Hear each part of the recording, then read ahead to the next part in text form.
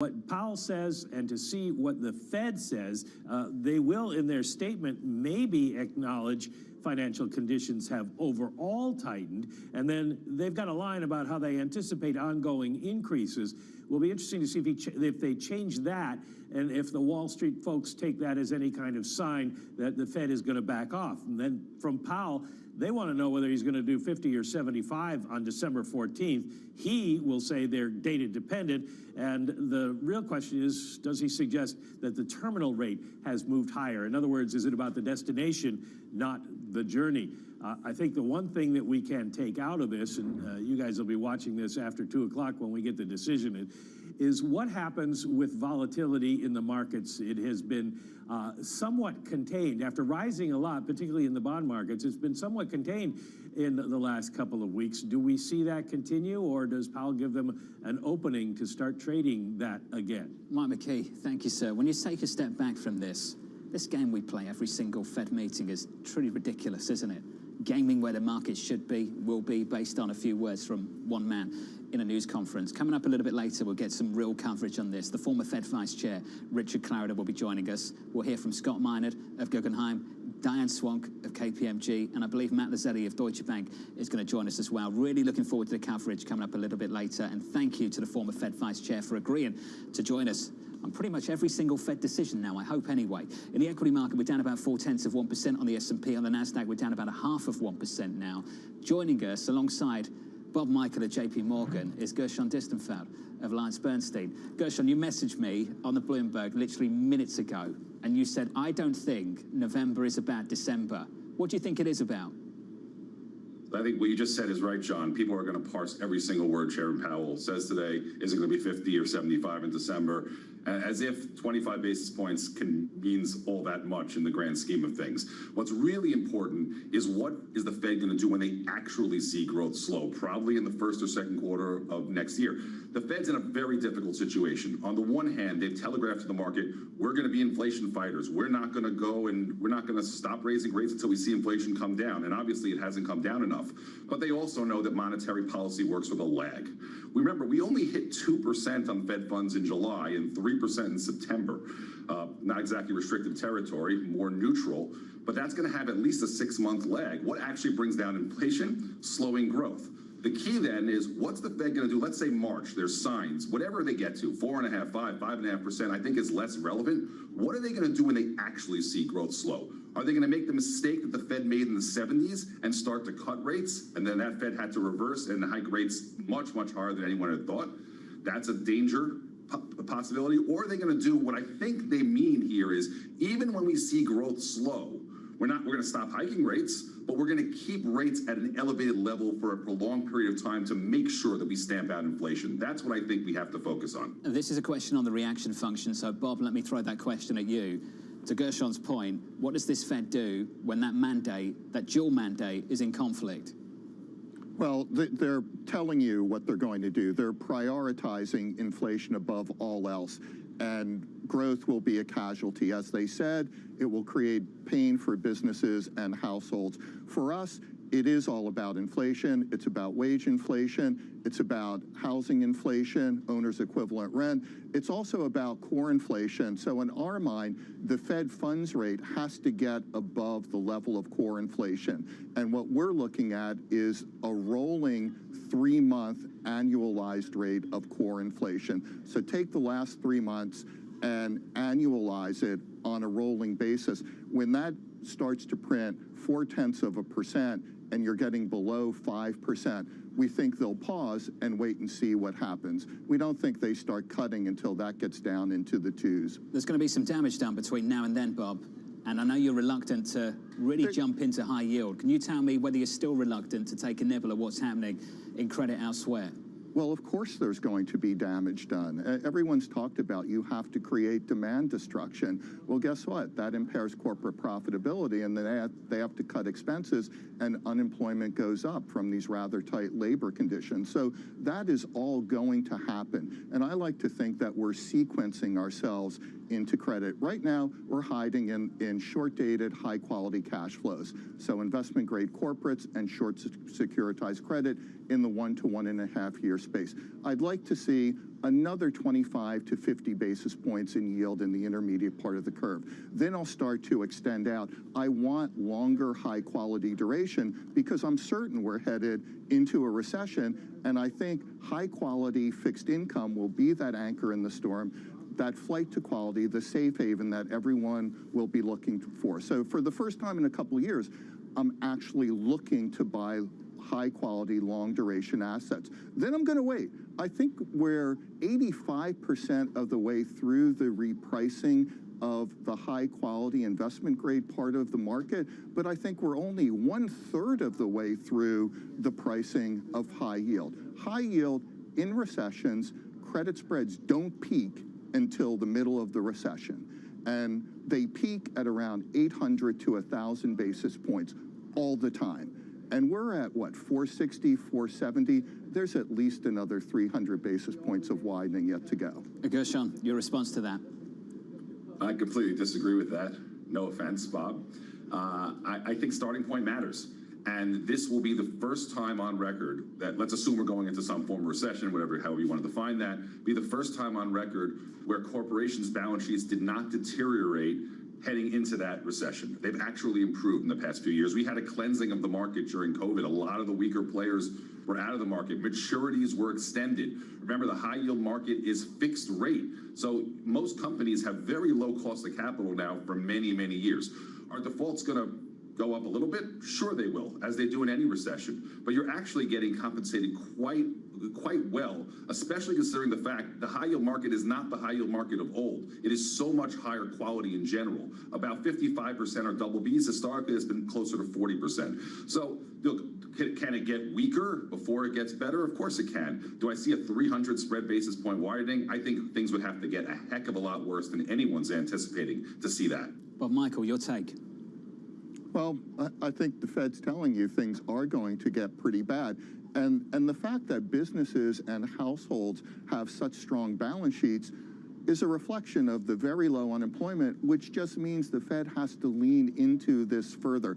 I've heard this before. Every recession, you have a little bit of widening. Everyone says that prices it in for high yield. And you know what? You get high yield default rates. They go to 7%. And that 7% reprices the other 93% of the market to a credit spread of 800 over. What's your reaction, though, Bob, to the points that Gershon went through, that this is a higher quality index in high yield right now, and maybe the historical average is a little bit misleading because the composition of this index here is different?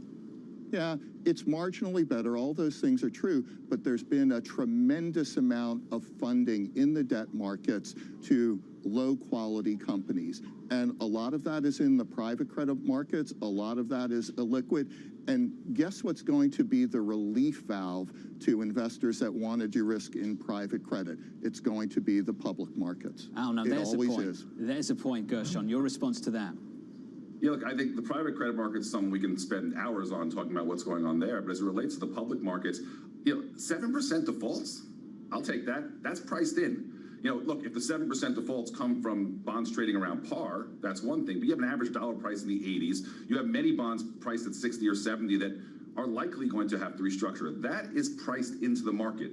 That's not what I'm particularly concerned about. And I will say, spreads are about, as Bob said, about 475. If we adjust for the quality of the index, we think that's equal to about 600 of what it would have been a decade ago.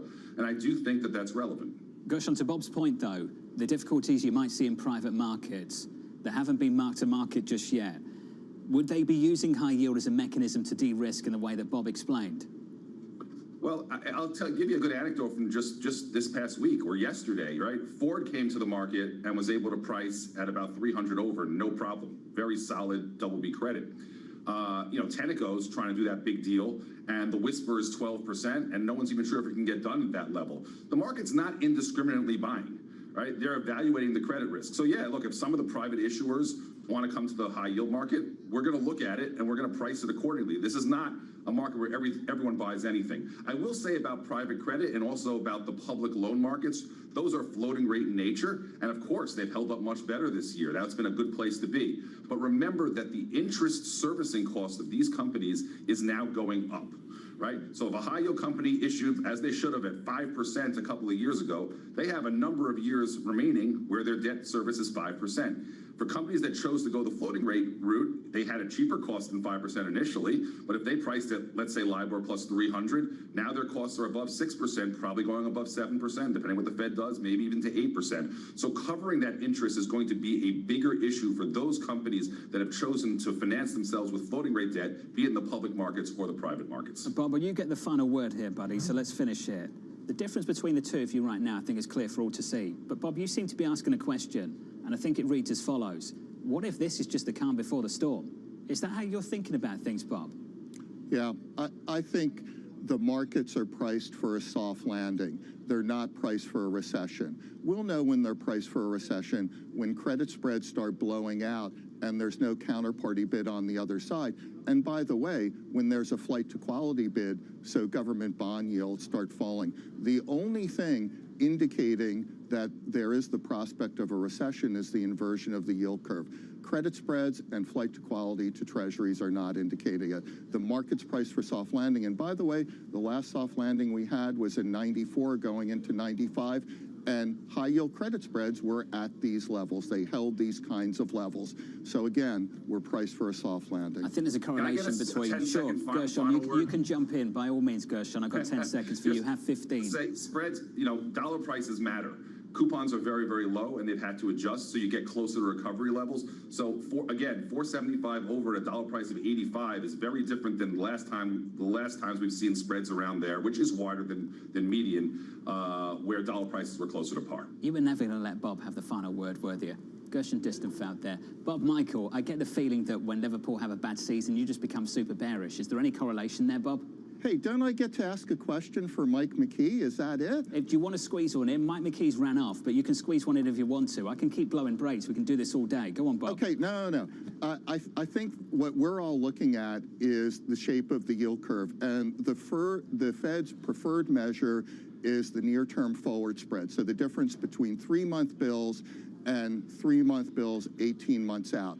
And according to Powell in March, that's 100% explanatory of the Treasury curve. I think by the time Mike asks his question, that will have inverted. So he should ask, what is the Fed's preferred measure of the yield curve now telling them about recession? I'm sure Mike McKee's listening. We're going to turn this into a Christmas special, an extended version. Gershon Distenfeld, Bob Michael, to the two of you, thank you. What a debate right now. In credit. In the equity market, at least, we're down by 0.4% on the S&P. On the NASDAQ, we're down 0.4% also. Coming up on this program, President Biden slamming big oil as the midterm race enters the final stretch. The oil industry is not doing the right thing. They haven't met their commitment to invest in America and support the American people. One by one, major oil companies have reported their profits for the last 2 quarters. I mean, profits so high, it's hard to believe. The White House slamming big oil and Democrats slamming the Fed. That conversation still ahead.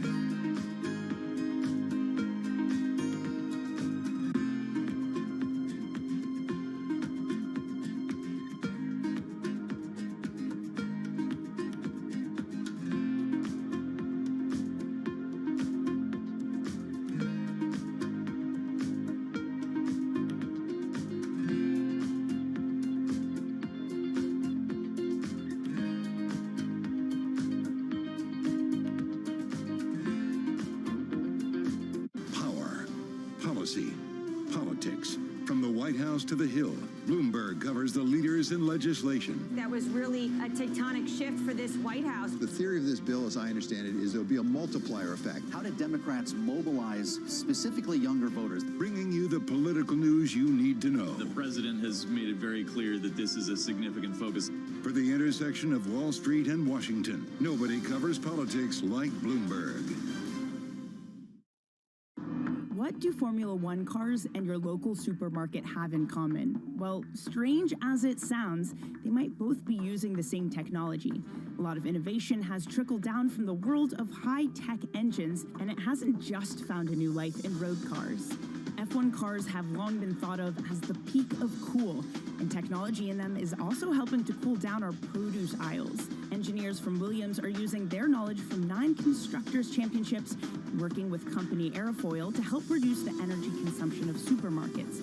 The device they're building is based on the design of an F1 car's rear wing. It attaches to fridges to keep more cool air in the unit. They estimate it can reduce supermarket energy consumption by 25%. One innovation from F1 is also helping hybrids reduce their carbon footprint. That's KERS, or the Kinetic Energy Recovery System. In common parlance, it's known as regenerative braking and works by storing energy of the car decelerating in a battery for later use. If that's not enough, F1 is now looking at TERS, or a thermal energy recovery system, looking to harness the heat produced from braking and the engine exhaust. That could allow cars to generate the same power using 30% less fuel. So while F1 may have a reputation as a gas guzzler, some of its innovations in the name of speed are helping in the everyday fight against climate change.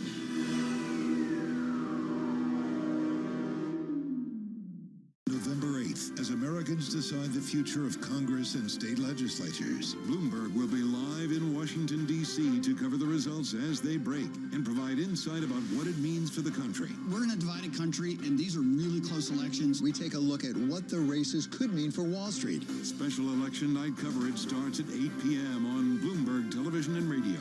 And tune into Surveillance live from D.C. at 6 a.m. on Wednesday for the latest overnight. This is Bloomberg.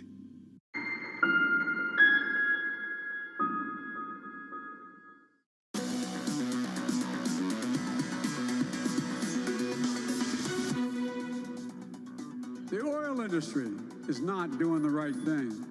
They haven't met their commitment to invest in America and support the American people. One by one, major oil companies have reported their profits for the last 2 quarters.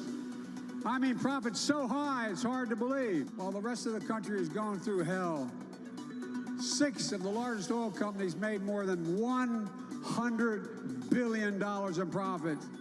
It's the blame game on the campaign trail. President Biden ramping up the pressure on big oil with midterms less than a week away. U.S. pipeline giant Energy Transfer slamming President Biden's threat to punish drillers for not pumping more crude. Democratic lawmakers pointing their finger at the Fed. A group of them writing a letter to Chairman Powell questioning his rate hike strategy just a couple of days before the next big Fed decision. That Fed decision is today. AMH is down in D.C. Will Kennedy joins us now over in London. Anne-Marie, the finger pointing getting more aggressive a week out.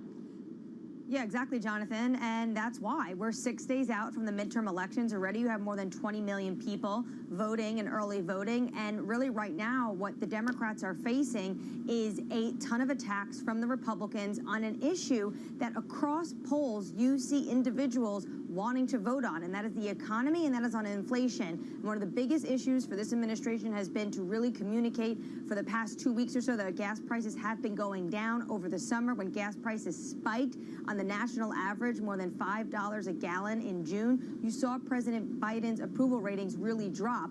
And then when it comes to the Fed, you really see a growing chorus of Democratic lawmakers on the Hill writing letters talking about the Fed and what they're doing and their aggressive action to tame inflation, but what that could mean for potential unemployment and the job prospects going into next year. So it's really pointing the blame and scapegoating some other individuals like Big Oil and the Fed as you go into the final days of this really crucial election that's going to decide who has the power in Congress. Perhaps unsurprising, Will, we're all aware of the electoral politics that is taking place here.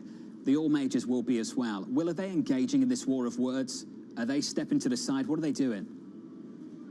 I think they're taking different approaches. I think in the US, as you just mentioned, the Energy Transfer comments at the top of the segment there, John, they're pushing back quite aggressively, and they feel confident in pushing back quite aggressively because they have a lot of political support on the other side of Congress. I think in Europe it's a different story.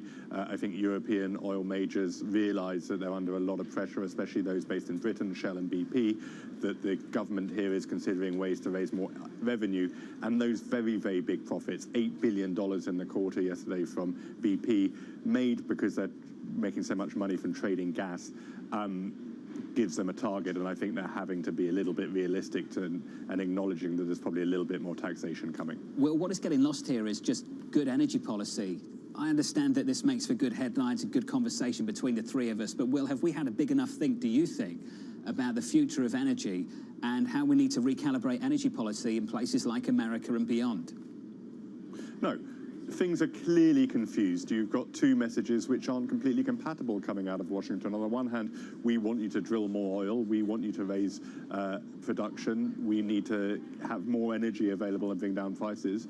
On the other hand, we're going to tax the money that you make. That's not the most coherent way of looking at things. And then there's the incoherence of trying to balance more energy production, more oil and gas production, with the stated aims of bringing down emissions that also Biden has. So there's no doubt that we live in an age of confusing energy priorities, and that's driven by the clash of long-term climate priorities and the short-term day-to-day of battling inflation and winning elections. It's getting even more confusing as the days go by. Will, wonderful coverage to you and the team, just fantastic this year and for a whole lot longer than that. Will Kennedy out of London, AMH down in DC. Your equity market right now, 22 minutes into the session, we're down 0.4% on the NASDAQ. We're down about 1/3 of 1% with some of the sector price action. Here's Kaylee. Well, John, no surprise with the broad S&P down. Pretty much every sector within it is down as well. All red on the screen. The biggest underperformer so far on the day is real estate, down about 1.6%, perhaps gearing up for more pain coming from another Federal Reserve hike later on today. And energy, which you three were just talking about, is one of the laggards as well, down 1.25%. Those that aren't faring as bad, consumer discretionary, financials and materials, and information technology, only down about 0.25% as well. That is likely because of the support provided from names like AMD today, which gave a stronger than expected forecast after the bell yesterday, actually lifting the SOX index by more. This is after what has been a year of pain. The SOX index down about 38% on the year, AMD by 55% year to date, John. That's going to be the wrap of 22, isn't it? A year of pain. Katie Lights, thank you. Up next on this program, the trading diary, the Fed decision, coming right up.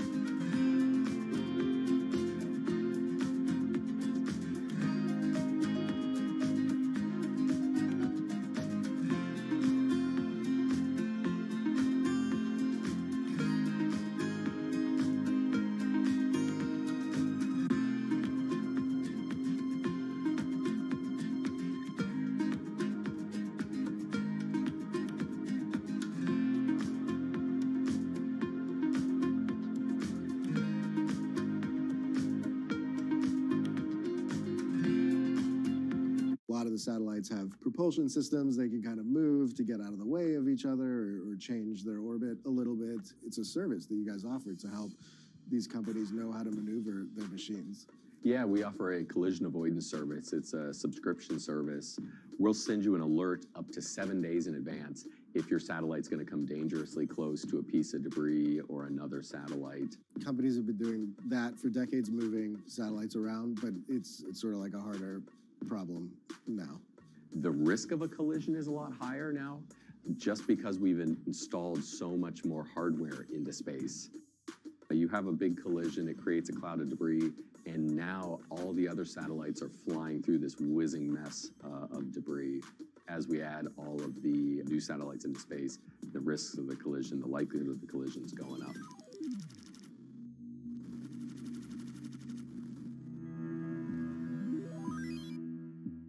Of the biggest names in business choose Bloomberg? That is a great question. It's a great question. Great question. Great question. Best question I get all night. Bloomberg, top experts, great questions.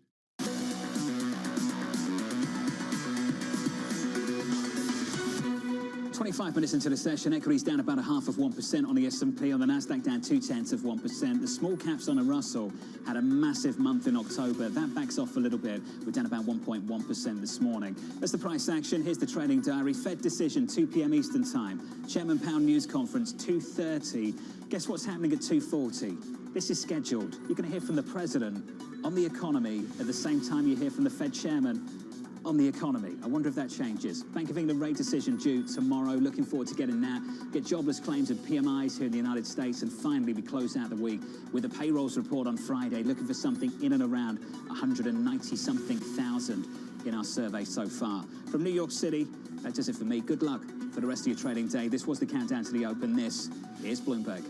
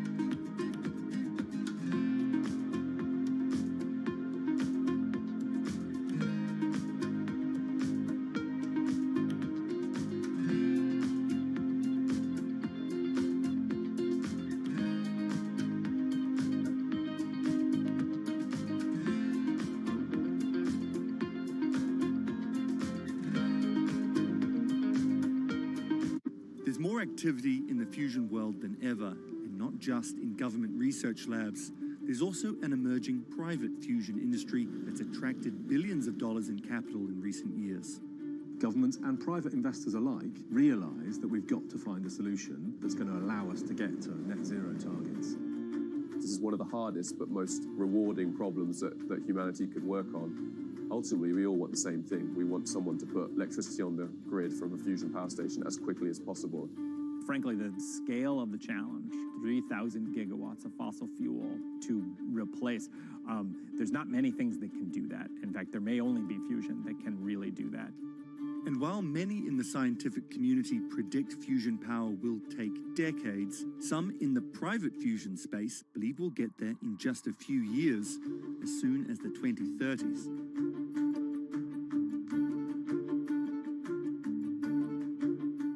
Today's CFOs are reshaping the C-suite, positioning companies to meet the next generation of challenges, breaking out of traditional roles to become chief future officers. Duke Energy has an ambitious plan to transition to clean energy, and new CFO Brian Savoy is ready to lead the charge. We're going to invest $145 billion over a decade. There's a lot going on, but I wouldn't have it any other way. Watch Chief Future Officer today on Bloomberg.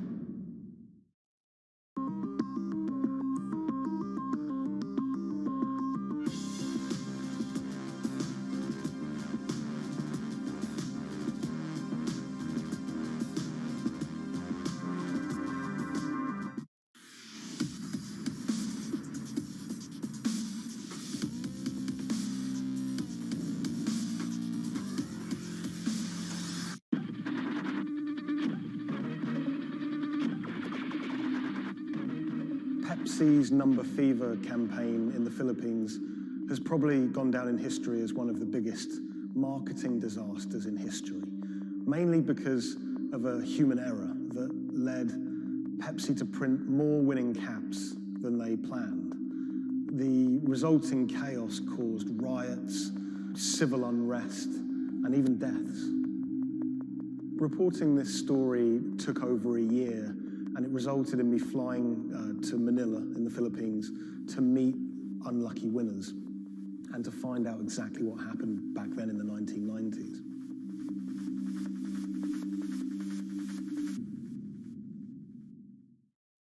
My name is Jeff Maish. I'm a journalist based in Los Angeles. I wrote the story for Bloomberg Business Week about Pepsi's Number Fever campaign. The Philippines is a really interesting country. It's made up of thousands of islands. And it's also a country that's very heavily influenced by America. American culture is everywhere you look in the Philippines. They're obsessed with Frank Sinatra music, for example. They love all things America, and that extends to their love for soft drinks, Pepsi Cola, Coca-Cola. In the 1990s, it was everywhere. Pepsi and Coca-Cola were embroiled in what is now known as the Cola Wars. It was a fierce battle for market dominance. Number Fever was already a really popular promotion. It had been rolled out in America to great success. And so Pepsi decided to roll it out internationally, particularly in Asia. They thought it was the answer to their problems. They thought it could finally help them beat their biggest competitor.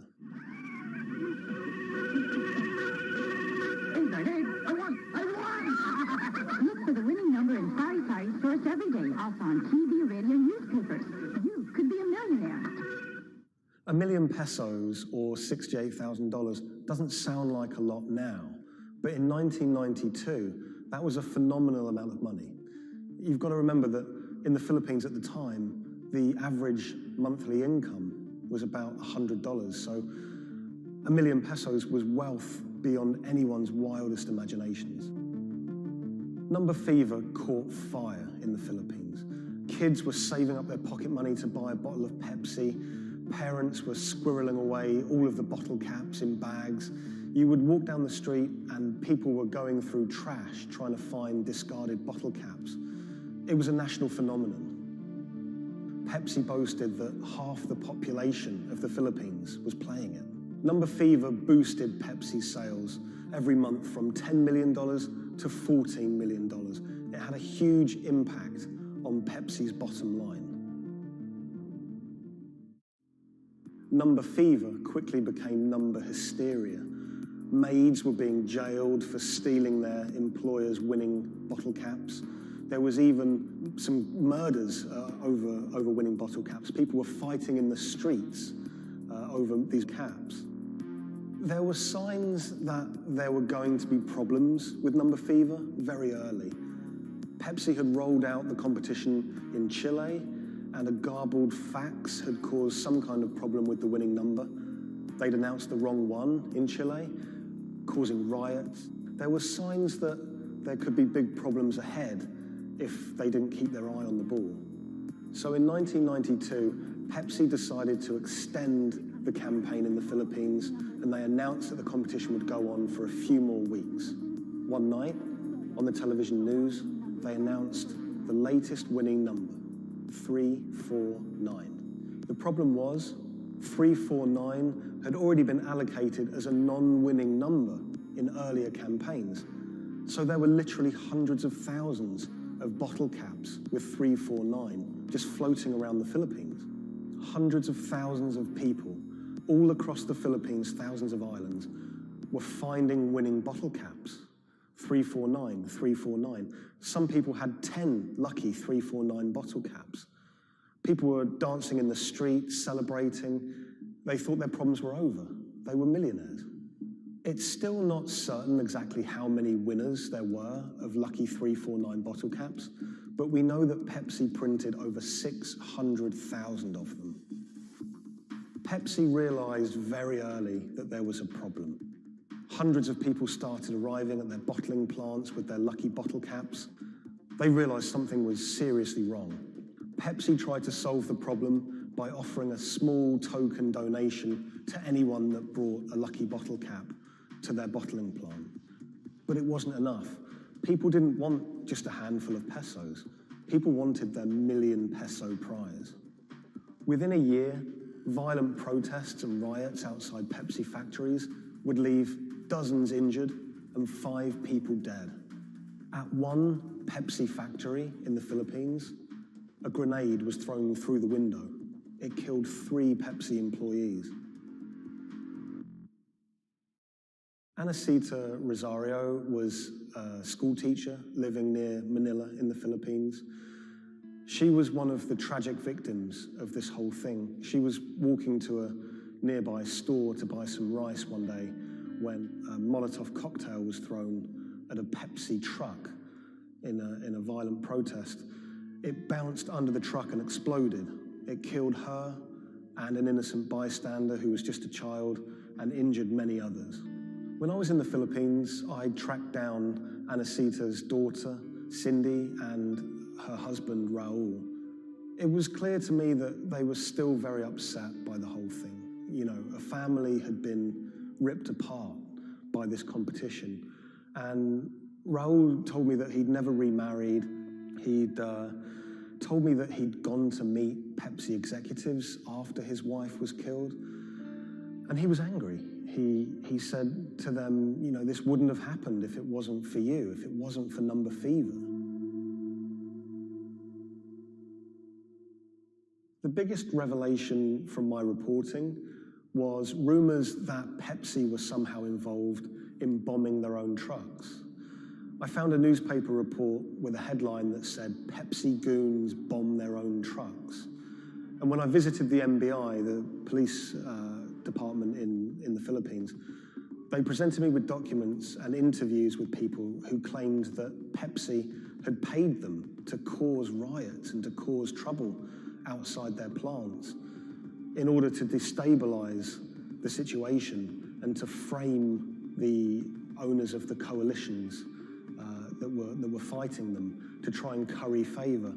I just thought that was so shocking. And of course, Pepsi denied it, but how bizarre that a company would be accused of bombing their own trucks.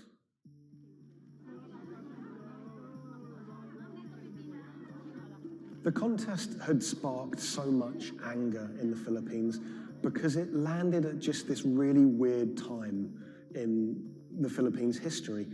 It was during a crazy election that was racked with allegations of fraud. The Philippines was in a kind of love-hate relationship with America. They loved, obviously, the American aid and finances that was pouring into the country, but at the same time, they yearned for independence. They wanted to be their own country.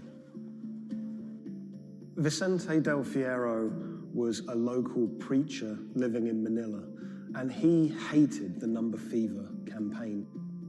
Del Fierro thought Pepsi's Number Fever campaign was just one of the many ways that America was asserting its dominance over a third world country. He hated seeing his fellow countrymen get ripped off, in his eyes, by this huge multinational American company. He wanted justice. Del Fierro rounded up over 800 winners of 349 bottle caps, and he got them all together to sue Pepsi for over $400 million to be divided between those holders of lucky bottle caps. Del Fierro took money from some of the people who could afford it. They paid him 500 pesos to help with legal fees. But for people who couldn't afford the money, he would just represent them pro bono. The alliance is to build up pressure on Pepsi. And so you see people marching in the streets. So we have mounted our own campaign, even in the U.S. He flew to America and he hired two consumer lawyers here in America to take on Pepsi. He had a meeting at Pepsi's headquarters to try and resolve the problem, but he said he wanted to take it all the way to the highest courts in America. When those cases were heard in America, those courts decided that this was a problem that should be heard in the Philippines, not in America. Back in the Philippines, Del Fierro continued his case in the Filipino courts. At one stage, there were arrest warrants handed out for 9 Pepsi-Cola executives, which he saw as a big victory. We don't know if those arrest warrants were ever upheld, but it made newspaper headlines across the country. Pepsi did not take kindly to Del Fierro's campaign. They tried everything to shut him down. They sued him for libel. My father had to attend 3 times a month for a branch 145 and another hearing for the branch 113A, also 3 times a month. Also, there was a time my father was hospital due to heart failure. Still, he had to attend the 2 branch hearing. Otherwise, for not attending, the judge will issue warrant of arrest to my father. My father passed away January 13, 2010. After staying for almost 1 year in the hospital, he died of complication due to heart failure. After the death of my father, I was inspired to do the website PepsiCo will be remembered for what they did to the consumer in the Philippines and to my father. When I reached out to Pepsi for comment for this story, they claimed that they didn't have access to anyone who was working at Pepsi that was around in those days. They also said that during COVID-19, they didn't have access to their documents about this, but you know, they were very careful to say that they were sorry for everything that happened, and we do know that Pepsi did try everything to try and make this right. The Pepsi number fever disaster cost the company millions. We know that they paid up to $10 million in those goodwill payments, but the financial effect could be much greater. After the disaster, we know that Pepsi sales dipped. They were overtaken by Coca-Cola again. Pepsi's number fever disaster changed the legacy of that soft drink in the Philippines forever. Some people of a certain age won't touch it. For many people, Pepsi is a taboo word. A lot of the people that I spoke to were still quite traumatized by their experience, by that experience of winning $1 million pesos, losing it, and then returning to their normal life in poverty in Manila.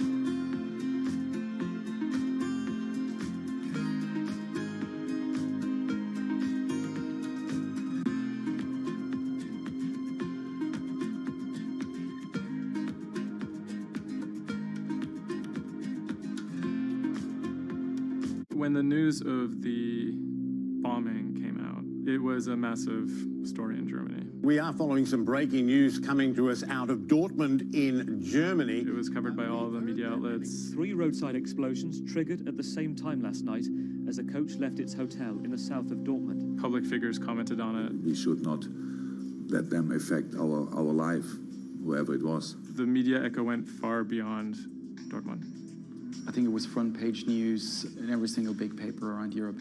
Everyone thought of like a terrorist attack, and people were scared that throughout the city in Dortmund there was more attacks to be happening. Unbeknownst to investigators, just after the bomb went off and the players of the team were shell-shocked, the person who had masterminded the attack was actually sitting in the hotel eating steak and sweet potatoes.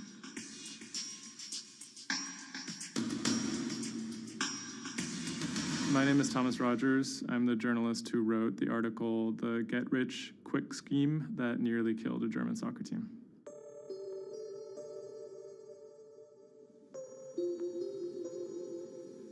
Dortmund is a mid-sized city in the western part of Germany in a state called North Rhine-Westphalia. And it's a former industrial city that's kind of fallen on hard times in the last few decades. It was severely bombed in the war, so the center of the city is quite stark. Some of the few high points include its soccer team. My name is Ike Henning. I'm a reporter with Bloomberg News, and I'm a great fan of Borussia Dortmund. Dortmund fans are super loyal. On all match days, the entire city is in black and yellow. It's like a religion. I think more than most German cities, soccer does play a very large role in the identity of Dortmund. In October of 2000, the BVB became the first team in the Bundesliga to actually go public. Salaries for soccer players in the Bundesliga have gone up very dramatically. With such high prices, they thought that by going public, they would be able to compete better with big teams like Bayern Munich.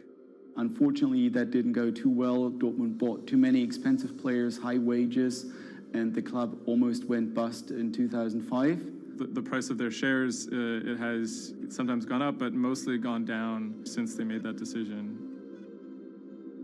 So on April 11th, 2017, the team was staying in a hotel on the outskirts of Dortmund. Match days are always special in Dortmund. Everyone is looking forward to it. The team always meets in the same hotel ahead of matches. They stayed in this hotel in order to have a kind of neutral space before games so that they could concentrate, be sort of isolated from distractions, things like that. Everyone was pretty optimistic they had a chance to go really far, maybe into the finals. I was in the office and getting ready for match day. I was going to meet with a friend, a fellow Dortmund supporter, in a pub. As always, the fans are very excited about matches. On that day, they were heading to play in the quarterfinal against AS Monaco at Signal Iduna Stadium, which is in the center of Dortmund.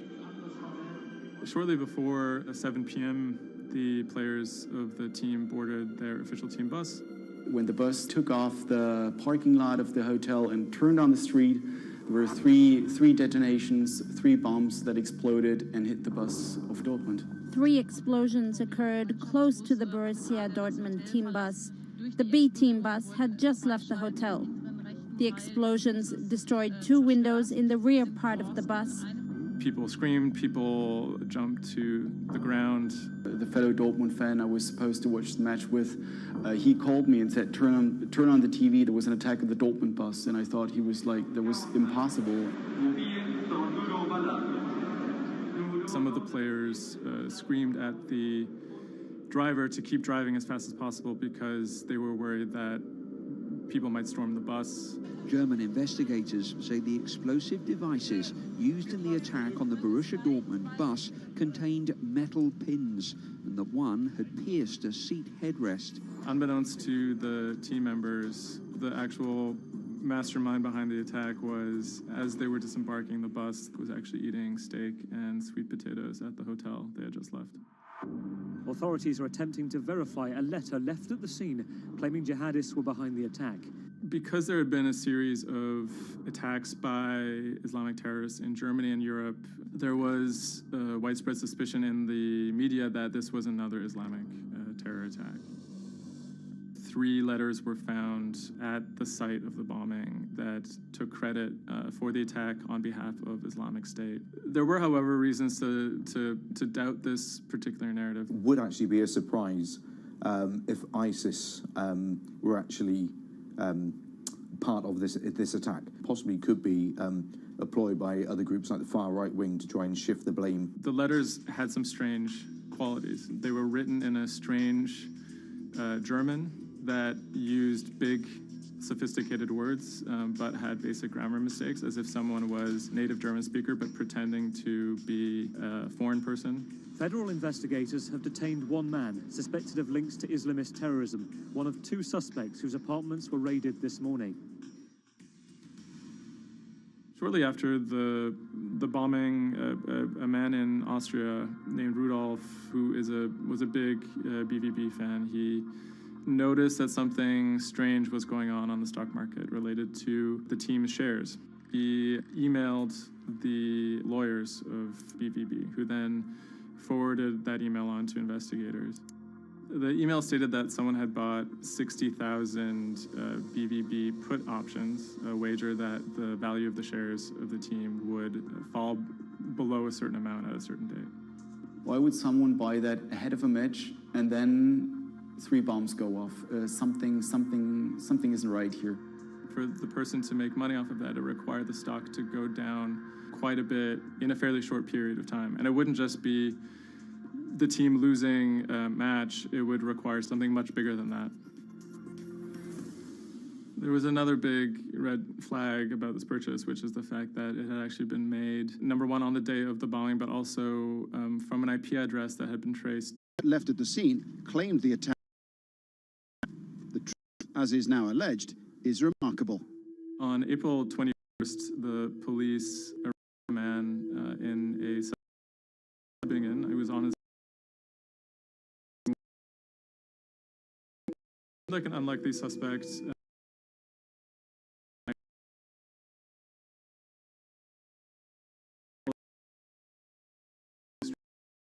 a left-wing, seemed to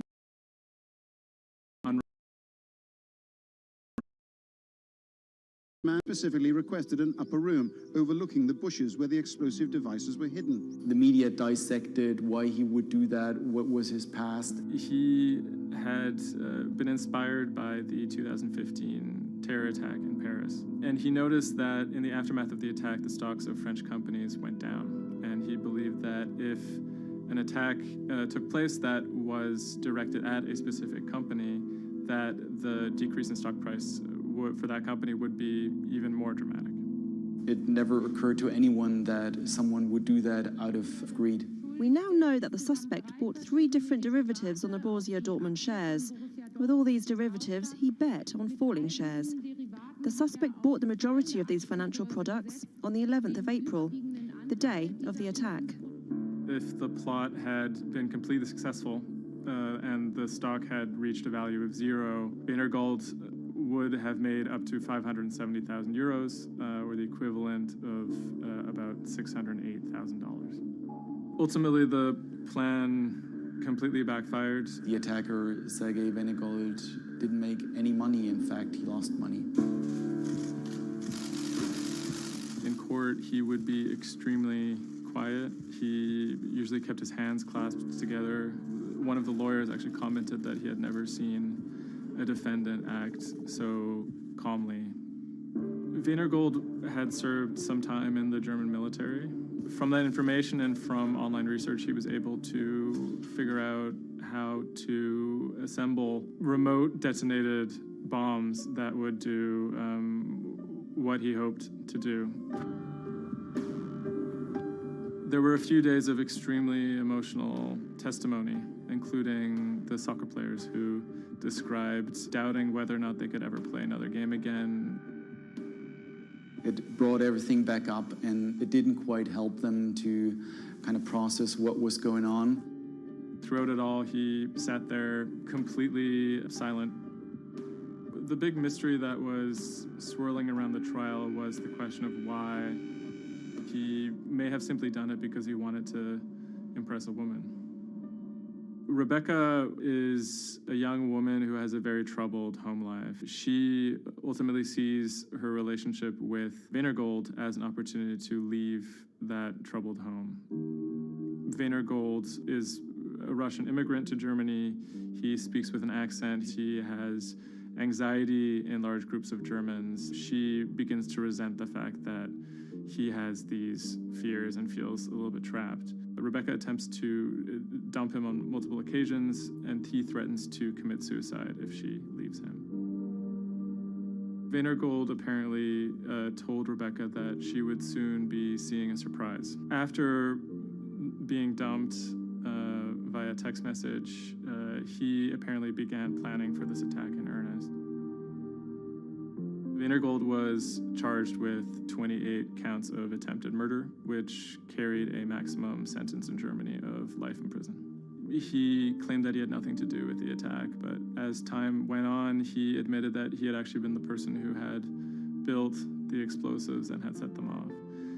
But he claimed that he didn't want to actually kill anybody. Ultimately, Wienergold didn't receive the harshest possible sentence.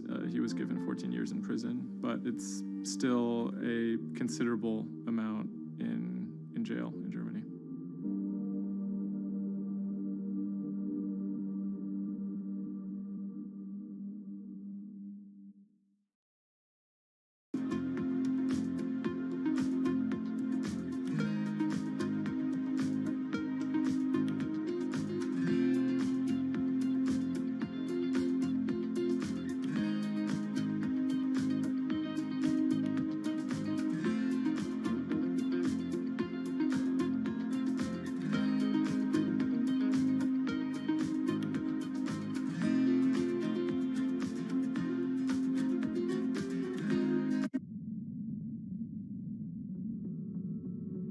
The threat of an asteroid hitting Earth is very real.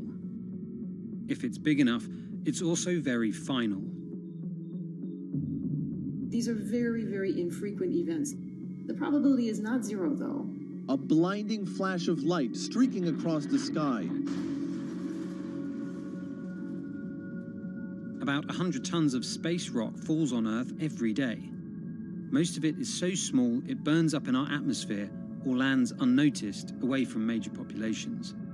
No human in the past 1,000 years is known to have been killed by a meteorite, and according to NASA, no large object is likely to strike the Earth any time in the next several hundred years. However, one thing is certain: we haven't found them all. There are thousands out there, and we don't know where they are.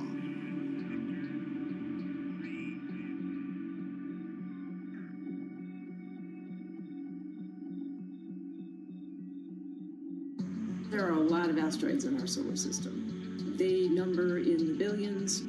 Scientists all over the world are working toward detecting and deflecting the most catastrophic of natural disasters. The race is on to find as many of these objects as we can. We have a way of calculating whether or not an asteroid is potentially dangerous or not. I mean, I think it's something worth investing in. It's our existence at stake, right?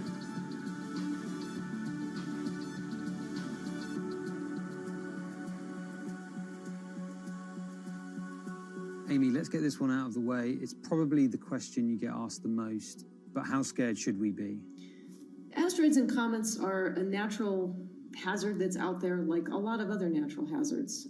These are very, very infrequent events, these collision events, where an object actually impacts the Earth. The most important thing that we need to know about asteroids is when the next impact is going to happen and how bad it will be.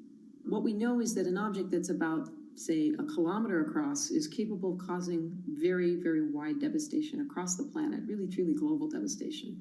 The object that wiped out the dinosaurs was somewhere in the neighborhood of 5 to 10 kilometers across, so even bigger than that.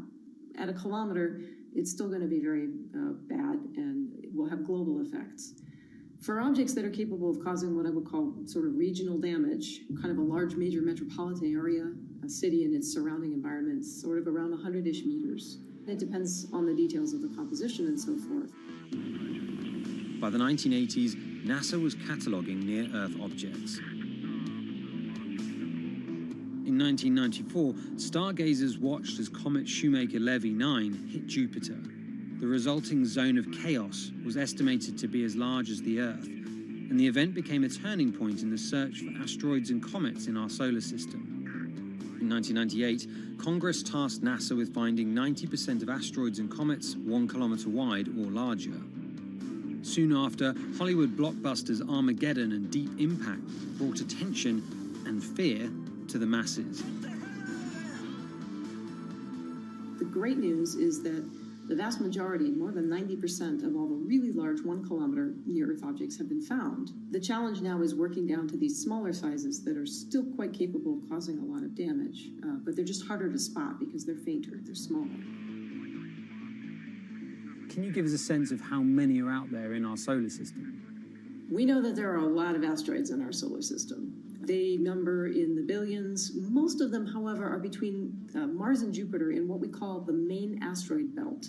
This is a region of space where most of the asteroids in the inner part of our solar system live, and they stay there for many billions of years. There is another population, though, that kind of leaks inward and gets into the region somewhat close to the Earth, and we call these near-Earth objects. We think that there are millions and millions of near-Earth objects that are out there in the total population. As of today, we know of sort of around 20, 25,000, something like that. When we first spot an object, we really know very little about it. We just see something moving across the sky. So all you get is just sort of a handful of snapshots, just enough to be able to tell that this isn't an asteroid that we've already seen before. And then once we can calculate the distance to it, we can now start to make predictions about its true size. Is it large or is it small? So we have a lot of information that we have to get pretty quickly to really understand what's going on. Finding asteroids is just one piece of the puzzle. Planetary scientists are extremely skilled in determining the orbits and speeds of asteroids based on relatively small amounts of data. NASA runs simulations of the trajectories asteroids could take, which is useful but time-consuming. A team of scientists in the Netherlands have found a way that could buy us more time. Our method is very quick. So you can very quickly get an assessment of whether or not the object is dangerous or not. If you look at the classical way of determining the danger of an asteroid, it may take days of computing time on very big machines to determine this hazardousness. The current problem is that there's just too many asteroids out there to spend a huge amount of computational power on all of them. So the neural network allows us to focus on what really could go and pose a hazard to Earth. A neural network is a computing system that mimics the way the human brain operates to find underlying relationships in a set of data. By training the network in this way, you train it in recognizing those objects that are most likely to hit the planet. And once it's trained, you can apply this network to all the unknown asteroids. And then you can make a selection and saying, hey, these are the ones which appear to be having orbits similar to the ones which we know are hitting the planet. That doesn't mean that they do, but it only means that they look very similar to the ones we know they do. What else did you find? Should we be particularly concerned about anything? One thing that we did find is that our neural network was able to go and identify a handful of asteroids which weren't considered potentially hazardous, that when we went and integrated them forward in time, they came quite close to Earth. You find a handful which were not detected before or not considered being dangerous before, and we think they are potentially dangerous. It's very hard to simulate kind of going forward in time an asteroid that's going to hit Earth because, well, the Earth is really small. And space is really big, and then you have to have very exact parameters to shoot an asteroid that goes and hits exactly Earth.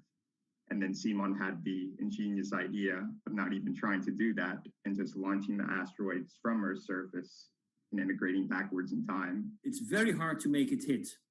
So you need a lot of calculations which all end up in nothing. And the idea was then like, well, let's not do that. This is basically what NASA is doing. NASA is taking an asteroid, making multiple copies of them, shooting them all forwards in time, calculating their orbits, and then see what fraction sort of gets close to Earth. Not even hitting Earth, but getting close to Earth. And that they call it a potential impactor. So you calculate the solar system forwards in time for, let's say, 1,000 years. And then you launch asteroids from the surface as if you go forwards in time, would fall on the surface. You calculate them backwards to today, and then you get your orbital parameters of today's asteroids, which you know will land on the planet. And those you can use as known impactors and compare with all the other asteroids in the solar system. Can simulations and AI, can those things fill in the gaps where perhaps telescopes and other imaging tools can't? Absolutely. Since the observations get more complex, the physics gets more complex. And if the physics get more complex, the mathematics becomes more complex. And at some point, you can't solve your problems analytically anymore. And then this is where the computer comes in. Now we have this trained neural network. We have a way of calculating in a fraction of a second whether or not an asteroid is potentially dangerous or not, and therefore deserves more attention or more time to spend on for really finding out if it is dangerous. When it comes to hunting asteroids, time is critical. What we can do about a potentially hazardous object depends a great deal on what we know about it and how much time we have before the encounter. We'd really like to find them when they're decades away, because the more time you have, the more options you have, and the less energy it takes to move an object aside. It also means we might not have to resort to launching a nuclear warhead at an asteroid. Until recently, pretty much our only choice. That's an option of last resort, in my opinion, yes. We have lots of options available. You can just simply bump into the object and just nudge it out of the way. That's one possibility, and that's kind of, in a way, sort of the simplest thing to think about, just nudging it off its path a little bit with, a massive object, a spacecraft, let's say. It's kind of like bowling, if you will.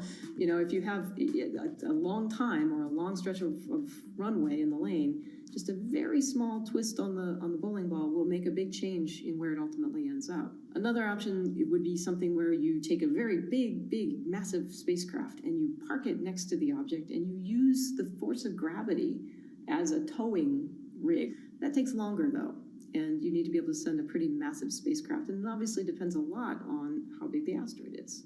Other options start to get more and more complicated, and they range from painting one side of the object a white color and painting the other side dark, and then letting the pressure of light sort of perturb its orbit. In a departure from the lab and computer simulations, NASA has real plans to rehearse kinetic impact deflection. In 2021, the agency will launch DART, the Double Asteroid Redirection Test mission, which will intercept a 160-meter asteroid in 2022. Better to practice now before we have to deal with an actual threat. In the meantime, discovering asteroids is our best bet. Thousands of scientists and amateur astronomers around the world make up an informal network that survey the heavens. But that may not be enough. NASA wants more resources to map our solar system and better technology. We need to ramp up our network of sensors, and also we need to just continue to strengthen our network of international observers so that we can get follow-up, because we find these objects when they're distributed all over the night sky. Once we get more observations, we get better data, we can make better predictions. If you look at the big impactors we have had in the last, let's say, 20 years, or maybe 30 years, or 50 years, most of them we haven't seen coming. So the danger, the real danger, I think, comes from the objects we don't know about, and not from the objects we do know about. This particular natural disaster, like a lot of natural disasters and like climate change, is a problem of the global commons. So the thing that we risk collectively is that it sort of then becomes nobody's problem, and nobody takes ownership over it. The asteroids are all over the sky. They just truly cross boundaries and borders with a second's notice. I kind of imagine in the future, maybe lots of small satellites around the Earth that are always going and looking outward. I mean, I think it's something worth investing in. It's our existence at stake, right?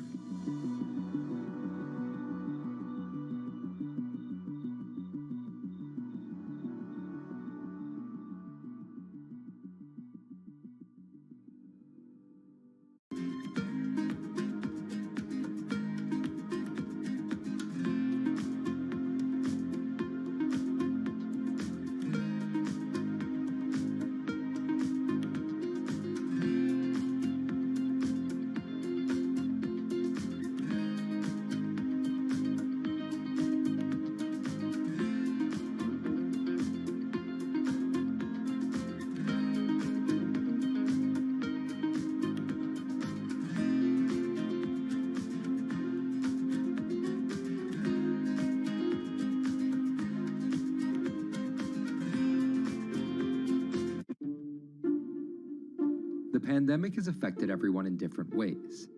Some pass the time by baking. Homemade sourdough bread. Do I need to say more? Some chose to binge watch Netflix. It's your game. Or maybe you started a garden oasis in your backyard. Next, I'm going to put my lettuces in. But for millions of others, I'm going to be posting stocks that will boom. They wanted to uproot the financial industry. Let's just lock it on up and take $15,000. Here's a stock that can change your life. I see a stock going up and I buy it, and I just watch it until it stops going up, and then I sell it. I have gained over $3 million. I want some free money. I don't think you can overstate the online communities or social media's influence on financial markets. A large group of inexperienced investors who discuss their plans on social media platform Reddit have shaken up the stock market in a big way. The stock that everybody's talking about right now is GameStop. Video game retailer GameStop is set to continue their head-spinning ascent today. The revolutionaries on Reddit are spanking Wall Street's ass. The more these stocks go up, the more the big guys are getting creamed and losing billions of dollars. This isn't a wealthy person's game anymore. Anyone can play it. I took up a little bit of a new hobby, and I am interested in day trading. As an investor nowadays, you don't have to look a specific way. You don't have to wear specific clothes. You don't have to be doing it from a trading floor on Wall Street in like a high-rise building in downtown Manhattan. The narrative of what's driving the markets is no longer being held in secret offices in New York and Boston of privileged people talking to other privileged people. It's right out in the open. It's on Twitter, it's on Reddit. From brokerage apps to Discord channels and subreddits to TikTok finfluencers, one of the last holdouts in the world of disruption, finance, is next in line.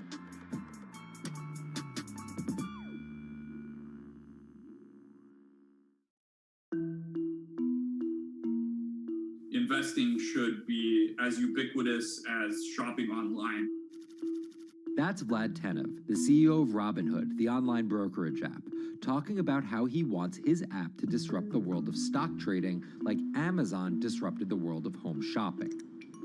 And I think that speaks to exactly the mission that a platform like Robinhood has, which is to democratize investing. Robinhood was started in 2013 by Vlad Tenev and Baiju Bhatt in, where else, Silicon Valley, as an alternative to the big brokerages, but with one big difference. As they were building the social network around finances for people, they realized that there was a gap in the market and that free trading could become something that they could bring to the markets, they could disrupt the industry.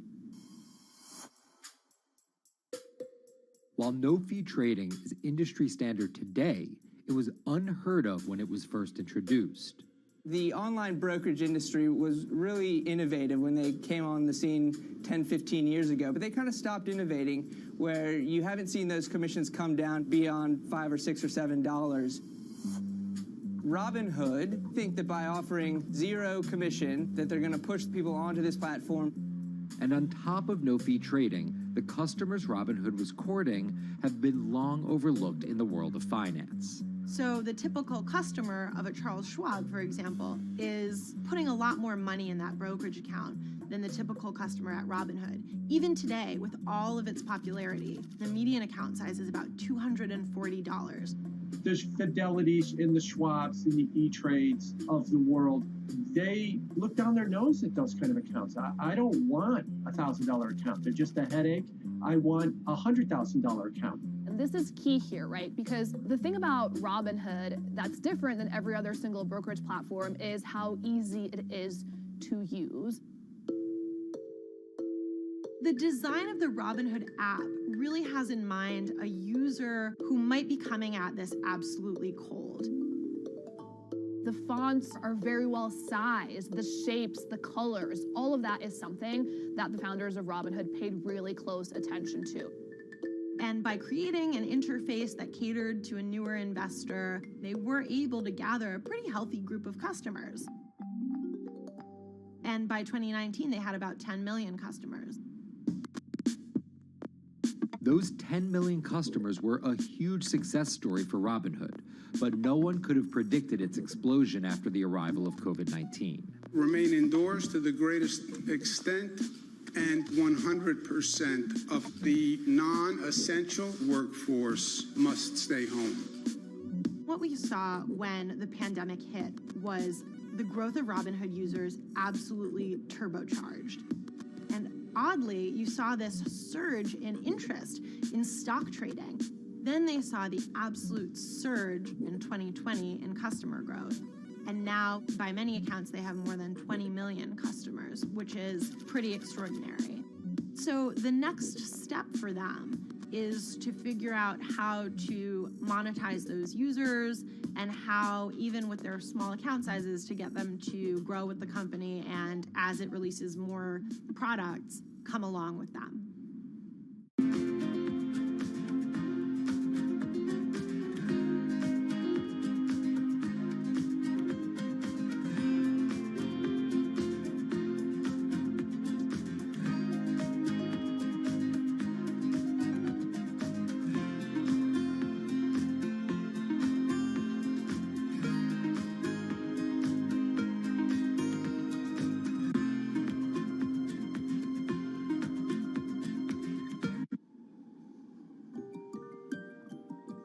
Robinhood would become one of the COVID economy's breakout successes. Robinhood traders, as they're called, became the shorthand explanation for the frenzy of often speculative retail investing after the pandemic lockdowns. Kids wake up in the morning, they go on Robinhood. They're, in the shower, they check Robinhood. Kids are learning how the stock market works at 18 while they're at school, checking their phones in between classes because notifications pop up telling them what their stocks are doing that day. With these new tools, millennials and Gen Z are investing in the market in ways their parents could have never even dreamt of. That is sort of key when we talk about the divide between older and younger generations, is that the younger generation is exposed to so much more information and tools at their disposal to do what they want in the market. The older generations, you never had the technology or the cost structure that you could play the markets like you can today. So you were stuck with giving your money to a professional investor and paying them a fee to do it. When I speak to young kids, they tell me, I'm making mistakes, I'm losing money. I'm not a perfect investor, but I'm 18, and by the time I'm 30, which will be, 10 years from now, I'm gonna have interacted with the markets for a decade. And so it's a learning experience more so than anything else. And you can look at it and you can say, wow, that's risk-taking, that's dumb, but if you could possibly shave 10, 20 years off your working life versus adding 5 years, I don't think you can fault people for that. But Robinhood is only part of the puzzle. Sure, you can trade on it, but without research, information, and data, you're just blindly throwing darts at different stocks and hoping to strike it rich. Wall Street forever has always run on what we now call narratives or memes. People telling rumors to each other have been around for 100 years. On Wall Street, information is its own currency.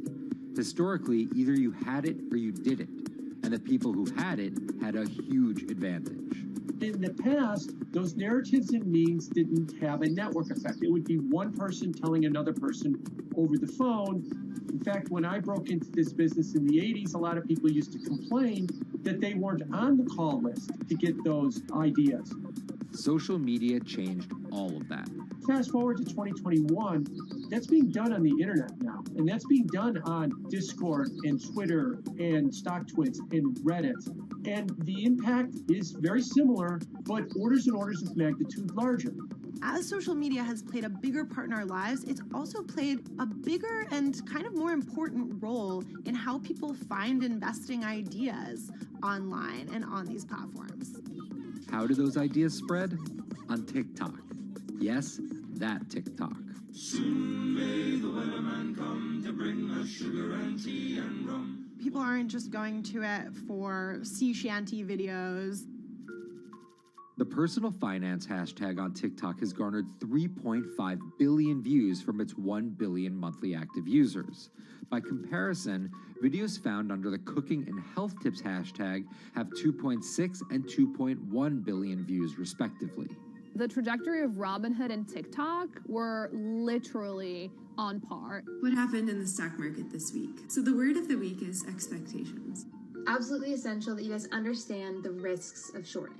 And Kayla Kilbride and Kyla Scanlon are two of those financial influencer TikTokers, also known as finfluencers.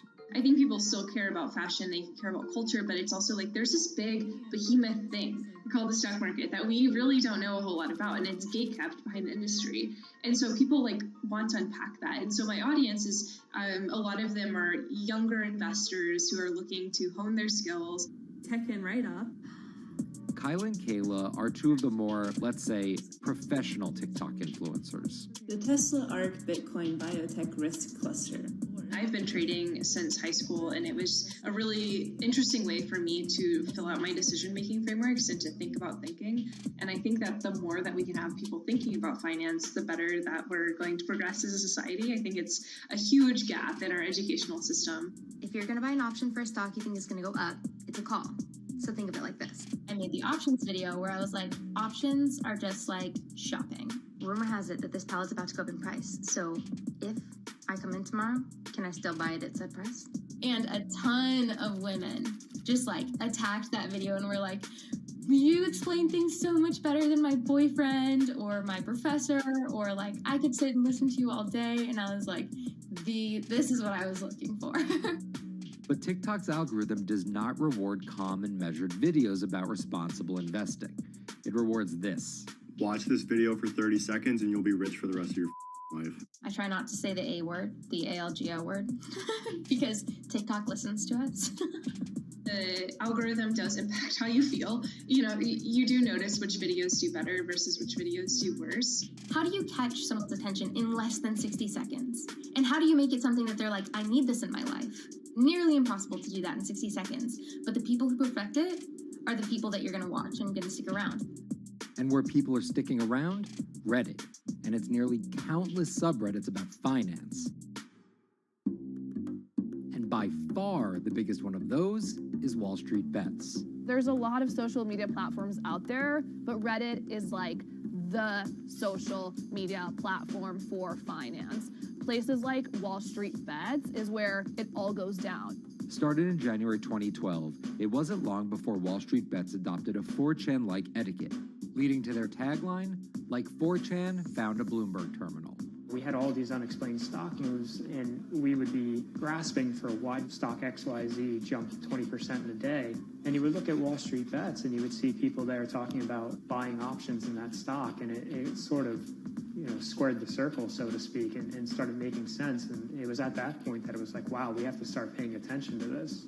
Some people on the platform really spend tons of time, and others are just looking for entertainment and to have a little bit of fun, effectively gambling or looking for an outlet, trying to make a little bit of money. Then on top of all of that, there were stimulus checks. Now, clearly this money is going to people who need to use that to eat, to live, but there's a lot of people who use this money to invest in the stock market. And it's not just stock tips. People quote-unquote YOLO their entire life savings or stimulus checks on a single stock. They post what is called gain and loss porn, screen-grabbing staggering hits and misses on stocks for the entire community to see. I'm about to lose everything. And while some of the people on Wall Street Bets are novice investors, the community contains multitudes. In one respect, what it did show us among these network groups is they are very sophisticated. They're not a bunch of ignorant people talking to other ignorant people. And this is where the pieces of the puzzle all come together to wreak havoc on Wall Street for a solid week in early 2021. It's pretty clear that the combination of more people having retail brokerage accounts and trading apps and more people being stuck at home looking for some kind of entertainment and some kind of community online came together in this very singular way. What came together is GameStop. Let's go back to the beginnings of what happened with GameStop a couple of years ago. On the boards like Reddit and StockTwits, a lot of people were talking about GameStop as being attractive value. Some of them are even, Wall Street alums who left the industry and now still have access to tools that they can use to improve their financial well-being and make very good decisions. And I think Roaring Kitty is a perfect example of that. GameStop is one of the most compelling asymmetric opportunities in the market today. Really, I don't understand how you could disagree with that. At the same time that this crowd was talking it up, the hedge fund institutional crowd didn't like this stock at all, and it had the largest short interest of any stock in the New York Stock Exchange going into late 2020. Short selling is a bet that a stock price will fall, and it's a fairly simple concept. An investor borrows a stock and then sells it.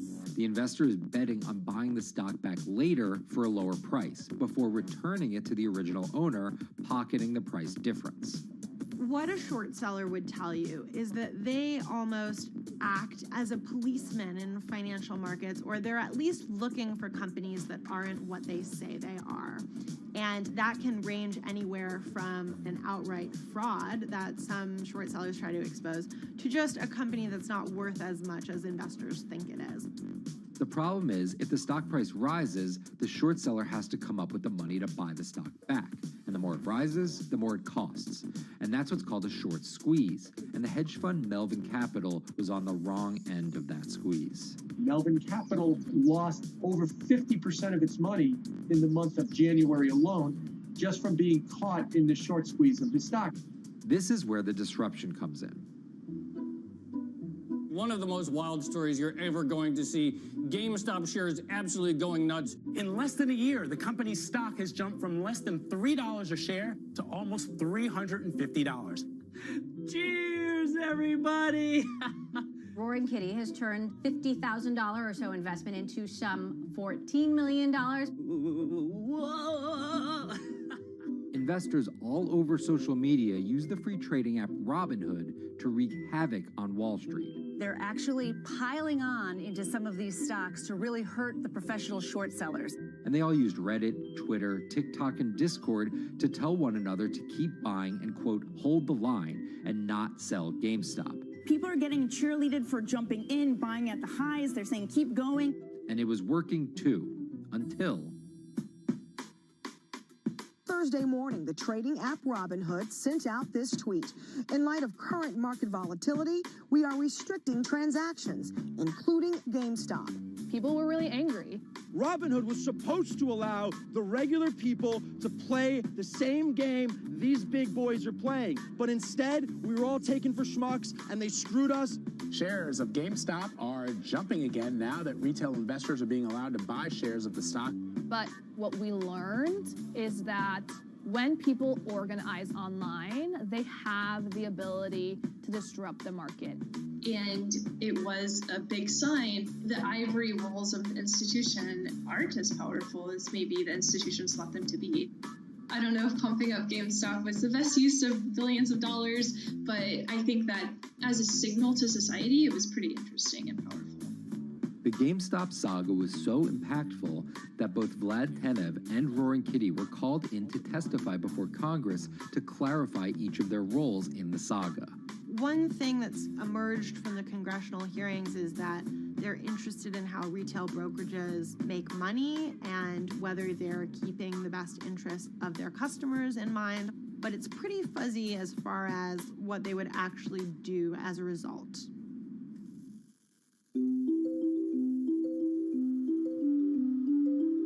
While the frenzy around GameStop eventually subsided, it didn't take long for retail investors to find other areas to invest their money. Take a look at Bitcoin going bananas over the weekend. Bitcoin forms a brand new all-time high. It was after GameStop started to drop that we saw Bitcoin really go up to over 60,000. How much further does this rally have to run? It's compelling to say that money shifted from one venue to the other. While correlation doesn't equal causation, there's a chart out there showing an inverse correlation on meme stocks going down and cryptocurrencies going up. There's definitely an aspect where people are making money on stocks and then moving, they're agnostic, they're not hedge funds. They can invest wherever the hell they want. It's a classic sort of momentum trade. They're going to wherever the winners are and they're willing to jump on and, ride it. So whether it's meme stocks like GameStop, meme coins like Dogecoin, or entirely new ways to invest in art like NFTs, the new kind of retail investor is making its presence known. Over the next 10, maybe 15 years, you're going to continue to see, whether by choice or by force, that baton go from older generations to younger generations. I don't think any single app is going to be the thing that disrupts. I think people are the disruptors. How people get ideas about what to invest in has become increasingly entwined with social media. And as social media companies govern more and more of our lives, the fact that now they're tied in more intimately to people's wallets is something that we might want to understand better. Usually what disruption, I think, means is technology comes in, whether it's blogs to the newspapers or online retailing to brick and mortar. They come in and they're in the same business, but they just do it in such a gigantic cost savings that it causes everybody to switch. Well, that's the risk that happens here, is that it's so much cheaper to just manage your own money. We're not there yet, but costs and conveniences are moving in that direction. So I'd say, Wall Street, you haven't been disrupted yet, but you could be in the coming years, and that the final chapter on this story hasn't been written.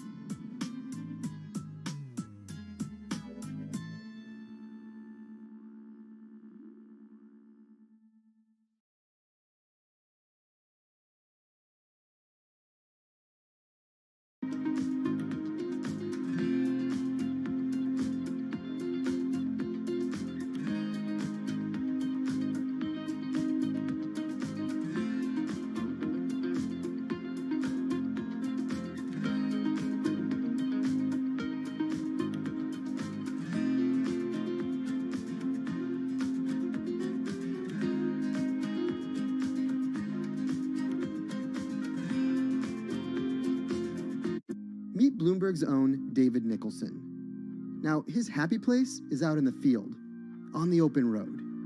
But like the rest of the world lately, he's been working from home a lot more than he's used to. COVID-19 has prompted a massive urban exodus as professionals of every ilk yearn for more space to live and work. As a result, rural areas have exploded, and they're poised to experience a resurgence as more and more families pack up and leave the big city to try out life in the burbs. But there's one problem with that. Not all internet speeds are created equal. Anyone who might need to upload or download large files for a living may not want to pack up and move to that cabin in the woods just yet.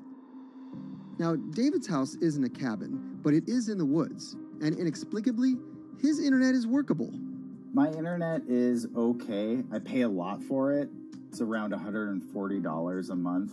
The download speed's great, and the upload speed is terrible, which is really bad for my work because I have to upload these massive files. But I'm definitely one of the more lucky ones in this community. Just a few miles down the road, my buddy has awful internet.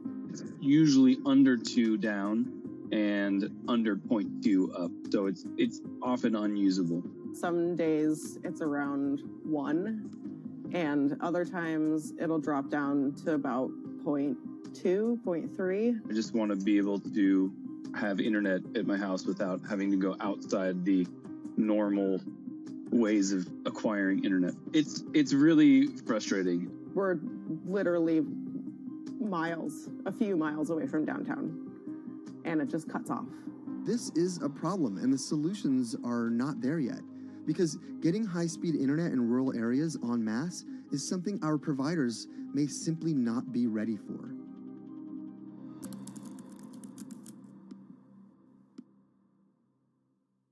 If your internet service doesn't have fast download and upload speeds, then you don't have high-speed harmony. You have.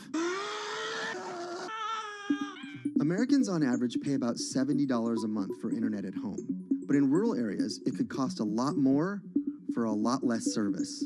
So the pricing for a fixed wireless provider here can be something between $80 and $150 for about 25 megabits per second. However, gigabit service, which is 1,000 megabits per second and symmetrical, is running at about $119 a month or $130 a month. That's John Paul. He co-owns Spiral Fiber, an internet service provider here in Nevada County, California. And for the past 10 years, he's been trying to bring an affordable fiber optic network to town. It all started when he applied to be part of the pilot program for Google's fiber service.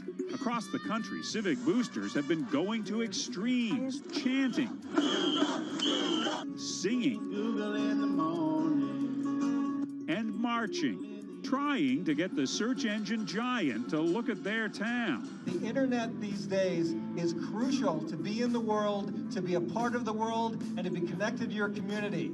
Google ultimately went with Kansas City, Missouri, which left Paul on a mission to get funding to lay out fiber optic networks for gigabit service.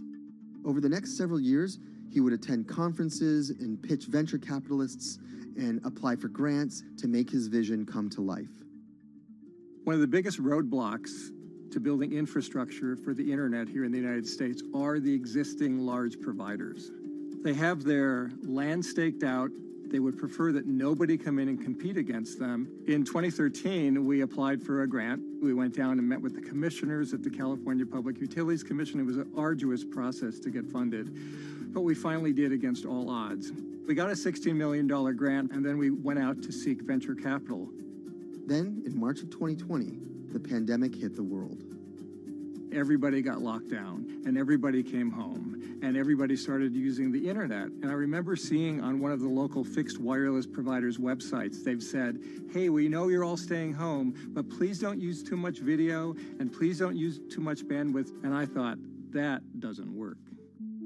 The U.S. connectivity gap is far greater compared to countries that are considered its peers economically. Some developing nations actually have better internet than rural America, like in Kenya, which has a state-of-the-art fiber optic network fed in from their coastline. The American connectivity gap does largely affect rural areas that are either outside of service coverage or simply prohibitively expensive. This is Rebecca. She and her family moved to Nevada County just a couple miles down the road from David. They took for granted that high-speed internet would just exist in the area, and it's not something they even bothered to check on before buying their house. Turns out, all they got was dial-up. We wanted to move where we had a little more space, room for the kids to run around, just be out in the mountains a little bit more. Having come from a bigger city area where Wi-Fi is pretty readily available, we hadn't really considered that in our purchasing of the house, whether that would be an option or not. When school started, and now that we are remote learning with our children and we're doing everything from home, we didn't have the option to do that at our house. So every day when school would start, we'd have to pack the kids up and we'd go to my in-laws' home. They have a little cabin up in this area that does have Wi-Fi already. Rebecca's situation is the norm in rural America. According to data from the Federal Communications Commission, just 4% of urban Americans lack access to broadband internet. That's compared to almost 40% of people who live in rural areas. While that was the case, there were also racial and socioeconomic divides in terms of who had that access. In addition to that geographic difference, low-income African American students, Latino students, and first-generation college students were more likely than others to have only one device at home that's shared among multiple siblings and or lack access to that actual connection. For most American towns, there's also a lack of competition, forcing internet prices up. And large providers like AT&T and Comcast aren't incentivized to expand service to these rural communities. This is how Xfinity makes life simple, easy, awesome. So in our area, we have a small imprint of Comcast, but they're not going to go out to the more rural areas. It's just not cost effective for them to do it as a large company. In order to lay fiber cable, you're actually physically digging trenches into the ground. And for internet service providers, they're primarily focused on maximizing their profits. And so the fewer customers you have, in any square mile and the more fiber you have to lay, that's just kind of harder to pencil out from a purely economic standpoint. AT&T released a statement on the matter, expressing the need and desire for government assistance to fund fiber optic expansion to areas deemed unprofitable. Comcast released a similar statement encouraging more public-private collaboration on this effort. Federal agencies do offer grants to help communities build broadband networks, but many have argued that there's not enough flexibility on how to use these funds. The COVID-19 relief package passed by Congress in March and signed by President Donald Trump awarded $43.3 million to 51 projects on the East Coast alone. But it also stipulated that these projects needed to be up and running by December 30th. For contractors who plan projects months and years in advance, it's a scramble to rearrange their schedules to meet that deadline. So what we've been asking the federal government to consider is at least have, as long as the projects are getting started, knowing the projects are being put into place to expand both remote learning, working from home, and opportunities like that are truly driven from COVID. We're moving as fast as we can regardless, but hopefully they'll give us some more time. Talking to John Paul, it's clear that he believes broadband is something that can transform a community and should be considered a public good. One of the first communities to come on in the United States with full-on gigabit service was Chattanooga, Tennessee. Now, they're a bigger city, but they're a city that was economically in a downturn. In the last 15 years, the city of Chattanooga has turned around in an amazing way. It's a nexus for young people to move to. It's a place where technology happens. It's not just about logging on to Zoom, to connect with your colleagues who might be in New York City. It's also your ability as a small business, operating in the town of Nevada City or wherever it may be to, quickly upload your payroll documents or something onto the cloud, or to quickly, swipe a customer's credit card. There's just some really basic business functions and mechanics that I think people in big cities really take for granted, and that are just going to be a much bigger challenge for small business owners in rural areas.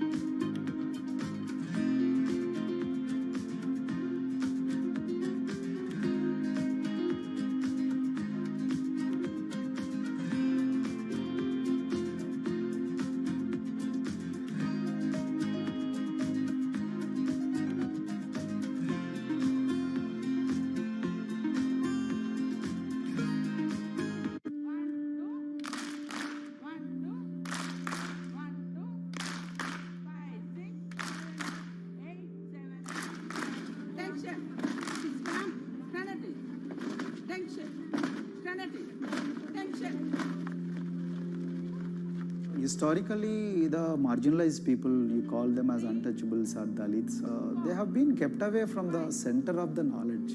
Once you are born into a caste, it is very difficult for you to grow beyond that. You are stuck in that identity.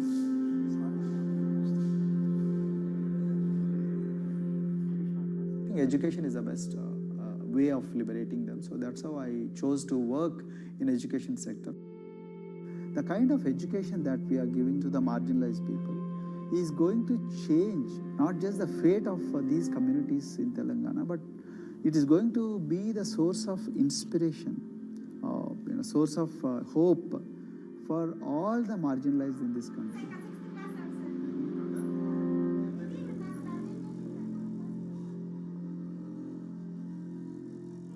Greatest blight in India is the system of caste. For generations of Indians, the social code known as the caste system has defined how people earn a living and whom they marry. Although outlawed 7 decades ago, castes remain a significant factor in deciding everything, from family ties and cultural traditions to educational and economic opportunities. Dalits, people who are on the lowest rung of the caste system, constitute almost 1/5 of India's population of 1.3 billion. Not able to afford the high tuition of private schools, many are forced to attend government-funded institutions, which in the past have suffered from poor infrastructure, lower education standards, and high student-to-teacher ratios. But Dr. Praveen Kumar is trying to change that.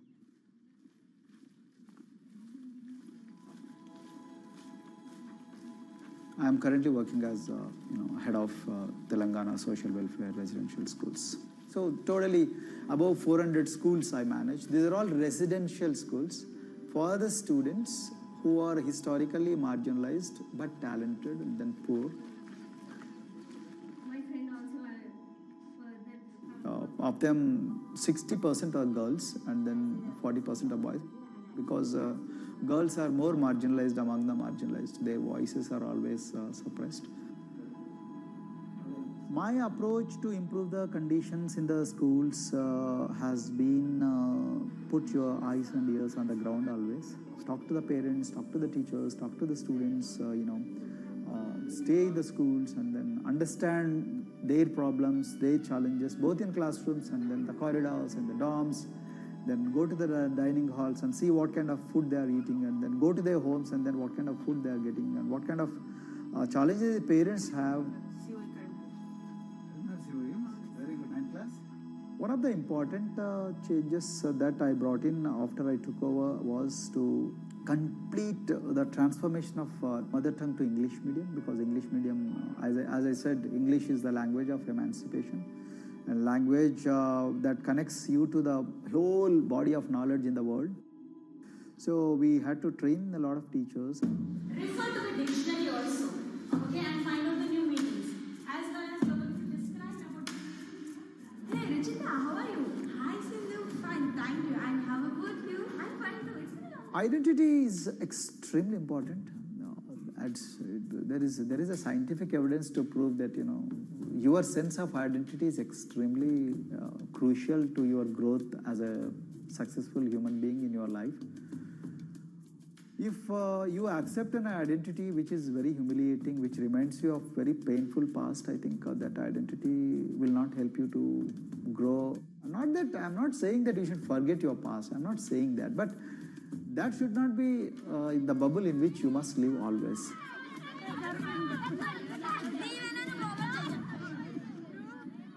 Sweros is an alternative identity. S stands for state, W stands for welfare, Aero, SW and then Aero is Swero. So the idea is your dreams have to be skybound. So that is what we are trying to achieve by changing the identities. Like, you say, I'm a Swero and I aim to be a doctor. I am a Swero. I aim to be a top-notch engineer. I am a Swero. I aim to be a top bureaucrat of this country. I'm a Swero. I want to be a very good actor or, a musician in this world. So these are the positive images that are associated with the identity.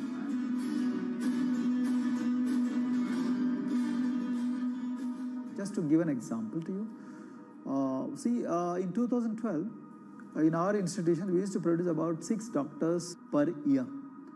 But because of our, this self-liberating ideology of Sveroism, we have, this year, we have produced about 189 doctors. This is phenomenal for any poorest of the poor people. You know how difficult it is to get into a medical colleges in this country. So, but today, because of this ideology, the students have been able to achieve this, feat.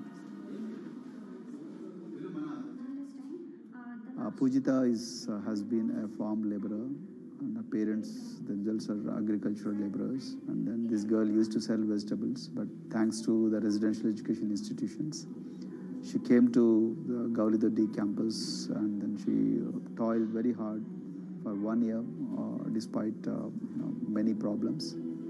And today, I'm so happy to share with you that she has joined one of the prestigious medical colleges in the state of Telangana, Usmania Medical College, and then in future, she hopes to be a gynecologist.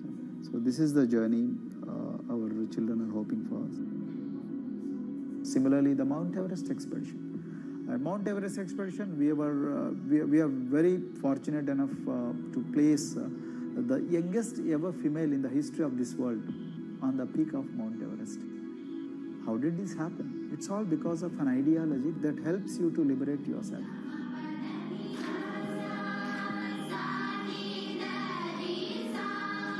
We got a lot of extracurricular activities, and most of them got institutionalized now. So, for example, music. Similarly, the games. We have so many coaching academy. We have boxing academy, we have wrestling academy, we have handball academy. So we have, kabaddi, the traditional Indian sport.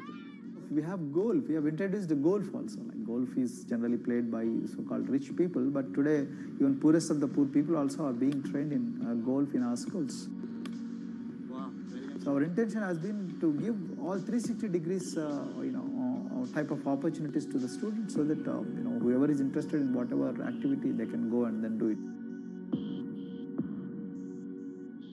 Break the barriers. Victims, program subjugated, program to be, or program to feel. There are certain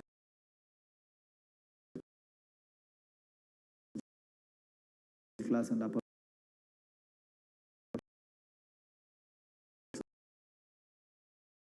They're stereotypes Dr. Kumar knows all too well. Born a Dalit, his grandparents were labourers and access to the village well was restricted. Dr. Kumar credits his parents' belief in the power of education with helping him realise his aspirations. He went on to join the Indian Police Service, attended Harvard University, and then began pursuing educational reforms back home. I attribute whatever I am today, it's to my mother primarily. They educated me in the village, although there were no good schools. So then I stayed in social welfare hostels, the hostels which are managed by government for the poorest of the poor kids. I passed with reasonably good grades. Then I went to university, and then I faced worst form of discrimination in the universities. Like there were, in those days I'm talking about, so the bathrooms and the toilets were exclusively meant for scheduled castes and scheduled tribes.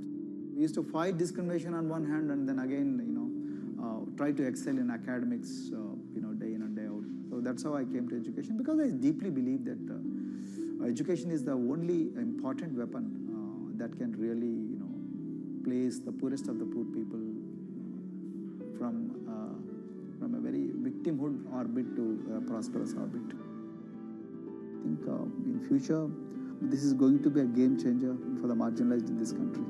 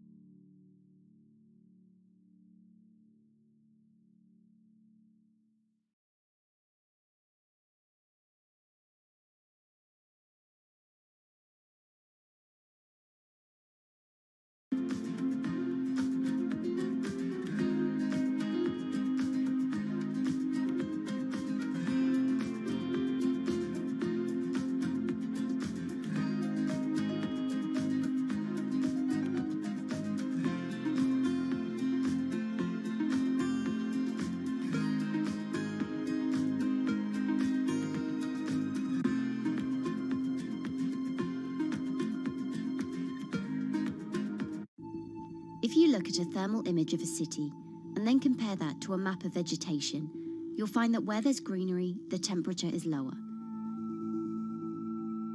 That's because things like asphalt, concrete, and shingled roofs absorb more heat from the sun than trees. This is the urban heat island effect, and it accounts for higher temperatures in cities, often by several degrees compared with their surroundings.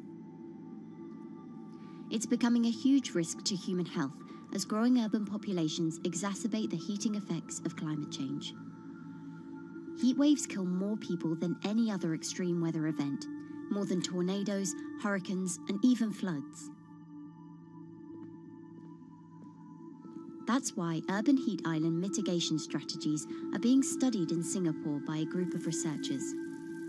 The government-backed project called Cooling Singapore is now in the process of combining everything they've learned to create a digital tool that can help cities all over the world, starting with Singapore.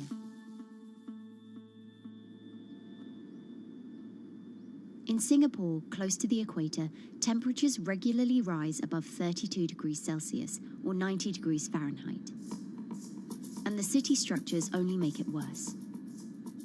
And that is also the case for Singapore, which is basically a concrete jungle, more urbanized, more developed city. And even in Singapore, what you have is a situation whereby there's a temperature difference of 7 degrees Celsius between the more urbanized and the more rural areas. The government has taken drastic steps to keep temperatures down. This is Gardens by the Bay, an award-winning park, and inside this greenhouse is a pleasant 24 degrees. That's because the dome, along with 24 nearby towers full of thousands of people, is chilled by what's probably the world's largest underground district cooling system. It uses a large central plant that cools water and then pipes it into banks, residential towers, an exhibition centre, shopping malls, and the city's iconic Marina Bay Sands hotel and casino complex. So one of the biggest perks of using this system for the buildings is that they can save 40% in terms of electricity usage compared to your traditional air conditioners. And with Singapore relying on natural gas for most of its power, this new system means emission savings equivalent to removing 10,000 cars from the city's roads. That has big implications for the rest of the world. If things stay as they are, more than a third of the world's electricity could end up being used to cool buildings and vehicles by 2050. As the world gets hotter, gets warmer, there is a greater need for air conditioning and as well as refrigerators, for instance. And the more people are buying these household appliances, the more energy usage they use, and they release heat more, and that then exacerbates climate change. It's a vicious circle. And so since 2017, researchers at Cooling Singapore have been identifying design solutions that reduce our need for so much cool air in the first place. One thing many cities have in common, and that's the importance of vegetation. That's a very important measure to mitigate the urban heat because of the shading effect, of course, and the psychological effects of the vegetation, and also because of the possible evaporative cooling effect of the vegetation. Vegetation can be, of course, on the ground floor in form of trees and shrubs, and you can walk under them. This is the so-called canopy layer that the vegetation forms above us. But vegetation can also go up the facades of buildings, and it can go to the roof of the buildings. Luckily, Singapore has been striving for the garden city feel for quite some time. It was a vision initially introduced by then Prime Minister Lee Kuan Yew in 1967 to make life more pleasant for people. And today, Singapore is one of the world's greenest cities in terms of urban vegetation. Kampung Admiralty, a community centre that contains health facilities and social spaces, now provides more green space than the plot of land it was originally built on. It's topped by a roofscape of staggered terraces covered in local plants, which functions as a community park, and a village green in the centre that contains farm plots for residents to tend to. Park Royal on Pickering was designed as a hotel in a garden that doubled the green growing potential of its site. There's now 15,000 metres of sky gardens, reflecting pools, waterfalls, planter terraces and green walls. And the government has big plans as well. Singapore actually has a plan to plant 1 million trees and add more green spaces over the next 10 years. It is actually a mix of wanting to reduce the urban heat island effect, but on the other hand is also to get the people to be more connected to nature. But it's not enough. The city-state has still been warming twice as quickly as the world average over the past 6 decades. That's why Cooling Singapore has developed a catalogue of other potential heat mitigation measures. When you try to mitigate the urban heat island effect in a city or in any building, in a village as well, the first place to start is by shading of the windows. You have to keep areas clear so that the wind can move through it. Water of a certain depth can act as a very good thermal buffer. If you have to construct heavy buildings such as high-rises, at least you can make the surface, the facade, less heavy, and you can protect it from direct sun penetration. You have to make sure that no combustion engines will be in the city in the middle, in the medium to long-term range. So ideally, the electricity production is outside of the city, and you bring just the clean electricity into the city. You can at least minimize the use of energy in the city, and you can start to slowly convert the roofs, the facades of the city into production areas for renewable energy. In Singapore, unfortunately, this is a limited option, but in the long run, it could produce up to 20-25% of the energy, of the electricity needed in Singapore if all the roofs and the areas in the buildings, on the facades would be used to do that. With so many different ideas, Cooling Singapore is also designing a virtual model of the city to test them out. It's called a Digital Urban Climate Twin, or DUCT, that will calculate how each element of the city's design will impact the urban heat island effect. That means we model not only the geometry of the buildings digitally, but also we model the transportation, the insulation, the temperature, the radiation coming from the sun, the weather, the local climate, the even very, very microclimate of the city, the water, the movement of people in the city. We can invent scenarios, we can design scenarios, test them before we actually build them, and if they test very well and we are sure that they will function, then we can start to build them and put them into reality.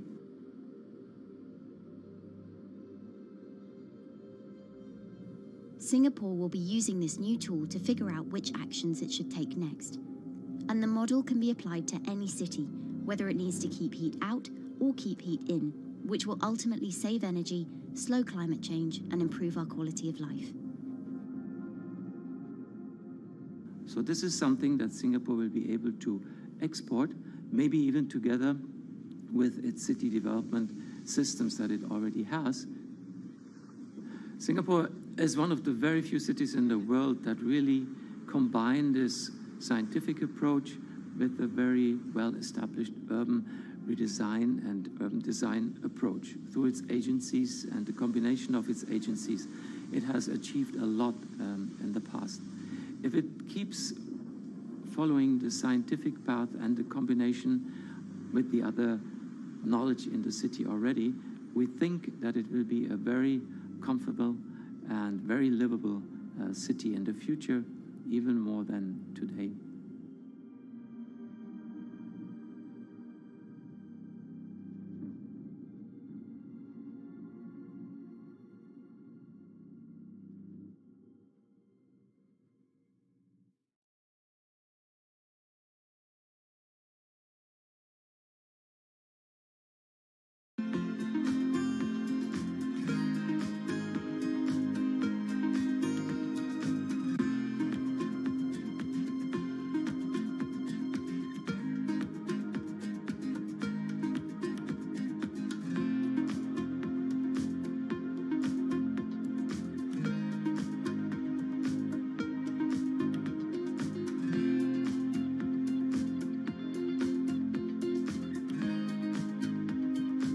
Times are tough. Jobs are scarce. It's risky to be outside and around others. Seems like there's very few ways to make extra money during a pandemic. So I guess I'll just hunker down and binge social media until this all blows over. Wait, don't these people make money? How do these people make money?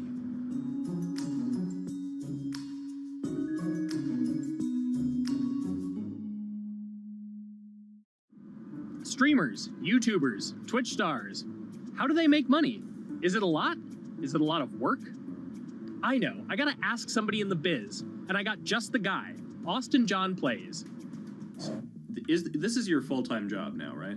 As of November of last year, yes. This was always just kind of like a side thing. Like, any money that I made from doing my videos and whatever else, I never touched that because I didn't really think of that as being like real money. And then it started coming in more and more. And then it was like I hit my first day that I broke $1,000 and I was like, this is actually going to be money.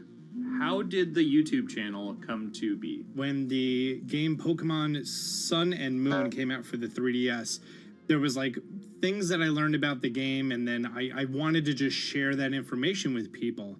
And at the time, I didn't have any way to capture a screen or anything, so I found like generic footage and I kind of put it all together with so much editing. And that video got 6 views. And then 2 days later, I made another one, and that one got 12 views. And then I just started pumping out more and more content, and people were like, this guy knows what he's talking about. It really just started building on top of itself, and then it was like, my channel really focuses on tips and tricks. So I play a straight 18 hours, and I'll finish the game or get to about the 40-hour mark, and then I'll make my first video. While I'm going through, I have a giant notepad and just scribbles everywhere, and I make these notes of like the things that stumped me, so I know the things that may stump other people. What do you need to think about if you're building your YouTube channel? 1, you need to do something that you're passionate about. Not that you like, not that you think you're gonna make money on, something you're passionate about. The other thing is something that other people are passionate about. It holds a special place to them. And third is, it needs to be something that people are gonna seek out information on. In order to enter into the marketplace, you either need to be better than everyone else, you either need to be faster than everyone else, or you need to be more accessible than everyone else. And you can't be more accessible because it's already on the platform. Granted, if you understand how the algorithm works, which is very similar to Google Analytics, then yeah, you can have a little bit of a head start. But if you're not doing it faster, and if you're not doing it better than everyone else, then why should anyone watch your channel? So my income as a YouTuber kind of breaks down to 3 different ways. 1, which is the bulk of it, which is ad revenue. Whenever you go and you watch a video and then there's an ad and then you wait 5 seconds and you hit the bottom right corner and then you go on to the next video, or a non-skippable ad, or the video starts immediately, you get the little banner ad at the bottom, or if you scroll down from the video, the first thing that shows there is an ad. Those are the 4 different types of ads that can appear on every single YouTube video. And all of them pay a certain amount. It varies on lots of things, like the country of the person who posts it, the country of the person who watches it, the time of year, where you are in the quarter, if there's anything going on with a reduction in ad revenue. Like, great example, COVID-19, companies weren't spending as much on advertising. So because of that, CPM went down. CPM stands for click per thousand. I'm using the Roman numeral for 1,000. And that means that for every 1,000 views, you get a certain amount of money. Now, on low ads, when I first started off, my CPM was 30 cents. So every 1,000 views, I made 30 cents. But then once I signed with an MCN and I started making more quality content and more engaging content, some of my better videos and certain times of the year, I can see CPMs as high as $12 to $14.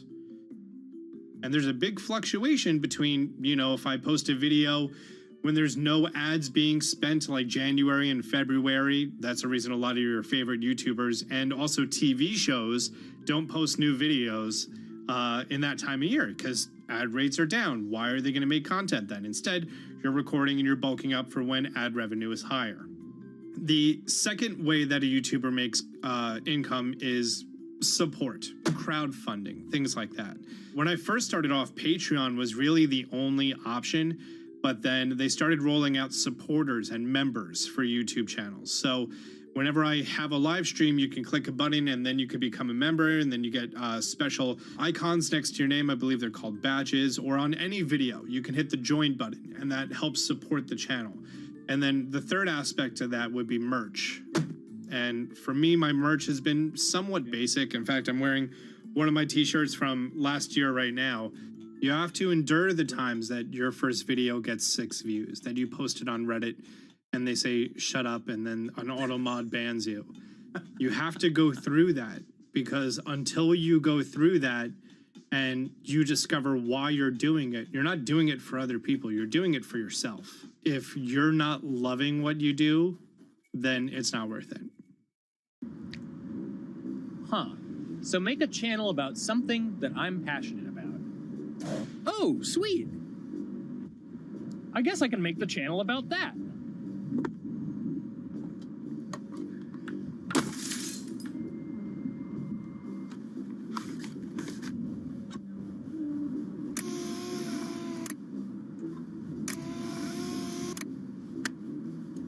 Now, how do I grow an audience? How do I get popular? It's all about diversification, right? You have to have a massive Twitter following. You have to have a massive Instagram following. You have to have a massive YouTube following. Of course, you have to be on Twitch, which is the key platform. But basically, any way you can get in front of your audience, you can engage with your audience, is going to drive those clicks, which ultimately drives the advertiser revenue that you get back from all of these platforms. It's me and Dan playing video games and talking in a funny manner over them. They're not just people who are good at games, they're actually people who are good at online engagement, online entertainment, first and foremost. You have the right to remain stylish. Anything you wear can and will be used against you in the court of fashion. The streamer is either very, very talented at the game. The best player in the game is generally going to draw a crowd because people like watching people who are very good. On the other hand, they're either very, very good or funny, charismatic, whatever it is on that side. Oh, no.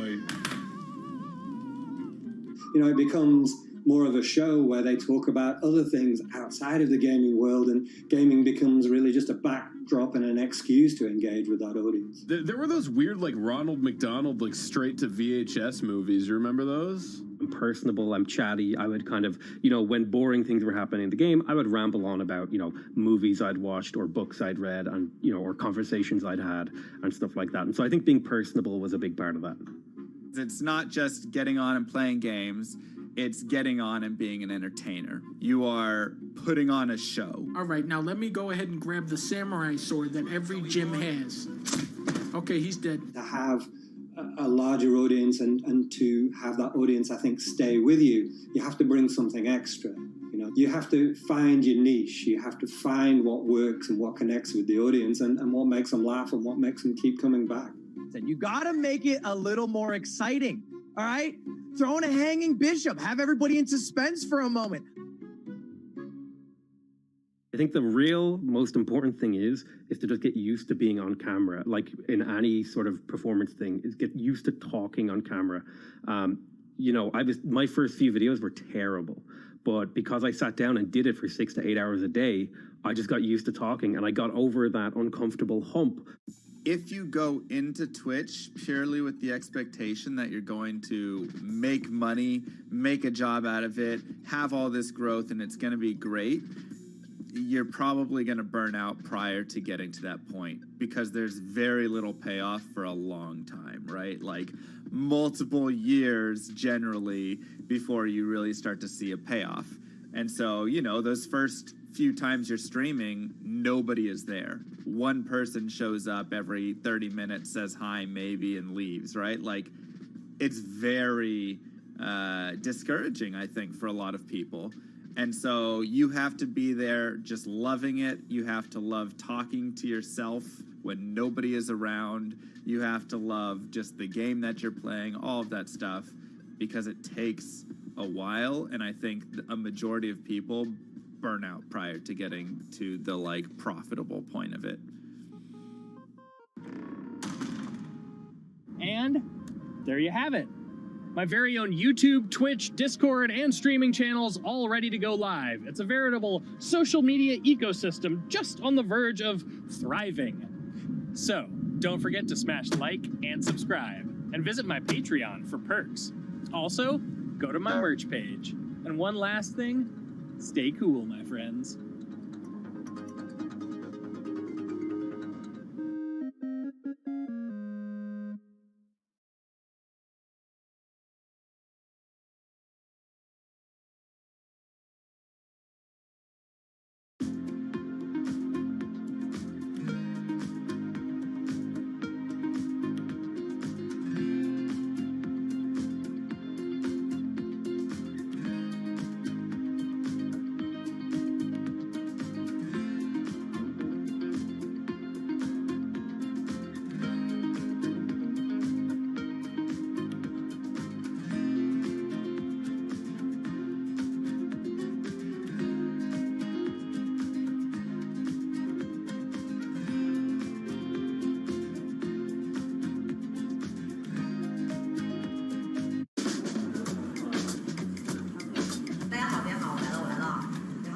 This is live stream shopping, one of the hottest trends in China.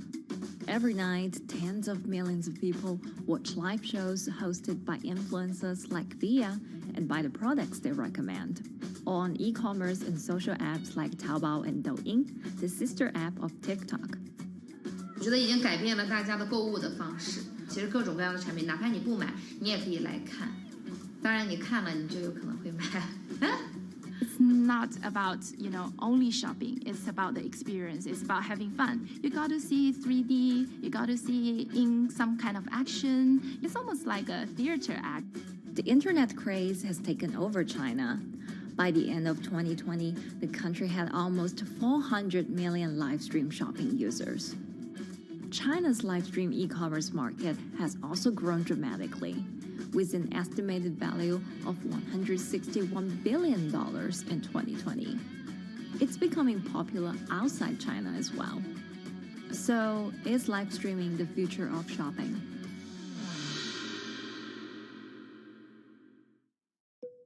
Live streaming is not a new thing.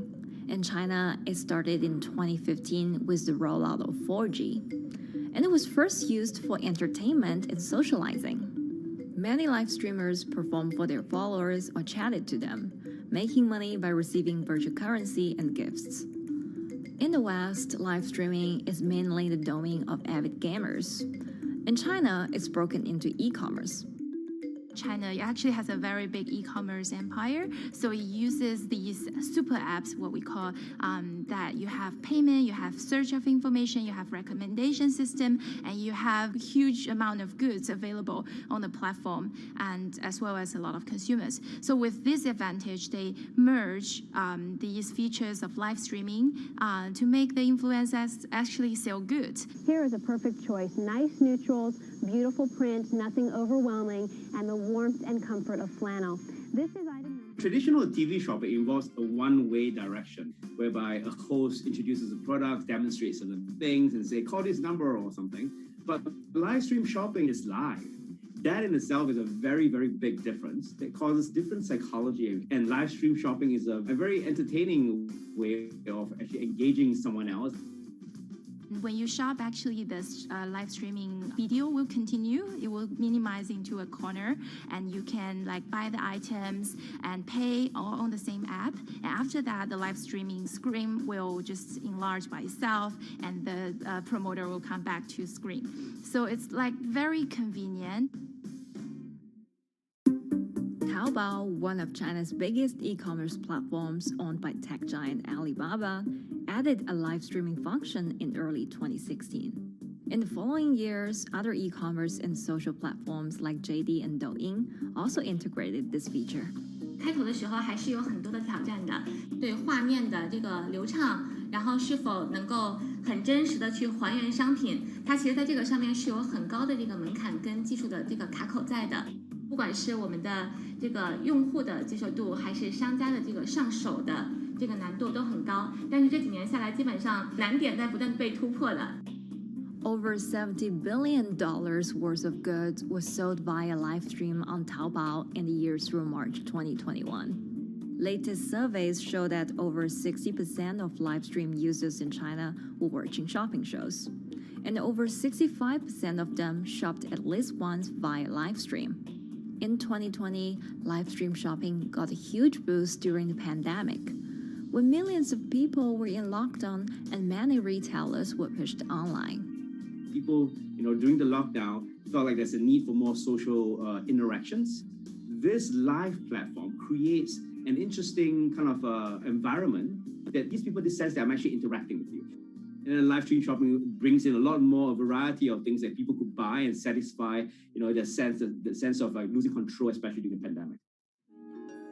At the heart of this craze are the top influencers who have tens of millions of followers and sell products worth millions of dollars every night. They often use their star power to get bargains from retailers, which in turn boosts their own sales and influence. So if you think about China's live streaming, you have to know the king and queen of the influencers. The queen of live streaming, Via, she is actually having the biggest viewership and the biggest sales volume for a long time on Taobao platform. She can sell everything from like Gucci sunglasses, lipsticks, homes, and cars. One time she offered her followers to go on a Tesla ride with her, and she even, for once, sold a rocket launch in her live streaming room for 40 million yuan. The king will be Li Jiaqi, more widely known as Lipstick's brother. He used to be a cosmetic sales before he turned into live streaming e-commerce, and he knows a lot about the cosmetics. So he's the one that will actually put the lipsticks on himself when he's on the show. Top live streamers like Via and Li Jiaqi have become celebrities in China and can earn millions of dollars a year.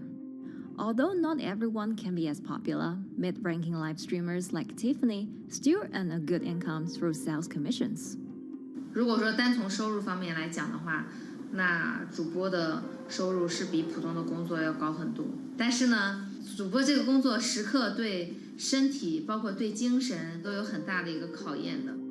就是每天需要集中精力，然后长达5-6个小时，这种状态是很累的。而且这5-6个小时的话，你是脑子是不停的，然后嘴巴是不停的，然后手也是不停的，眼睛也是不停的。像我们做主播，不是说单一的只做直播一件事情，然后还会有选品的一些工作，然后还会有一些其他的事情排在里面，其实是没有个人生活的。那我觉得增强粉丝影响力的话，不是说某一件事情。可能今天做了什么事情你就增大了影响力，而是每天不断的内容的输出，粉丝不断的可能对你的了解，慢慢的信任你。没有芝麻酱的味道，如果吃不习惯的话就慎买。A lot of successful live streamers are generally very good at communication. They're very good at articulating very simply what a product does, what a product doesn't do. In order for them to sell, they need to be trustworthy and appear trustworthy, and they need to show in some ways that they're authentic, right? So for Via and Li Jiaqi, they are able to articulate that quite a bit through their body language, through what they say. For example, Li Jiaqi will also sometimes say bad things about certain products because to him that's his honest opinion, and sometimes people want to hear that. And so they seem very credible, they seem very trustworthy, and don't forget, they're also very entertaining and very interesting. If you're familiar with Li Jiaqi, he won a Guinness record for like the most lipstick applications to models in like 30 seconds. So if you're able to create a lot of buzz with interesting things that you do, people who may not want to buy lipsticks will also stream in just to watch what he does. And then from there, you might get hooked. 这就是你一般女生出门的时候涂的口红的颜色。 Live streamers also use sales techniques such as limited time or supply. This sense of scarcity can often encourage viewers to buy. The platform in itself creates and enhances some of these things, but you see it live. Something we call social proof has taken over, meaning that, hey, other people are interested, other people are joining in, other people want the same product. and they add it in the chat and they ask questions and they say, oh, I want this too. What happens then? It makes the whole product even more scarce. But it's not just influencers. Local farmers, luxury brands, even mutual funds have also started their own live stream shows. Working with very top-tier live streamers can be risky. It's not necessary that the benefits will end up with the brand. So we see company executives opening their own shows. And we see like P&G have their own sales room, which runs shows every day as well. We also have like local governors in like small towns to sell their agricultural products. So the live streaming is definitely transformed the way product owners can think about how to reach their consumers. And it enables a lot of players to actually sell. Live stream shopping is going global. Merchants in Southeast Asia have embraced this trend. And in the West, Amazon has upgraded its live streaming function, adding interactive features like chat rooms. Companies, including Google and Facebook, are also developing and investing in technologies to integrate video and e-commerce. 直播电商它其实已经开始成为主流，它未来的发展空间跟潜力都是巨大的。接下来大家会越来越依赖这种购物方式，会变成一个比较日常化、比较规范化的这么一个趋势。If you look at the numbers alone, their numbers alone, Li Jiaxi's numbers or Via's numbers, you know that they can sell and you know that they can generate revenue. Are they able to sustain it over a long period of time? It depends on how innovative they are at changing some of the things that they do. But you can't expect consumers one day turn into virtual shopping for good. There will be the nature of us that crave to go into the store, to touch the goods and actually wear it and see how it looks like and walk around in that with our friends. And those things wouldn't be replaceable with live streaming.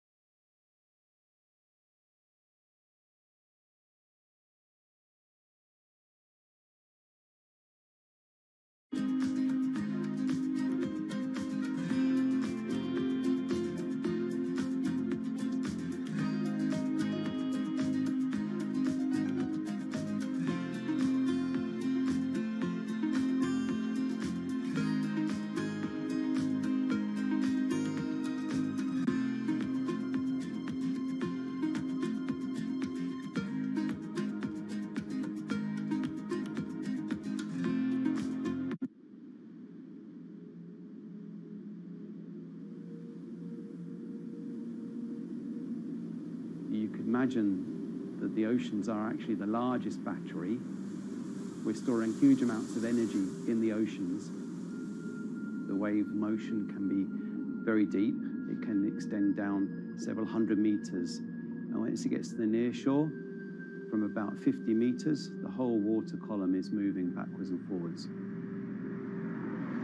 As we search for ways to reduce our reliance on fossil fuels, some are looking to a largely untapped potential source of renewable energy. In theory, waves off the coast of the United States alone could generate over 2 trillion kilowatt hours of electricity a year, enough to power more than half of the country. Waves intensify and subside not as quickly as the wind, and that means that it can produce a smoother power generation curve. One of the potential advantages of wave energy is that it could act as a complementary source of power compared to other renewables on the grid if it were to be scaled up to commercial scale.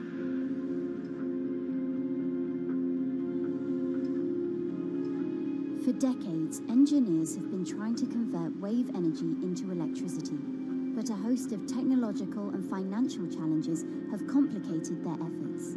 In the years from around 2006 to 2015, there were a spate of bankruptcies in the sector, and this was largely because of a lack of kind of continuous proven projects out at sea with reliable electricity generation. Since then, companies have been trying to develop the technologies at a steadier pace and with a smaller cash burn.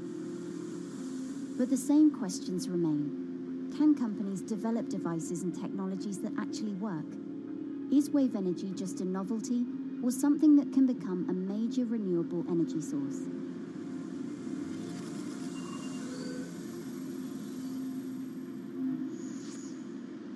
The sea is a very challenging environment within which to operate a power project. So seawater is corrosive and conditions are very rough. So this means that power projects don't have a very long lifetime, and it increases operating and maintenance costs. Partly because of that, many early wave energy projects hit rough waters, such as the Palamas Wave Energy Converter in Portugal and the Isla Limpet project in Scotland. But that hasn't stopped others from trying.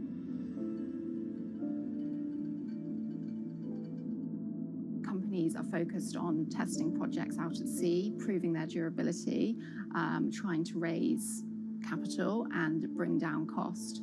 The sector hasn't really converged around one single technology design, and companies are kind of undecided about which design works best.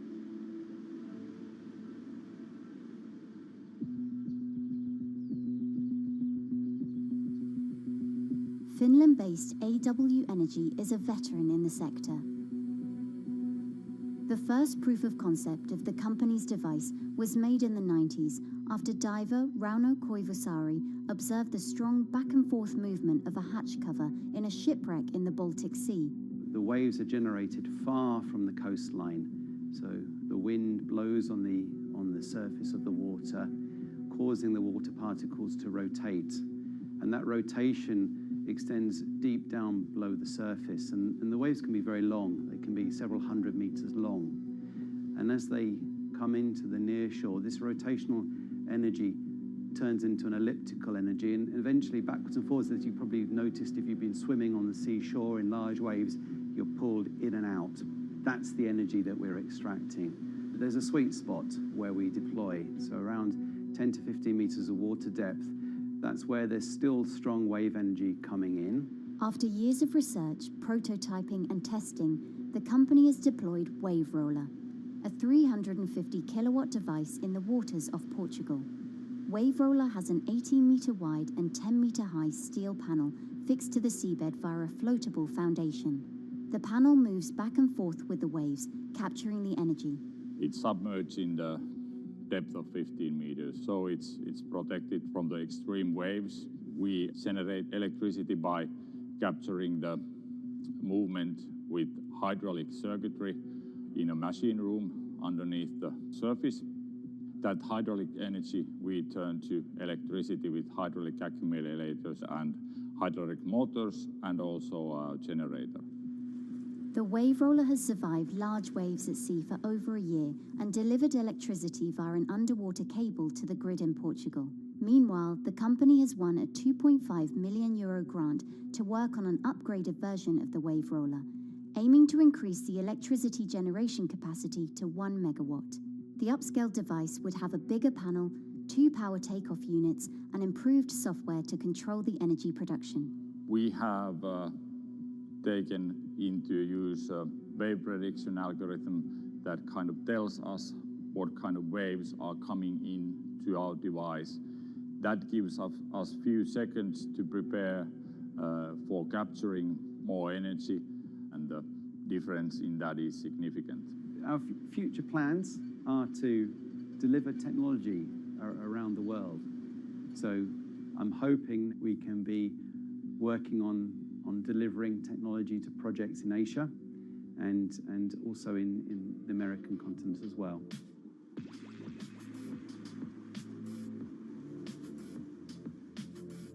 Meanwhile, Israeli company Eco Wave Power is taking a different approach to capturing the power of the ocean. For the company's founder, Inna Braverman, developing new sources of renewable energy is a personal mission. I was born in Ukraine in 1986, and 2 weeks after I was born, the Chernobyl nuclear reactor exploded, causing the largest in history nuclear disaster. I was one of the babies that got hurt from the negative effects of such explosion. I had a respiratory arrest and a clinical death. Luckily, my mother, a nurse, approached my crib on time and gave me a mouth-to-mouth resuscitation, which saved my life. I got a second chance in life and decided to do something good with it. Growing up, Inna wanted to be a politician to positively change the world. After working as a translator at a renewable energy company, she decided to change paths. Solar and wind energy were fully commercialized. There were a lot of amazing technologies implemented everywhere. I saw that wave energy, although it's an immense source of electricity, the biggest companies in the world are trying to develop wave energy with no success. And there was kind of a race going on in the world of who is the company that is going to develop a viable wave energy solution first. In 2011, the then 24-year-old Inna co-founded EcoWave Power. Instead of installing devices offshore, the company's devices are attached to existing breakwaters, jetties, and piers. Our technology is very cost efficient, especially in comparison to the offshore technologies, because we don't need any ships, divers, underwater mooring or cables. We install on existing man-made structures, and all our expensive equipment, the generator, the hydraulic conversion unit, the automation, is located on land just like a regular power station. This is the EcoWave Power conversion unit that has been operating in Jaffa Port since 2014 until 2020. Here you can see how the technology works. Basically, the floaters are going up and down and pushing the hydro cylinders, which transmit biodegradable fluid into land-located accumulators. A pressure is being built. The higher the waves, the higher the pressure, which is used to turn the hydro motor, which is turning the generators. The whole system is controlled by a smart automation system, which you can see right here. And in case of upcoming storms, the system automatically raises the floater above the water level and keeps them in the upward position until the storm passes.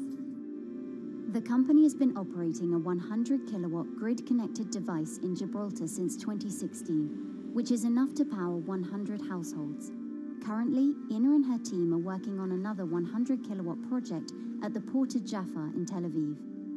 The project will be also the first time in the history of Israel that wave energy will officially connect to the electrical grid. And our goal going forward is to expand it to all suitable breakwaters in the city of Tel Aviv and to supply a significant part of the city's electricity needs. Today, engineers and entrepreneurs are still trying to crack wave energy. Globally, only a few hundred kilowatts of wave energy are deployed, compared with gigawatts of offshore wind.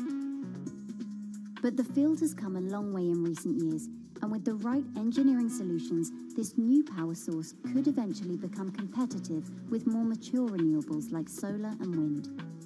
I would have a lot more confidence in the success of wave energy companies today as opposed to like 20 years ago. But in the next few years, or maybe the next couple of decades, it will be more likely to be used in remote locations like islands that are otherwise dependent on expensive diesel power, or out at sea on gas decommissioning rigs, or for powering underwater autonomous vehicles.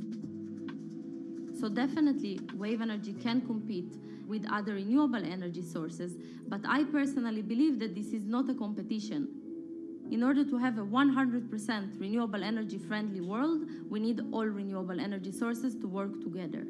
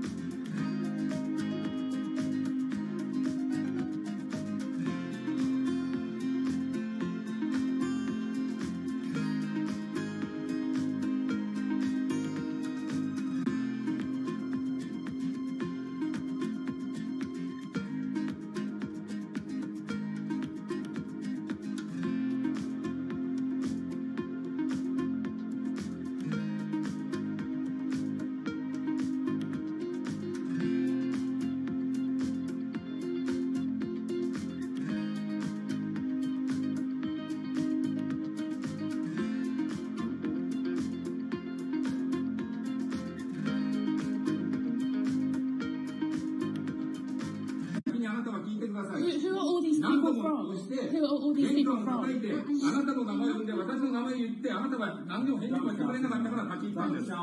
So can you please tell me? I'm not going to... please wait. You know, I've covered a lot of companies. I've covered a lot of Machiavellian companies where, you know, people play rough. I don't think I've ever seen anything on the scale of Nissan. He's making you, but you're like from this side. I mean, it's corrupt. The system is...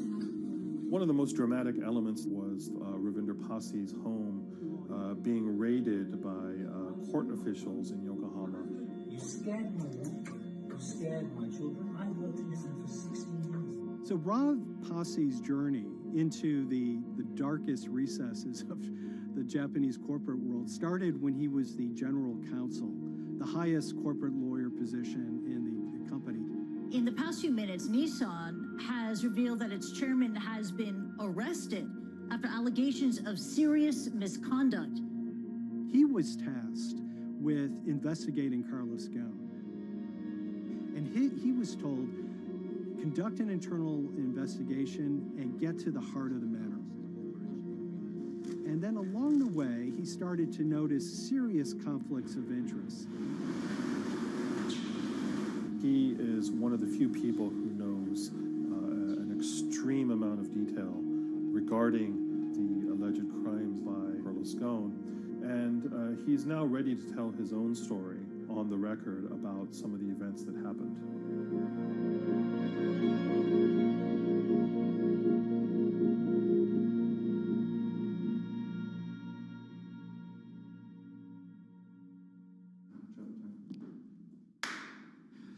My name is Ravinder Passi. I'm the former Global General Counsel of Nissan Motor Co. Limited. And you could say, yes, I had a front row seat in terms of what was going on.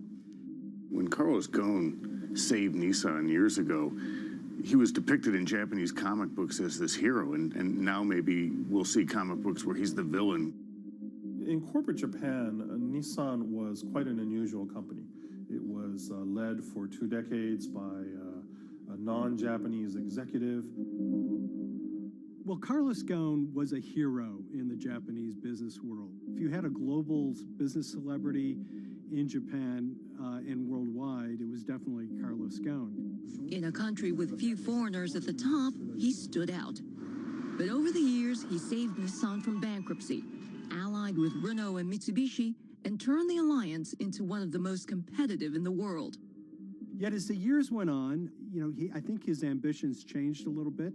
He started thinking about legacy plays, and one of them was to really tighten the alliance between Renault and Japan. And unbeknownst to him, there was a contingent of senior Nissan executives that were really felt threatened by that move. They really thought that they would lose complete control of the car company, and even in the government, there was probably a little bit of anxiety about a national champion in the auto industry falling under full-blown foreign control. Carlos Ghosn was an auto industry leader, respected by many in Japan. Now he's in jail. The arrest of Carlos Ghosn came completely out of the blue. This was in November of 2018. He was coming to Japan on Nissan's corporate jet for a regular executive meeting, and he was met on the tarmac by Japanese authorities who whisked him away to jail and charged him with financial misconduct crimes. So what happened was that a power struggle ensued inside the company, and somewhere along the way, it was criminalized. By that I mean that there were allegations leveled at Carlos Ghosn about the way he reported his pay to Japanese authorities, the way he handled money inside the company, that in other contexts might have been a board action, might have been handled internally. A number of executives at Nissan decided to take this difference and take it over to the Tokyo prosecutor's office, and that unleashed a chain of events that would shake the entire auto industry. So after Carlos Ghosn was arrested, Nissan launched an internal investigation into the events that led up to his arrest. So Rav Pasi was tasked with investigating Carlos Ghosn, and he was told, get to the heart of the matter, find out what Carlos Ghosn did wrong and bring it to our shareholders. It's really complicated because you had various things coming out of the weeds. 2018, the investigation has started, and we become aware of matters in terms of conflicts, actions by certain individuals that cause some concern because things might not quite be what they seem. So in our story, we really took a close look at Harinada and his role in Carlos Ghosn's downfall. Harinada is one of the most fascinating figures inside Nissan. He's also a lawyer. He's originally Malaysian. Hello, Mr. Hadi. And he had a meteoric rise through the company and became very, very close to Carlos Ghosn and other top figures. He had a front row seat at all the major strategic deliberations at the company. And when he discovered that Carlos Ghosn, as his final legacy play, was going to tighten the relationship between Renault and Nissan, he made a decision to go against Carlos Ghosn. And he became one of the key figures that decided that Carlos Ghosn had to go.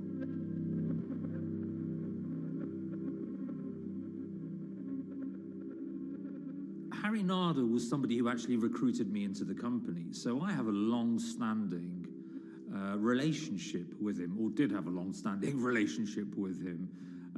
For many, many years, he was a mentor. I had doubts about the credibility of the process right at the start. Harinada had a plea deal with the Tokyo prosecutors. Now, that suggests he was intrinsically involved in some of the wrongdoing, or the allegations of wrongdoing, and it just didn't smell right, just doesn't sit right. So there was a basic conflict of interest. In other words, Harinada had to deliver results to Japanese prosecutors to avoid his own criminal liability, and he's accusing and leading the investigation of Carlos Ghosn. Some of the people who had been involved in the original alleged crimes were also looking into the affairs themselves. Ravinder Pasi began pointing out some of these conflict of interest issues. And the reason for that is essentially his concern was for the company.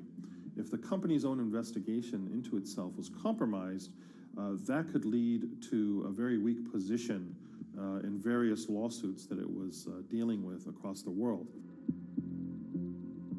I had discussions with Harry, discussions with the statutory auditors about these conflicts, discussions with HR about some of these conflicts, because at that point, we reported into him. You know, at the time, everything was quite, as you can imagine, it was, we've got to do this, we've got to do that, we've got to move fast.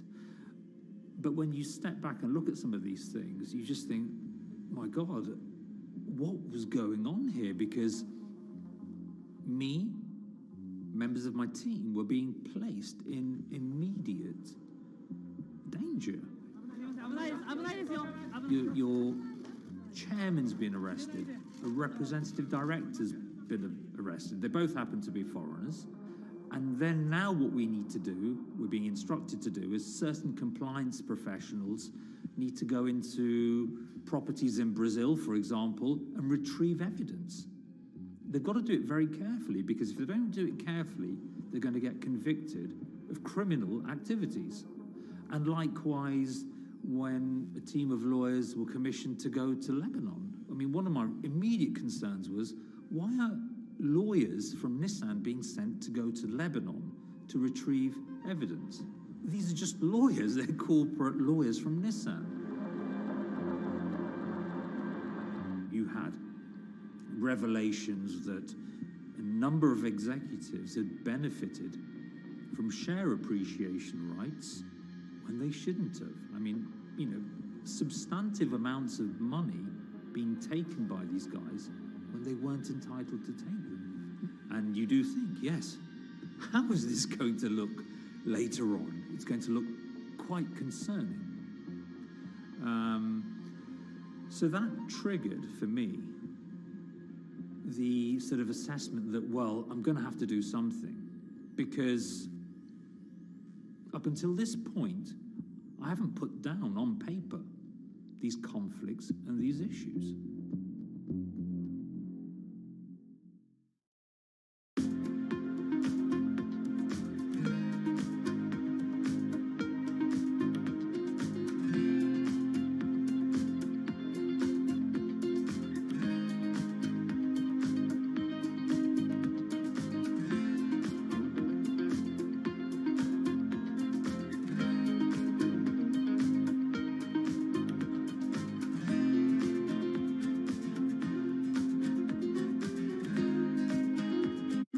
So Rav Pasi makes a fateful move. He writes this letter to the board listing every suspicion he has in great detail, backed up by evidence, backed up by memos, of why this internal investigation had serious problems.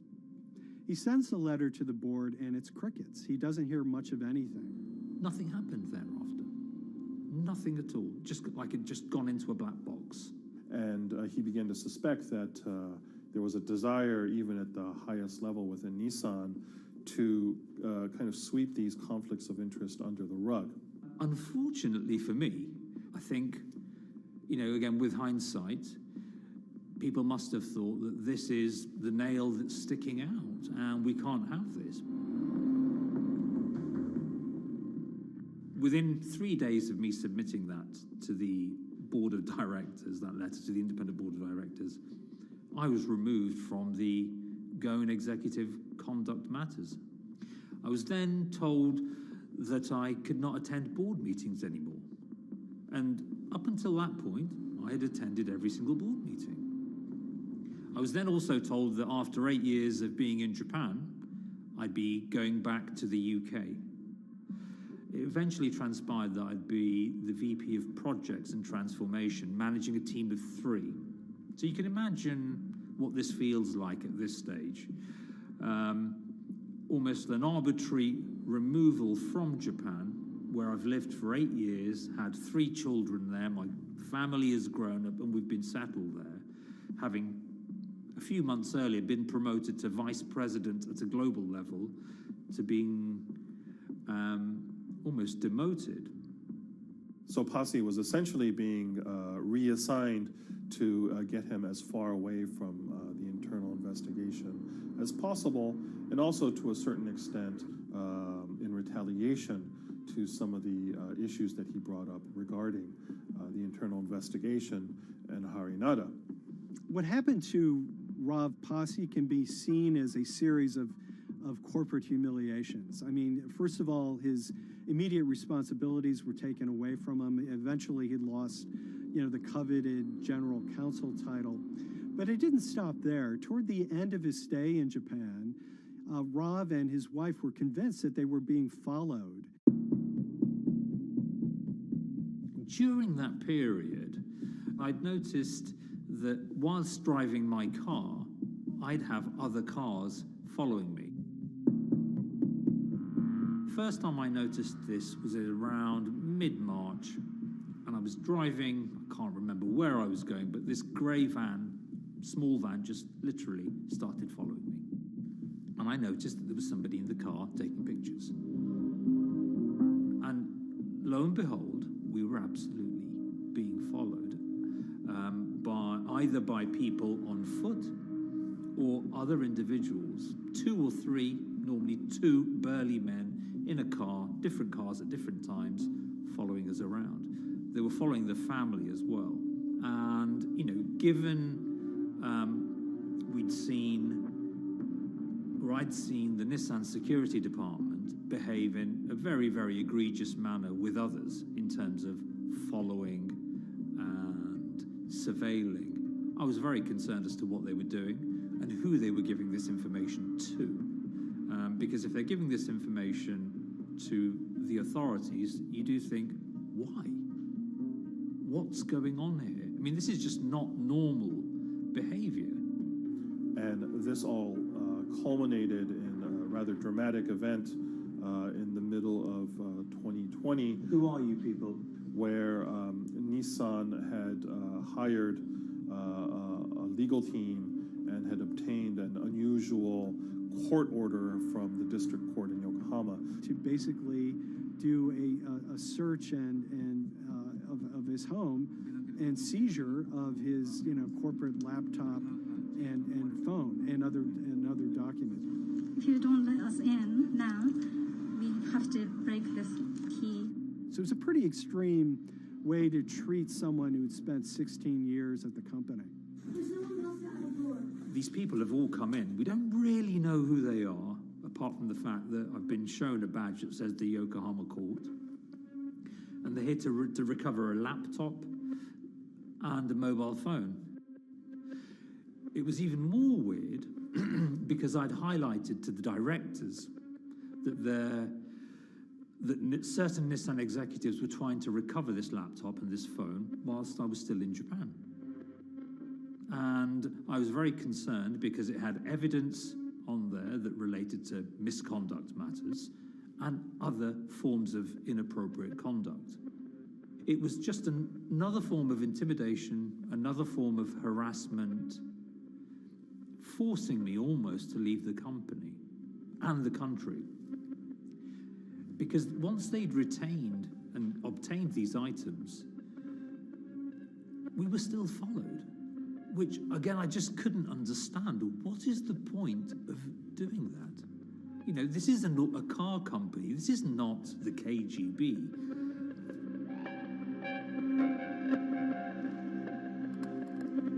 I think it's fair to say that Rav Pasi didn't have full battlefield awareness of all the intrigue going on at Nissan. I mean, Harinata is interesting because he's both charismatic and charming, and one of the most brutal corporate infighters one could ever run across. This is a confidential company email, right? You should not have this.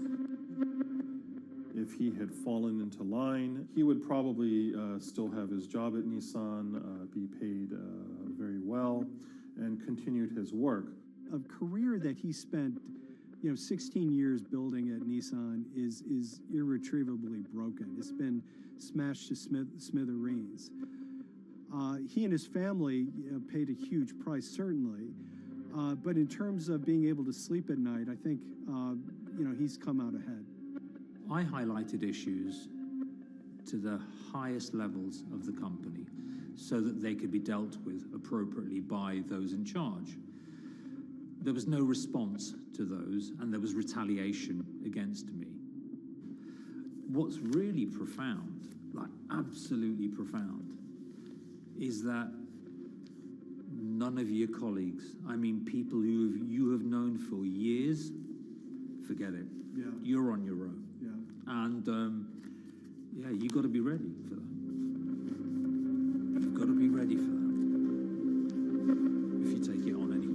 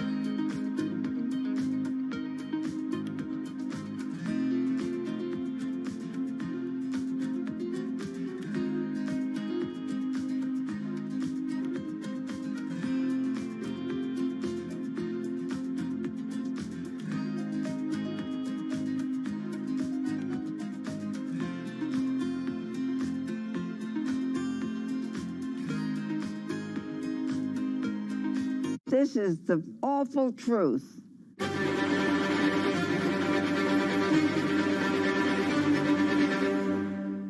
There's always someone in the family that's pushing it.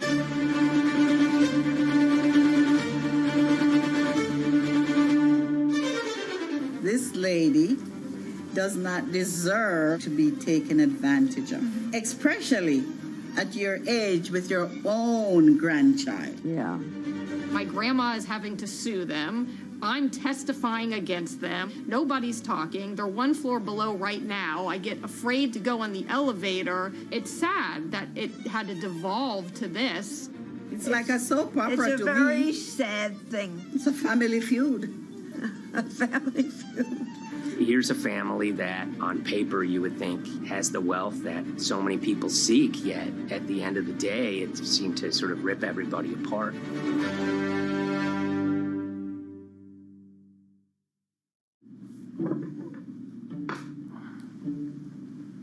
My name's Tom Schoenberg. I'm a senior reporter here at Bloomberg News, cover financial enforcement. I was approached by someone close to the Schottenstein family and asked whether or not I would be interested in writing about Beverly Schottenstein and this case that she had against J.P. Morgan. And it was immediately clear that there was a great story here to be told. So I started just, assembling all sorts of documents that the family made available to me. That included a diary that Beverly had begun writing when she started having suspicions about what was actually going on with her money. Beverly obtained her wealth from the Schottenstein kind of retail empire that has at times included Big Lots, Value City, American Eagle Outfitters, DSW Shoes.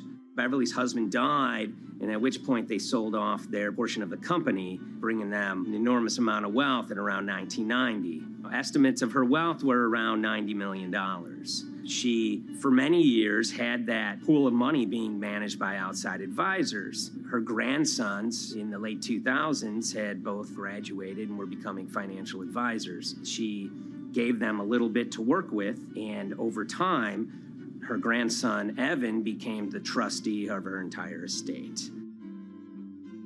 Managing sort of family money is not a conflict. In fact, some ways in wealth management, it's kind of how you get your start. It's kind of the seed that you need to sort of get going in the business. But Beverly started having suspicions that something was wrong probably in around 2016. Well, there were suspicious things, but taken separately without everyone talking about their own experiences, it was hard to really put it together.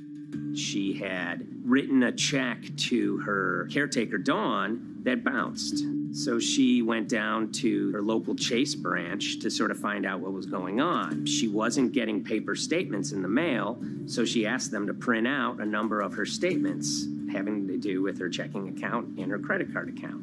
So we went to the bank and asked for the statements. And she got a whole year and going through all of them, page by page by page. And it was there she saw all sorts of charges that she said she didn't authorize or didn't know about. I was becoming very, very suspicious. I was starting to look in the money part, and that's what bothered me more when I saw that money was going, and I was not a big spender. Around the same time, Dawn, she starts noticing Beverly's son, who lived in the condominium below her, came up with Evan with a shredder and started grabbing papers in her office area, including some with J.P. Morgan letterhead, and just started sitting at the kitchen table, just shredding documents over and over. Yeah, they came in one morning. They used to do it in the back. Through the back door, and they brought the shredder inside. And then they went in the drawers in the office and took out all the papers, and they started doing it. I was very suspicious because I know you don't go around and destroying papers. Beverly said that they had done this many times before. That's when she said to me, Dawn, I'm going to write my feelings in this black book. Diary. And it's a diary, and she started writing. Each day she would write a little at a time. Around the holidays of 2018, a package had arrived, a FedEx package, and in it were materials about a venture capital fund based out of the Cayman Islands. Dawn and some other family members take a look at this, and they see that Beverly is signed up for this fund to the tune of $5 million over the course of several years. And that was really the beginning of it. That was sort of the tip of the iceberg when it became obvious that something was going on, that my grandmother really wasn't aware of this fund. You know, Beverly started to panic. She got really upset and called, JP Morgan's headquarters in New York and asked for Jamie Dimon. She said she was told someone would call her back, but she says that never happened.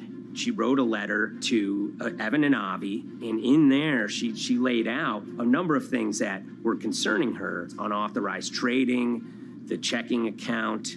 She had about $1 million worth of jewelry in a safe deposit box, and that her son Bobby had the key to that box, and that jewelry had gone missing. All this was kind of packaged in this, 5-page handwritten amendment to a will and trust. There's such an evolving narrative about why the jewelry was taken. The only truth we really know is that the jewelry is gone. But why it happened, there have been a lot of different stories. You just don't take your mother's wonderful things and hand it out. And they emailed that note to JP Morgan to seize all activity on her account. And it ended up setting off a firestorm after that. As soon as they got this email that there was a cease and desist and that she wanted to send her money and change brokerage firms, they were actually vacationing one floor below downstairs. They're there right now. The next day, Beverly's in her place. The granddaughter's still in her place visiting. Dawn is there, and up comes Bobby kind of barging through the door. And he's screaming about what was sent to the JP Morgan. They're now investigating them. And he's furious, takes his mother and sort of puts her into a chair, gets pen and paper, and she says physically forced her to write a retraction letter. They were pushing me around. It was a scary time. I was really afraid too. I had to take her to the doctor, and she did an x-ray because she was in so much pain. The locks had to be changed. The phone number had to be changed. I really thought we were going to have to hire guards to be outside just for protection. Oh, it was terrible. Horrible scene. Beverly brought her case before the Financial Industry Regulatory Authorities, usually known as FINRA. It took several months of hearings. She sees all sorts of transactions that's going on, hundreds of them that she claims that she never knew about, never authorized, but yet were logged in JP Morgan's files as having been direct requests from her. That included the sale of a large amount of Apple stock worth several $1 million, as well as all her stock in Big Lots. Over the course of their time with JP Morgan, Evan and Avi were making all sorts of trading on her account that was generating millions of dollars in commissions for themselves and the bank, yet she was not sort of getting any of the type of gains that you would expect sort of an $80 million account in a bullish market to be able to get. They issued a ruling entirely in her favor, finding that her grandsons, as well as JP Morgan, they were liable for violating their fiduciary duty, misrepresenting themselves, and they also found that the bank and her grandson, Evan, were liable for elder abuse. Evan and Avi, they were fired from JP Morgan. They issued an award of about $19 million. I reached out for comment, and JP Morgan emphasized that Evan and Avi were no longer with the firm and that their actions do not represent the sort of values of the bank. I reached out to Evan and Avi, heard back from their lawyer saying that, they disagree with the law and the facts that FINRA kind of used to decide the case against them and are seeing if they can have it withdrawn. Her son, Bobby, wrote her a letter, said his sons weren't criminals, and he also admits to taking her jewelry. And he says he needed it to pay off some bad business debts he had. They never once came up to say, I'm sorry.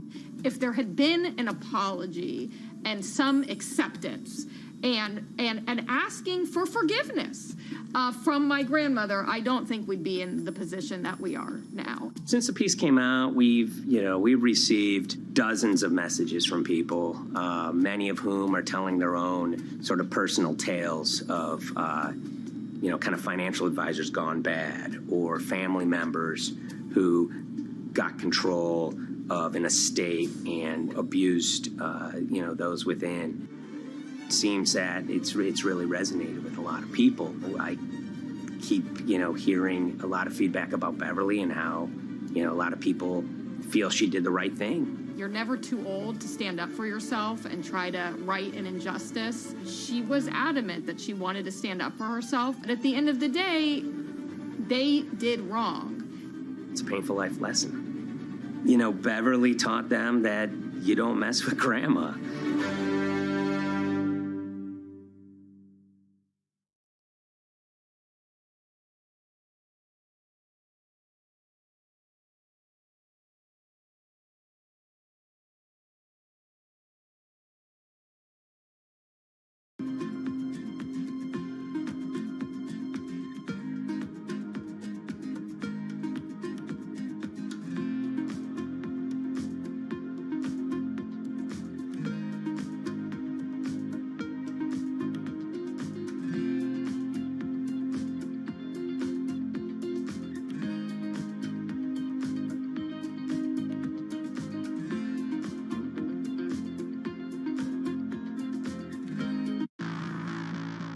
On April 20th, oil markets did something they never had before, and they crashed, went into negative territory and closed the day at minus $40. Meanwhile, in a place called Thaden Boyce in Essex, a group of 9 traders, led by a guy called Cuddles, made $660 million over the course of a couple of hours. The price of oil has collapsed to a record low. We've never really seen anything like it. WTI this morning down more than 35%. People maybe wouldn't have been so surprised if the oil price had fallen to zero, but the oil price went to minus 38. It went far lower than anyone had expected. And so lots of people in the market were saying, well, hang on, something else is going on here.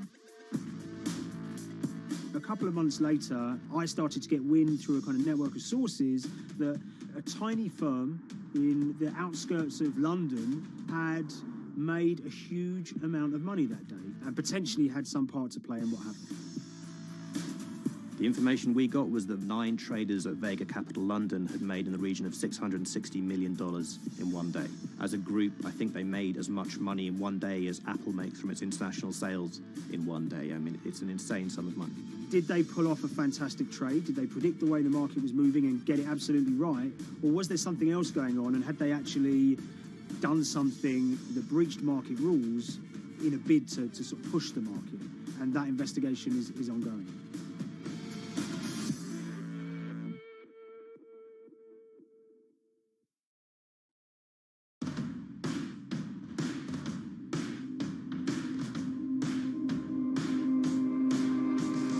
So Paul Commins is a trader who cut his teeth in the pits in the 80s and 90s. When everyone had a nickname, his was Cuddles. If you can imagine, that was a very sort of cutthroat type of world where people are doing, hundreds of thousands and millions of dollar trades by shouting at each other, giving hand signals, and then sort of scrawling on scraps of paper. The culture of the trading pits in London was very influenced by the working class guys who became traders there. They weren't like the city bankers that had gone before them. They weren't usually Oxford or Cambridge. They didn't wear Savile Row suits. They were ordinary working guys who happened to have a talent for trading. And a lot of them came from Essex. I think it was 400 traders in the pits, and Cuddles in his oil and gas pit was described to us as amongst the top 3 amongst that, was very successful and made very large amounts of money as a young man. But inevitably mechanization and the arrival of electronic markets was the kind of death knell for the pits, and in 2005 the IPE closed down. And when the pits shut down, a lot of the traders who worked there lost their jobs or quit or went to work for financial institutions. But Paul Commins decided to start his own trading collective out in Essex. Some of them are ex-pit guys, cut from the same cloth as him. Lots of them are actually sort of in their 20s, and they're his, drinking buddy's son, or they're his own kids' friends from football. They're young lads, hungry and ambitious, and he brings them into the fold. And fairly shortly, he's got, maybe a dozen or so traders that they're independent, let's be clear, but they're all part of this collective.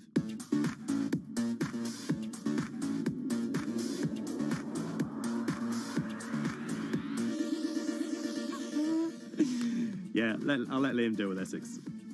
I am from Essex, so I feel like I'm free to, to get into this. Sweet, as they say. If you were to ask someone in Britain how they would imagine a kind of Essex person, they would see someone who's maybe slightly flamboyant, with a sort of Cockney accent, a sort of Guy Ritchie-style accent. Not afraid to splash the cash, but it's probably pretty bright and has done well for themselves. Don't even make sense, does it? But, these guys, they drove around very nice Rolls Royces and Bentleys. They went to places like Marbella on holiday. Faden Boyce is a very wealthy place. You have to have considerable income to be able to afford to live in that village. It's a really nice place to live, and it's 20 minutes tube ride away from the city. Earlier in the summer, we have this lead, which is that there's this tiny firm called Vega Capital London, and they were the biggest winners from the biggest oil crash in history. Anyone that covers markets is going to be surprised about that. You're thinking your BPs of the world or your Glencores, but it's this tiny firm. And one of the big challenges that we had was actually finding out who worked with Vega Capital. It wasn't immediately obvious, and at first we had absolutely no idea. If you go to the Vega Capital website, it says it's under construction. If you do basic online searching, it's very difficult to find anyone who's publicly connected to the company. So inevitably, we're incredibly curious at this point. Like, who the hell are these people? The more reporting we did, the more it became clear that this group were connected socially as well as professionally. They went to weddings together, they played golf together, they would go on holiday together. We found out that a number of them were members of the West Ham Supporters Club in London. A few of them started companies together, so you could see all the connections between them and start to see a distinct group emerging. And it really just was this kind of shock that, this wasn't just like a hedge fund or a firm you'd never heard of. This was actually a group of buddies who all had the same experience on this day and had all made a huge amount of money. So if you're an oil trader, there's a number of different ways you can trade, and probably the most popular is WTI futures contracts. And it's basically a contract that says, I'm going to buy 1,000 barrels of oil from you at this point in the future, or I'm going to sell 1,000 barrels of oil to you at this point in the future. It's actually just a financial contract to gamble on to predict whether oil is going to go up or down. On the 20th of April in Essex, there had been signals for a while that this was going to be an exceptional day in oil markets. And we know that some of them arose early and started their trading in the early hours of the morning while it was still dark outside.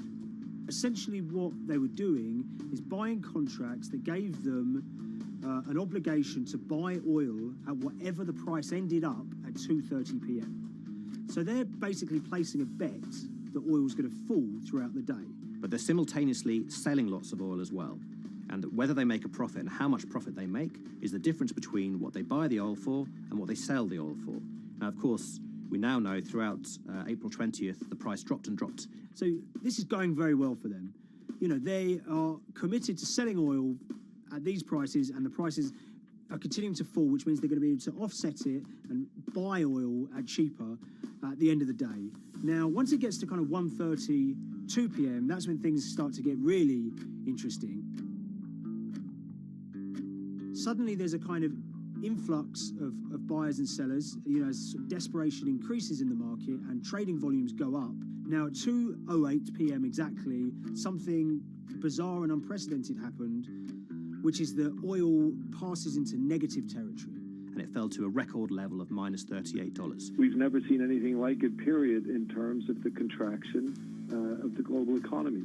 That huge gulf between what they were buying the oil for and what they were selling it for enabled them to make more money than they ever thought possible. So their profit was the difference between minus 37 and all of these positive numbers on every contract they sold. The price of crude briefly hit minus $37 a barrel. For one group of traders operating from a small office, it was a very, very profitable day. It's important to remember this had never happened before in the history of oil trading. No one could have predicted it. I can't think of another example of where you enter a trade and you get paid on both sides. You get paid both to sell and to buy. It's unthinkable. One thing we know about the Cuddles Trading Arcade is that they were very comfortable taking large risks. And, you have to be clear, this was a large risk. Yeah, we spoke to oil traders, both people that know these guys and people that don't, and they all say that this is, incredibly risky. And that's actually what stops a lot of oil traders doing trading like this. They simply aren't willing to stomach the risk. But Cuddles and his friends were. So when the kind of final calculations came down, the group of the 9 most profitable traders made $660 million or thereabouts between them. I mean, if you can imagine, I think 3 or 4 of them made in excess of 100 million each. One of the astonishing things about this trade is that 2 of the individuals who made more than $100 million in a single day were in their 20s. One of them was 22 years old. Only a few years earlier, he'd been posting on his social media about doing teenage stuff with his mates in town and going to see girls and rap music. And here he is a few years later making $100 million in a single day's trading. When me and Liam discovered that, we couldn't believe it. We couldn't believe what we were seeing.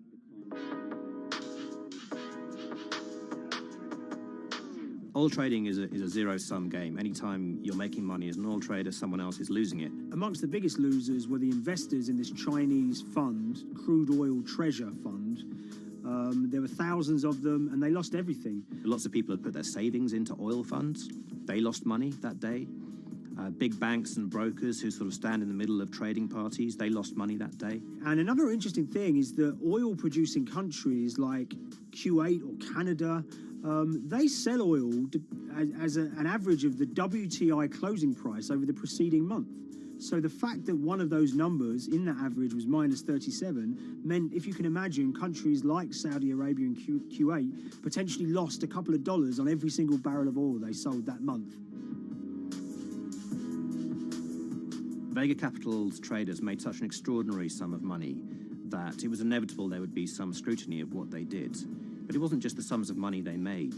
In the vital half an hour before the settlement price was set, they were by far the biggest sellers of oil futures in the market, which is an incredible thing to think about when you consider that the other participants in that oil market are going to be the world's biggest banks, oil majors, BP and Shell, and here you have a group of 9 guys in Essex who are having this significant influence over a global market for oil.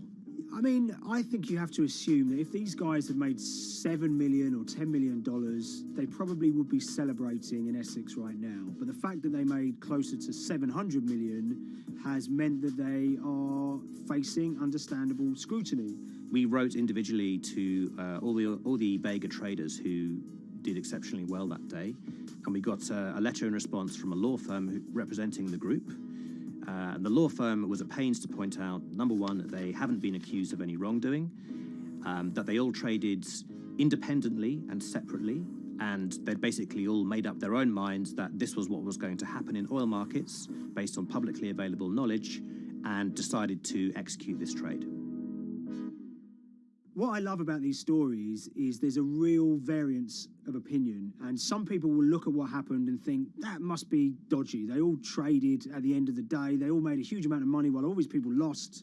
That's shocking. But lots of people say these guys are at acute disadvantage. They're in a market that's inhabited by, huge technology-driven funds and firms and oil giants that have got all the advantages in the world, and when you get a bunch of Essex geezers who essentially beat the market and find a way to make a huge amount of money, they should get a pat on the back, really, because that's the dream. Since this happened, a lot of the guys have stopped trading the monthly settlements that they'd done so well at in the past. Several of them have set up new companies. They've essentially gone very quiet. Any kind of social media presence they had has kind of closed down. By all accounts, they're, waiting this out. It's certainly too early to try and predict how the regulatory investigations are going to pan out. We just don't know. There's a number of potential outcomes for these guys. Potential punishments if there are any findings of manipulation against Vega or anyone affiliated with it might be you could be fined, you could be banned from trading, and in the most extreme cases there have even been criminal prosecutions in the past of people who have been found to have been manipulating the settlement and misconduct related to trade at settlement. There are other outcomes too. One obvious one is going to be that they're able to walk away from this life-changing trade with all the money that they made and celebrated as heroes in the trading community. That they'll go down as legends.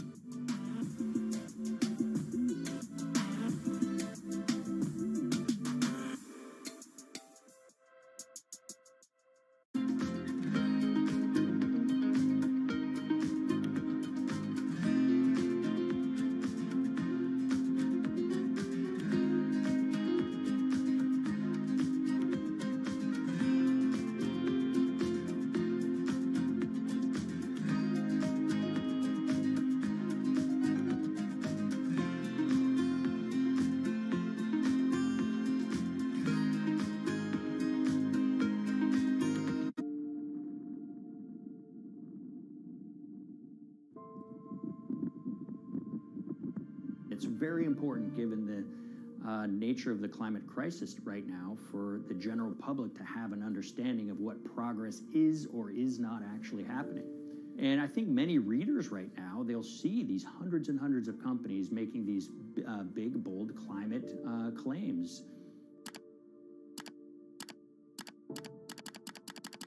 And they would be forgiven to think that we're well on our way to meeting the emission reduction trajectory we need to be on. And the reality of the matter is we're just not on that trajectory. And a key reason for this sort of disconnect is the use of offsets that aren't doing what they claim to be doing. We have a massive potential for sort of willful blindness. We can convince ourselves of things regardless of what the facts are. And so that's what tends to happen in these cases. It's not that anybody is setting out to commit climate fraud. They sort of walk themselves into a situation and they convince themselves of one thing, and that allows them to convince themselves of another thing. But at the end of the day, they're doing something that makes no sense at all.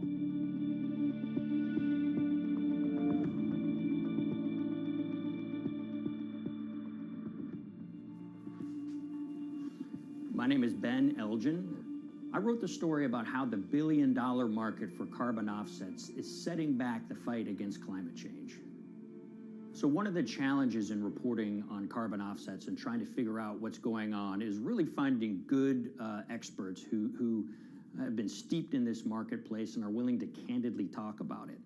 One of the best people for this is a fellow named Mark Trexler, and I've been talking to him for more than a decade. My name is Mark Trexler. I've worked in climate change for the last 30 years. I was actually hired by the World Resources Institute in Washington to work on the first carbon offset project in 1988. In terms of defining a carbon offset, one of the beauties, so to speak, of greenhouse gases, sort of the silver lining of greenhouse gases, when you put up a molecule of CO2 into the atmosphere, it can be anywhere in the planet in 7 days.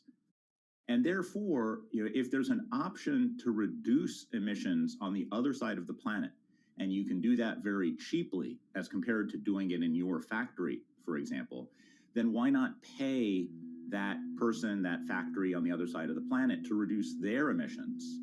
Then you are, in a sense, offsetting your emissions, and the atmosphere doesn't really see your emissions anymore. So carbon offsets have been around for quite some time, and they were actually key with these international climate agreements, such as the Kyoto Protocol, which mandated the wealthiest countries reduce their greenhouse gas emissions. The treaty was signed on the 11th of December, 1997. Decided. The business community in general saw carbon offsets as a huge opportunity to comply with whatever policies and measures might be coming down the pike on climate change much more cost effectively. We've seen a huge surge in companies making big proclamations about how they're going carbon neutral or zeroing out all of their carbon emissions. We're going to reduce our carbon footprint to net zero. Unilever is committing to net zero emissions. We can achieve a net zero emissions world. We began looking at these corporate claims of dramatically reduced emissions, and we noticed so many of these companies were using carbon offsets to achieve these aims. And as we began to look at the carbon offset projects themselves, what we found is that the environmental benefits claimed by these companies are not actually what they seem to be.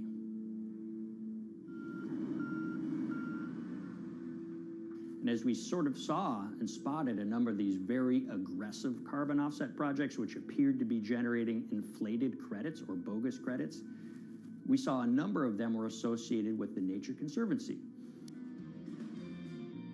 This surprised us. The Nature Conservancy is the world's biggest environmental group. They have about $1 billion a year in revenues, and they've been around for 7 decades. They've preserved about 125 million acres of land, and they've done so many good works over the years, and they've been very strong in terms of working with corporate partners. The Nature Conservancy has taken a different approach, a very pragmatic and pro-business approach. They will not go out and criticize a big polluter, but they're very happy to work with them. Some might say that, well, that's selling out, but others would say, and those at the Nature Conservancy would say, these companies have deep pockets. They can help fund important preservation work, and we have absolutely no problem working with them on this stuff. So companies are very warm, and they've partnered with the Nature Conservancy for many years. And yeah, it definitely lends a sheen of credibility to these projects. Here's 20 new reasons to visit Disney World this year. 1, 2, 3, 4. If you look at, for instance, Disney, that's a sprawling company with theme parks and cruise lines that burn up diesel fuel. They have office buildings and television studios that consume electricity. So these companies are trying to make major reductions in their carbon footprints, but it's very difficult to change these fundamental ways their businesses operate. So Disney has been a big buyer of carbon offsets that are orchestrated by the Nature Conservancy. One of the projects that they buy from is called Pennsylvania Ridges. And that's a plot of land. Most of the land is actually about a 3-hour drive outside of Philadelphia. Interestingly, this land, 3,000 of these acres, was actually acquired by the Nature Conservancy in the late 1990s. This land was imminently threatened. There was a pending logging contract on this land. So they do what they've done so well for all of these years, which is they go out, they raise money from local philanthropists, and they go buy this land to protect it from developers and loggers. And at the time, according to an archived version of the Nature Conservancy's website, when they were proudly announcing this deal, they said, these threats have been abated because of this acquisition by the Nature Conservancy. So it's really interesting now, fast forward 2 decades to earlier this year when they put forward this carbon project. And if you look through it, this land is a key part of that carbon project. And what they're now saying is this land is now, once again, imminently threatened. 72% of the trees are going to be cut within 5 years. Now, this is just astounding because this land is owned by the Nature Conservancy. They do not clear-cut land that they've bought through philanthropic donations. So this scenario that they've put forward to get carbon revenues is not really plausible. And what that means is when you have Disney coming in and buying these credits, when it eventually lowers its carbon footprint because of these credits, well, that won't be a credible or truthful claim by Disney.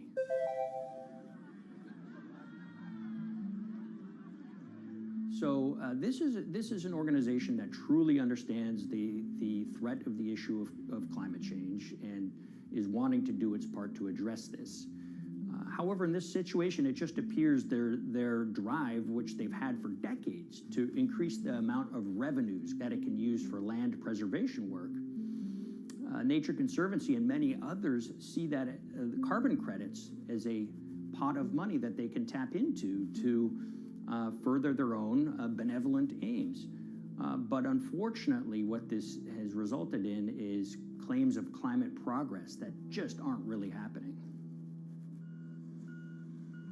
So the Nature Conservancy defends vigorously these deals, and they and others will say, look, our projects are just following the rules that these registries set up.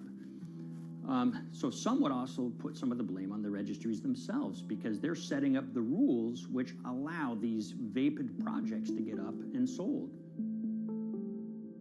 So we've reached out to all of the companies we mentioned in this story, including Disney. They didn't want to be interviewed for this story, but they all told us that, look, we have to rely on the experts out there, and those experts, they say, are these carbon registries that have been set up. Most of these Nature Conservancy deals are set up and sold on this exchange. It's called the American Carbon Registry.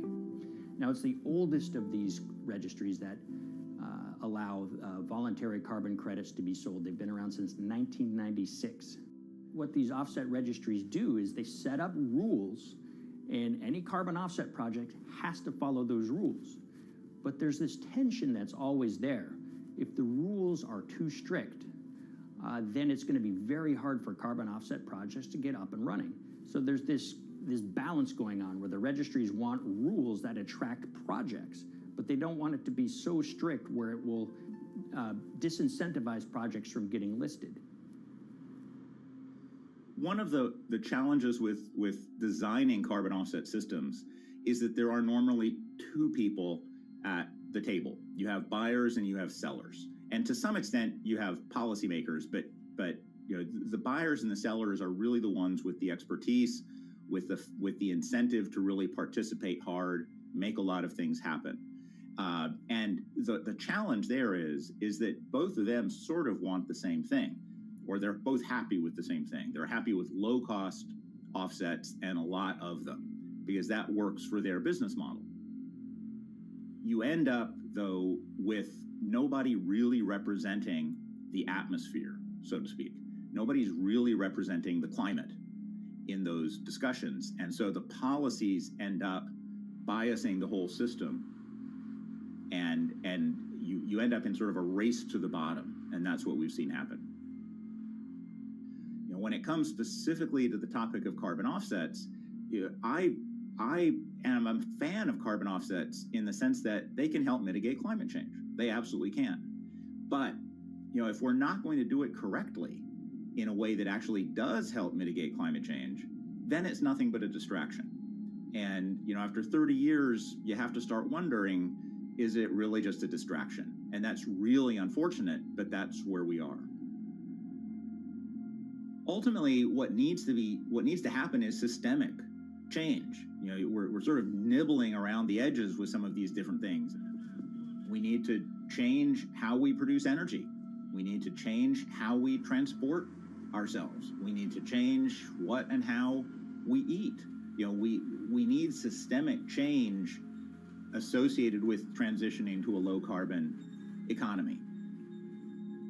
A lot of what we're doing today is not promoting systemic change. It's sort of trying to stick your thumb in the dike to preserve the current system. And at the end of the day, that can't really work.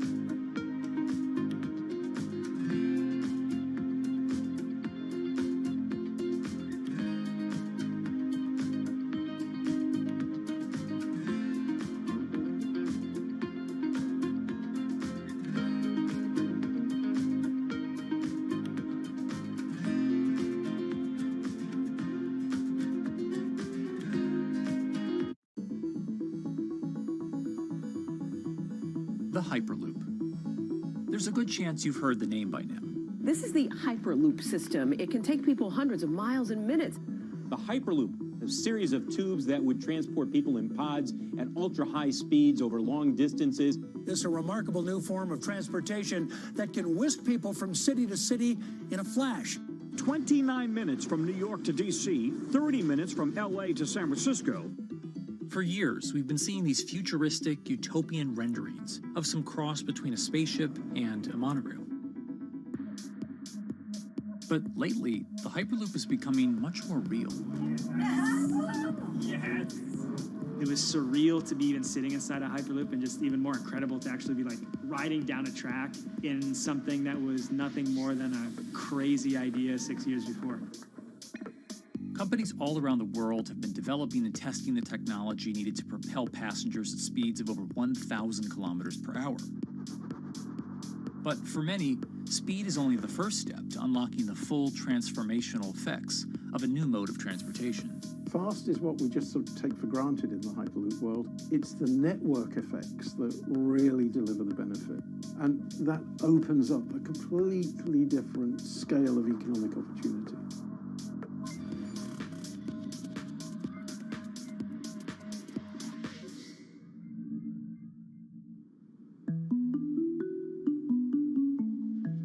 We've got planes, trains, automobiles, and boats for getting around Earth.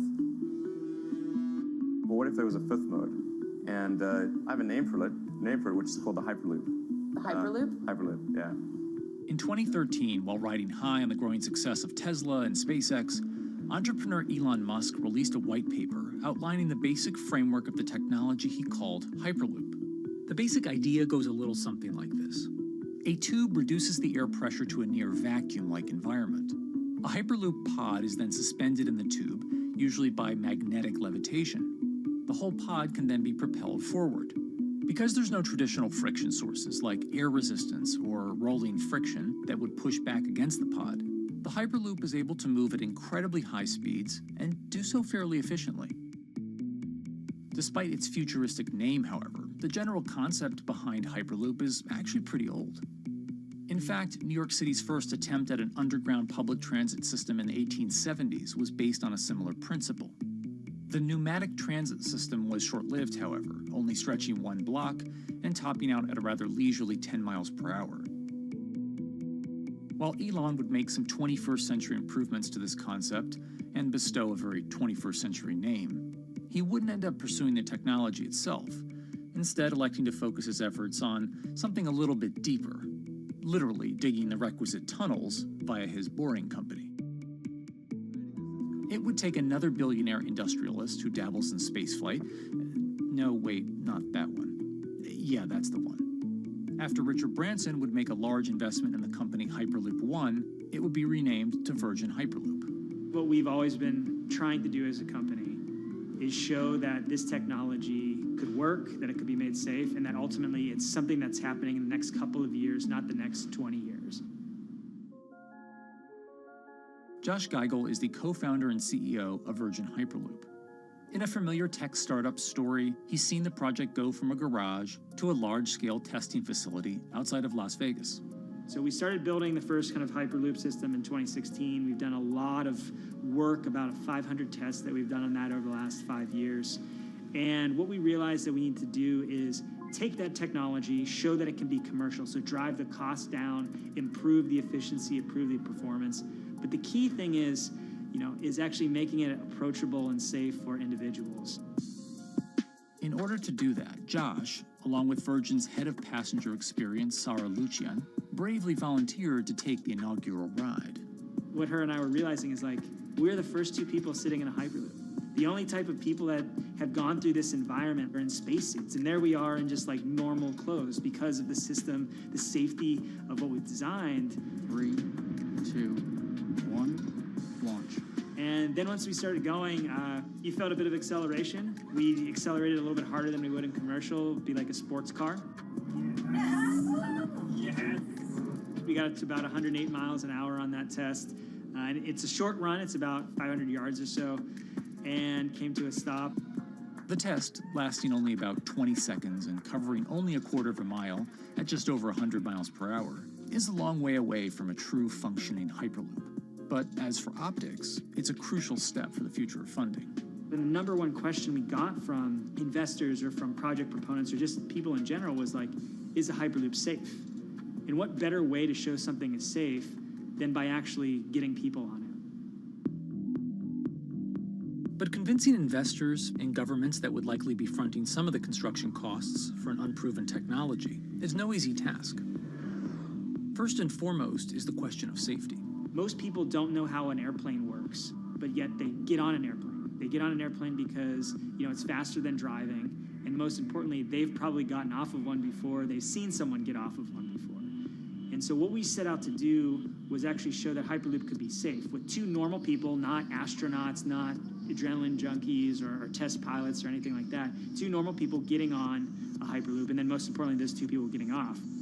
But beyond safety concerns, constructing Hyperloops will undoubtedly require a significant capital investment to the estimated tune of around $60 million per kilometer of track.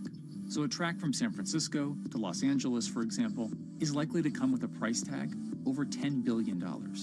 And before large governments are willing to come in and front those costs, investors who are funding Hyperloop development must accept it as a long-term mixture of technology and infrastructure investing. Investors that are used to short returns because you're developing apps or something to that effect, those aren't the investors that really get excited about Hyperloop. What you start to see is the people that are looking at platform technologies, right? So this idea that because the smartphone existed, Uber could exist, right? So who are like the Vanderbilts of this century? And that's the part where you're going to get a lot more no's than yeses. But those people that have the ability, the fortitude to stick it out, to see the game-changing platform here, those are the people that we're looking for. And since we've done that passenger test, there has been a lot of interest that's really, this is a lot sooner than I thought.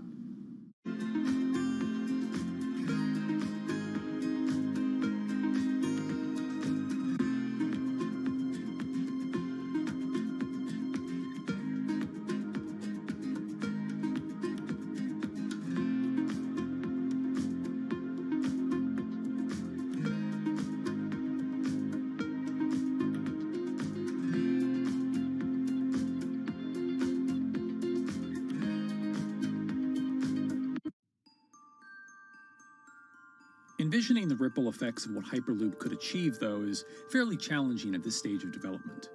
It's fast, yes, but for point-to-point travel, traditional maglev trains can move pretty fast as well. And outside of China, South Korea, and Japan, even those haven't seen much adoption elsewhere due to the high costs and questionable profitability. The Shanghai line in China, for example, loses around $100 million every year. Hyperloop companies, however, believe they can offer something different than traditional railway lines. My name's Alan James, and as far as I know, I'm the only guy on the planet who's written a government-level business case for 300 kmh conventional high-speed rail, 500 kmh maglev, and 1,000 kmh Hyperloop. It's fundamentally about moving people from where they are to where they want to go, when they want to make those journeys, and doing it in much smaller numbers. So pod designs for Hyperloop range from 12 to 28 seats, typically. Why are they small? It's because small enables the network to operate flexibly. And a great example of that is the east-west strategic route across the north of England, from Liverpool to Manchester to Leeds. So to get from Liverpool via Manchester to Leeds by train is just short of 2 hours today. It'll probably take you 2 hours driving as well in average traffic conditions. Net result is those three city regions remain three separate entities: Liverpool, Manchester, Leeds. There's very little commuting traffic between those urban areas. Hyperloop absolutely changes that from the ground up. Liverpool to Manchester is a 5 or 6 minute journey. Manchester to Leeds is also a 5 or 6 minute journey. What that effectively does is create a single supercity economy. In this vision, the Hyperloop acts a little more like a highway, where pods have fixed destinations and don't need to stop along the way. Meaning you can travel on a Hyperloop network from, say, Liverpool to Leeds, while the pod behind you travels from Liverpool to Manchester. And if that metro Hyperloop network is connected to other networks from the same location, you could travel from Liverpool to Paris or Liverpool to Amsterdam, all without making a single stop. For passengers, for business, for leisure, that is utterly transformational. For high-value freight and logistics, it's equally transformational. But critically, if you do a Hyperloop network at scale, you begin to deliver massively significant carbon savings too. A multi-regional Hyperloop network could become a replacement for both short-haul passenger and cargo flights and traditional ground transportation, both of which are significant carbon producers. One Hyperloop-connected distribution hub, perhaps at an airport that is predominantly used for international air freight, replacing maybe 10, 12, 15 distributed road hubs. It takes a lot of polluting and inefficient truck haulage off the roads. That itself means roads gain extra capacity. Hyperloops will still need to use electricity to both move pods and maintain the near vacuum environment in the tube. Proponents of the technology believe that this can be done by using renewable sources, including a combination of solar panels and battery technology that could be used along the Hyperloop itself.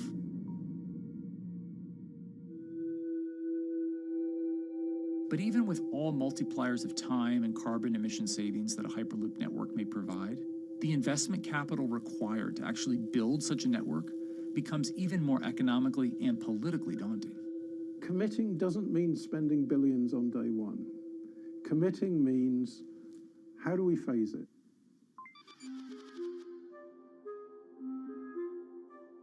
One company in the Netherlands is working to develop that technology, and perhaps more importantly, the international coalition needed to make the Hyperloop network a reality. So we are here in Europe's first full-scale Hyperloop test facility, where we can already prove every conceptual technology of the Hyperloop. This is Tim Houter, a co-founder and CEO of Hart Hyperloop, headquartered in the city of Delft. And while this testing tube might not seem as large as others, inside is a key technology to create the on- and off-ramp type infrastructure of a Hyperloop network. That is, a lane switch.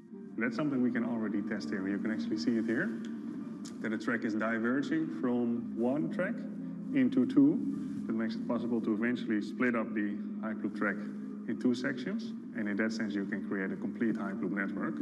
That in the end will make it possible to travel, for example, over a whole continent. Take Europe, for example, with the same ease as you can now travel with a metro in a city. The nice thing about this magnetic levitation system that we've developed is that there's absolutely zero moving components in the track. So, for example, if you have to do a lane switch, all you do is that the tube basically splits up, and statically the tracks also split up. And whenever the vehicle enters a switch, it either pulls itself to the right with its magnets, or it pulls itself to the left with its magnets.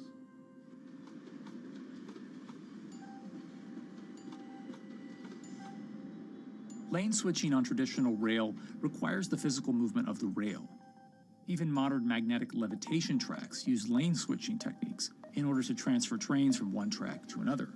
And this is a very crucial element, because this is the thing that limits the capacity and, in the end, the usefulness of the rail network. Because the moment that a track is switching, that means that at that moment you are creating an unsafe environment for the trains behind it. So you need a lot of space between trains. In a Hyperloop, because you have no moving components in the track, all the vehicles can be much closer to each other. You can achieve a very high frequency and basically have your vehicles moving and merging in and out of the network very much like a highway. For now, though, Hart's physical testing has been limited by the size of their tube. Because the test track is only 30 meters long, they haven't tested this lane switch at speeds greater than 20 kilometers per hour. However, the company is working to build a new test site where it plans to increase that testing speed to 300 kilometers per hour. We're now in a phase where we have proven most of the most important technologies in the test facilities that we already have. And we have also demonstrated the viability and the feasibility of a network. If you look at all the subsystems that it consists of, most of those are proven systems, already demonstrated in lab conditions. So we don't really believe that the technology itself is going to be the biggest challenge. Because for all Hyperloop companies out there, actually building a Hyperloop system requires more than just a good product. We're talking about the safety aspects, we're talking about integration into the environment, we're talking about the social aspects. Do people feel comfortable traveling in such a system? So it's about all these different aspects, and the complexity is really getting all the different stakeholders that are relevant and that do need to contribute to bring this to market, to get them all following the same roadmap.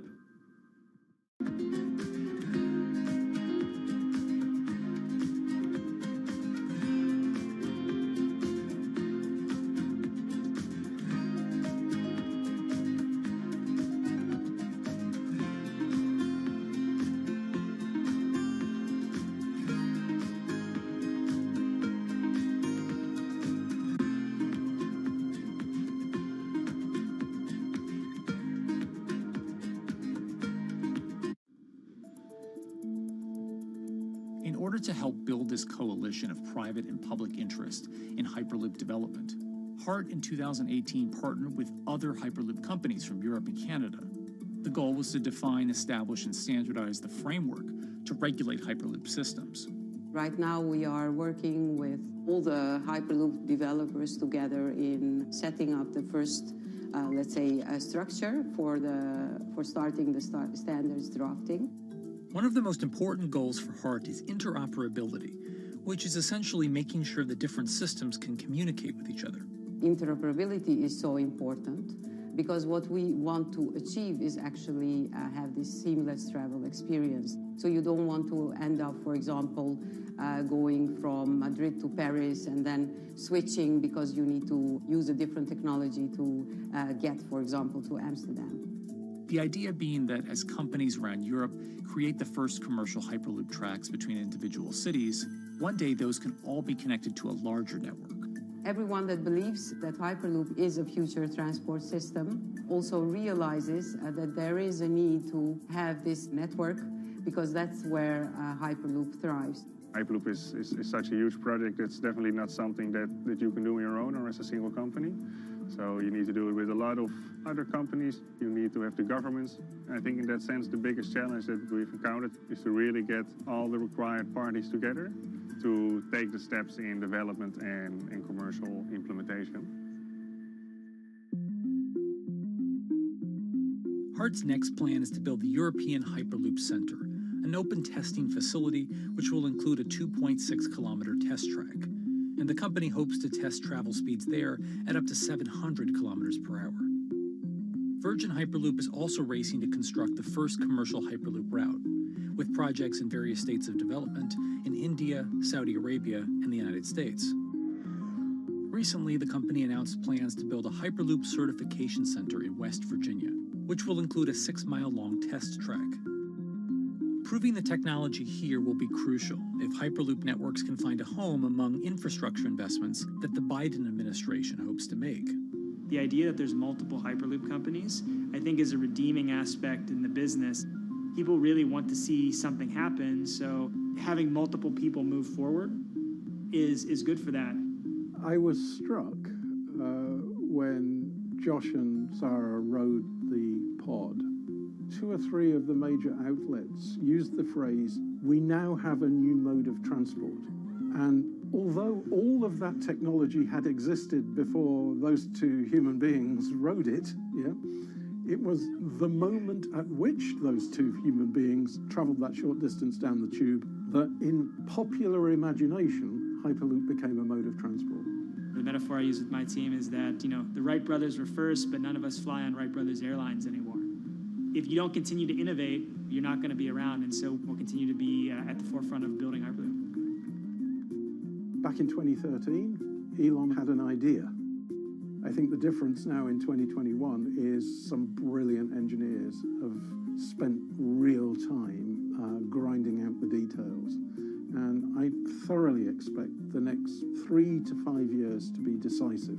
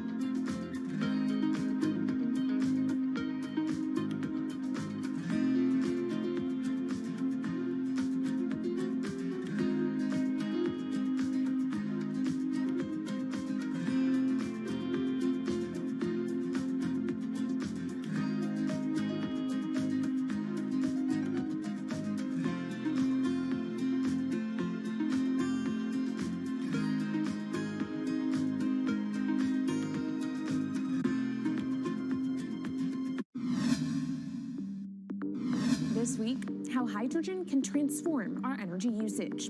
We'll look at why the universe's most abundant element could be a game changer in the climate revolution. Hydrogen technologies are not new. They are used in other sectors. We use them in space, on our rockets, and we don't need the laws of physics to change to be able to use hydrogen on our planes. From iron ore to green hydrogen, one of Australia's richest men tells us about his pivot to sustainable energy. Let's take action. It's practical, it's implementable. Let's do it now. Plus, the hydrogen revolution. We'll speak with the CEO of Italian utilities firm Snam about his new book and how green hydrogen could be competitive within 5 years. Costs are coming down and people are waking up to the fact that it's the only way to decarbonize certain sectors. From Bloomberg's global headquarters in New York, I'm Kaylee Lyons, and this is Bloomberg Green.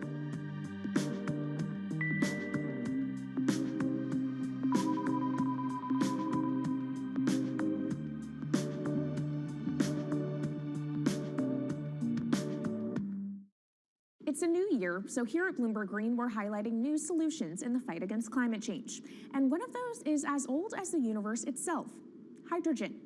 It's the simplest element around, but could well be a game changer when it comes to turning around our dependence on fossil fuels. Today, hydrogen is used in the chemicals industry to produce petroleum products. It's also starting to be used in steel production, an industry under a lot of pressure to decarbonize. But it has far more uses as well, from powering cars to heating our homes. And Bloomberg New Energy Finance sees a seismic shift in the sector in the next 10 years as green hydrogen squeezes out dirtier alternatives. So-called gray hydrogen dominates today. But as renewable electricity gets cheaper and more accessible, so will green hydrogen. In this week's edition of Bloomberg Green, we'll explore what this push into hydrogen means for tackling climate change. We'll hear from Australian billionaire Twiggy Forrest about his pivot from iron ore to hydrogen, and we'll also speak with the CEO of Italian utility company Snam about his book, The Hydrogen Revolution. But first, what are we using hydrogen for? And why does it actually matter? Christine Lee Edwards explains. Hydrogen, the most plentiful element in the universe. On Earth, we find it mostly bonded to oxygen in the form of water, or in other gases known as hydrocarbons. Hydrogen gas, H2, burns hot and clean, making it an attractive tool in the race to net zero. But isolating hydrogen from other elements is no easy task. Today, the cheapest way to do this is via chemical processes that break up natural gas. This releases a lot of carbon dioxide. Another method is to use electricity to split water molecules in a process called electrolysis. Although there is no carbon byproduct, a lot of electricity is needed. And if this power comes from burning coal or gas, it negates the zero emissions goals of using hydrogen to begin with. Hydrogen produced in this way, powered by fossil fuels, is called gray hydrogen. If carbon capture and storage is used together with fossil fuels, then it becomes blue hydrogen. If nuclear power is used, it's called pink. And finally, green hydrogen is when it's produced via electrolysis and powered from renewable sources. This method is considered emissions-free. It's predicted that by the early 2030s, H2 made from renewables will be cheaper than that made from fossil fuels. But that hinges on the cost of electrolysis declining, which will be achieved through larger projects and an expansion of manufacturing. To be clear, vast amounts of H2 are already used today. Global production in 2018 totaled 117 million metric tons. This hydrogen is mostly used for its chemical properties, not as a source of energy, and very little of it is clean. Some sectors like steel could start using hydrogen for these chemical properties, replacing coal. Industries like cement and glass may also use hydrogen as a source of heat. Another advantage is its energy storage potential. It can be stored over long periods of time and used when more power needs to be added to the grid. It also could hold an advantage over batteries in heavy transport and shipping. The promise of hydrogen for energy has been around since at least 1874, when Jules Verne wrote about it in his book, The Mysterious Island. But the future of hydrogen will depend on policy. Countries with net zero targets, carbon pricing, and hydrogen strategies with investment mechanisms are likely to see the highest H2 demand.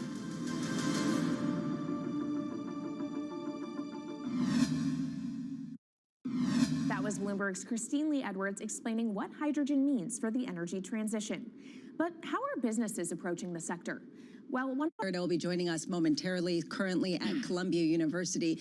Tom will tell us all about his bow tie and how it connects to Rich Clarida. Coming up, we also hear from TD Securities' Priya Misra. She will be joining us, and they will both be taking us up to the Fed rate decision at 2 p.m. Eastern, followed by immediate reaction by KPMG's Diane Swank and Guggenheim's Scott Minerd. And finally, breaking down the chair's news conference with some post-Powell commentary. Bank of America's Michael Gapin evidently was not scared away from earlier this morning. And BlackRock's Jeff Rosenberg, a fantastic lineup. And I'm really excited to hear what Rich Clarida has to say, Tom, not only about what to expect coming up, but also about the mandate of the Federal Reserve at a moment where inflation is at the forefront of the concerns. That's where we want to go to the mandate right now. That seems to be front and center, although Dr. Clarida has much more to say. He is a former vice chair of the Federal Reserve System and, of course, associated with Columbia. Rich, just for you today, I wore a gift from Ned Phelps from years ago, a Columbia University bow tie as you led their economics program.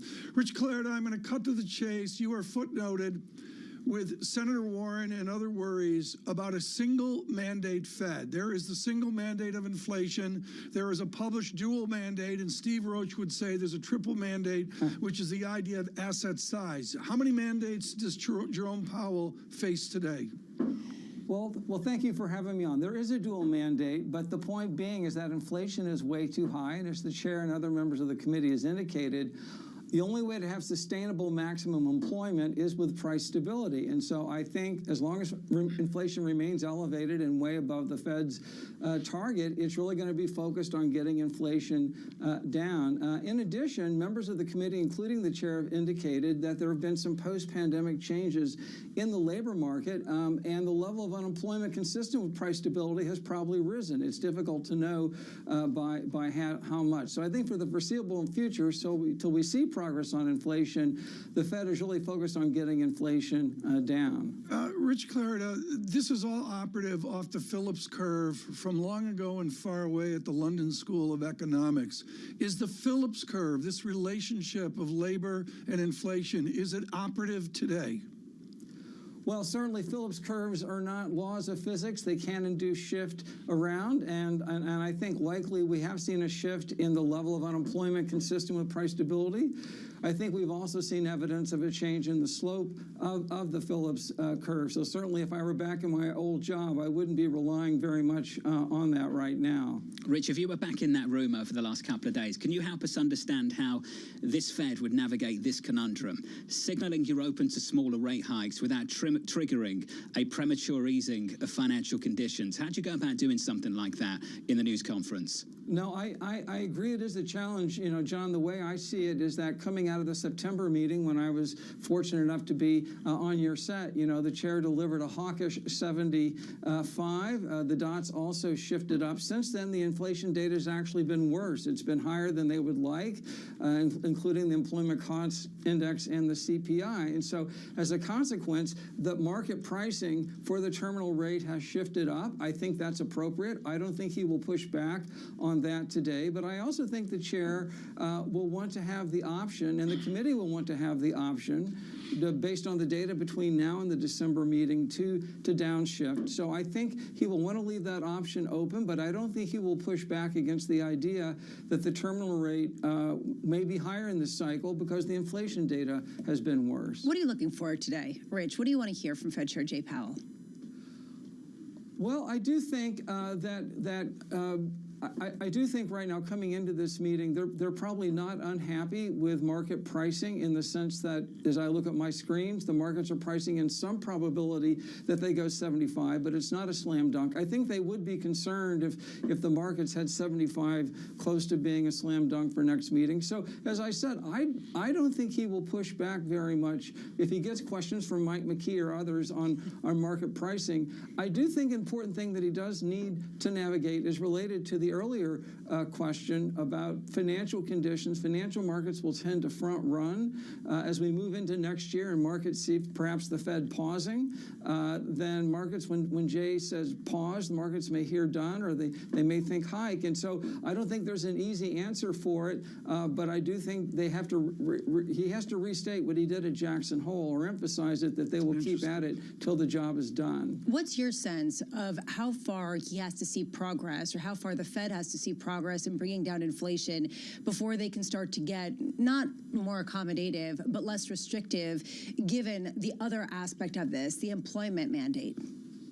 Yes, well, I do think a challenge that they face and that the economy faces is that inflation is stickier and more persistent than perhaps they and others, including myself, would have hoped in the spring. I frankly thought by now we would be seeing core and underlying measures of inflation and wage inflation coming down. That hasn't happened yet. I do think clearly they want to see the rate of inflation falling, not increasing.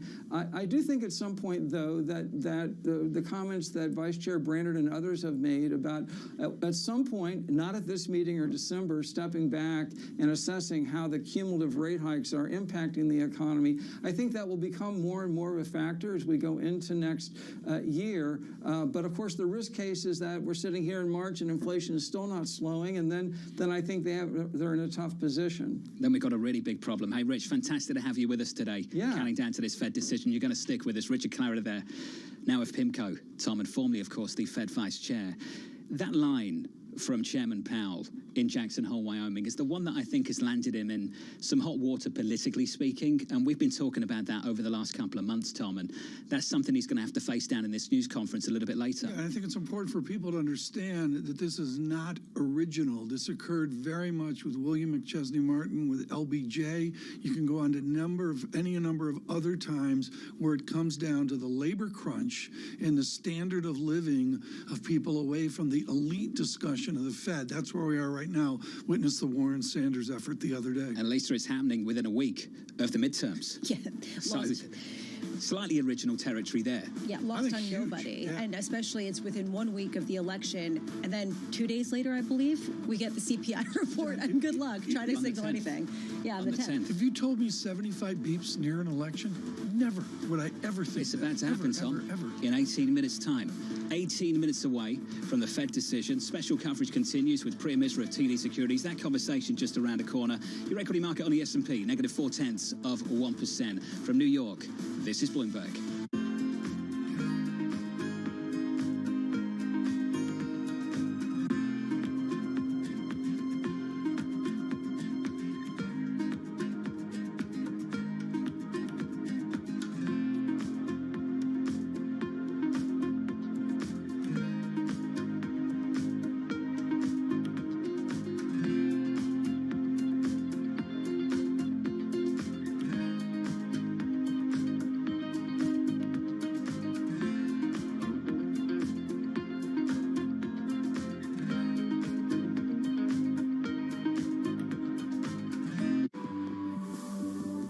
Imagine simply climbing a cable into space.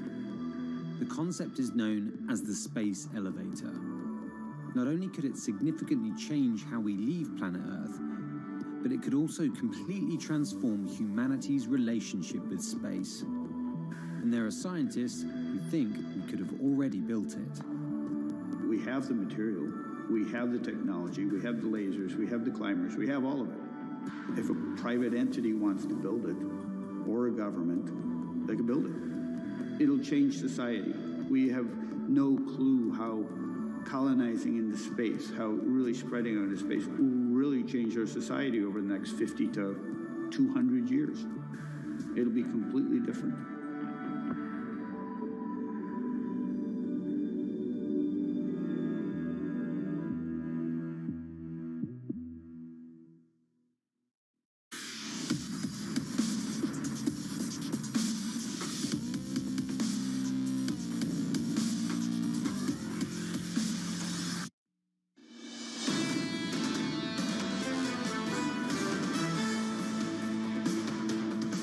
This is a really, really tough meeting. How much does the Fed lean into a downshift? You look at those PMI numbers, you look at the housing numbers, you look at the slowdown in the global economy. Maybe it's time for the Fed to at least downshift. Eventually, yeah, the step down has to come. Is it too early? In my opinion, yes. The difficulty, obviously, is that the inflation numbers haven't come down yet. Having said that, if I was sitting at the Fed right now, I would really struggle. Ken Powell talked about slowing down the pace, but still indicate resolve on fighting inflation. They can't take rates up at 75 basis points rate indefinitely. All eyes will then focus on that December rate hike meeting. Obviously, November is all about December. The focus in the November meeting is really on December.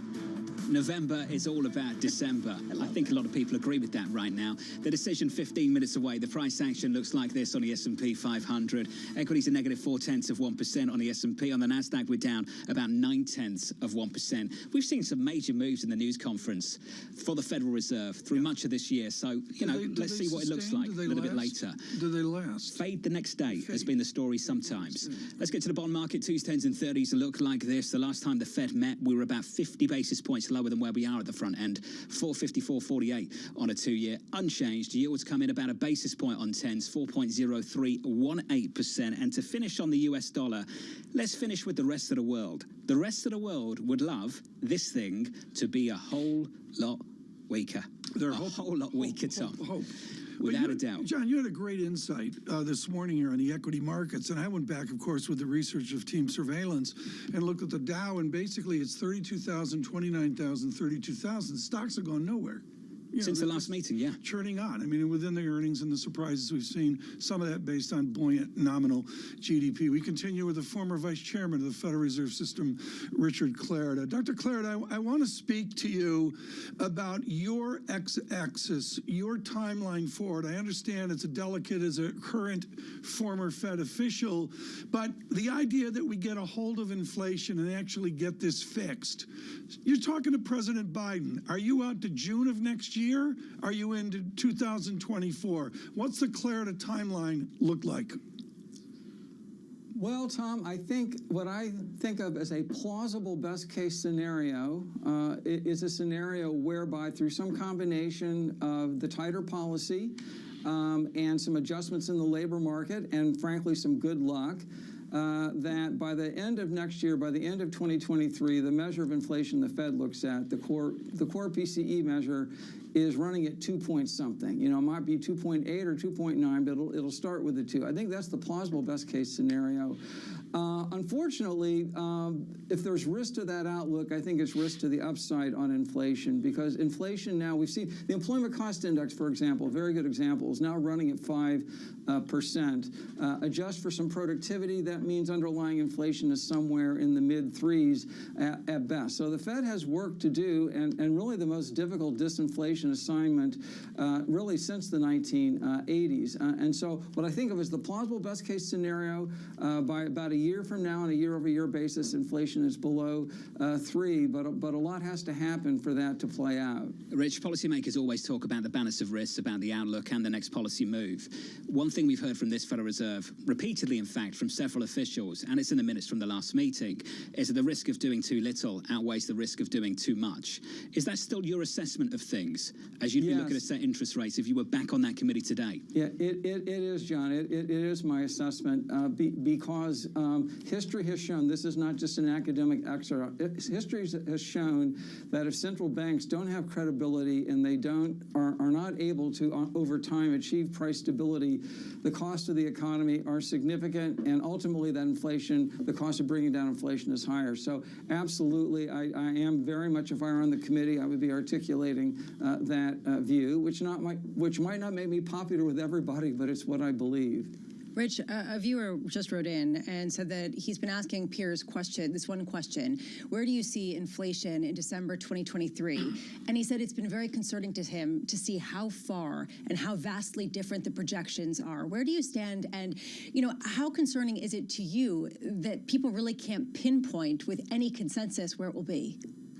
Well, it is concerning because, in retrospect, you know, all of us sort of got lulled in the great moderation from, say, the mid-90s until the global pandemic collapse. You know, in a good year, inflation was running at 2.1 or 2, and in a soft year, 1.8, 1.6, and so we all got used to very little volatility in inflation, and it is something of a shock and a wake-up call to have to look at the uncertainty, but it is a fact of life. Now, look, it's not just in the U.S.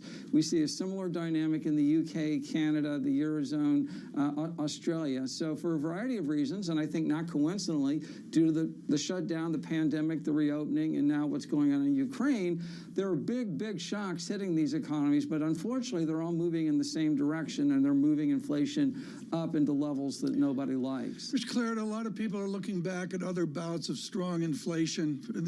Originally it was back to the 60s maybe, Walter Heller and all that.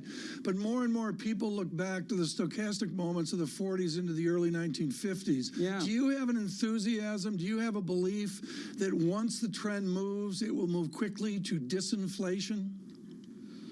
Well, I do think once we start to see this in the labor market, yes, I think it can be quite quick. And indeed, if you look at past cycles, wage inflation in both the early 2000s and after the global pandemic, global financial crisis, wage inflation actually fell pretty substantially once the economy slowed.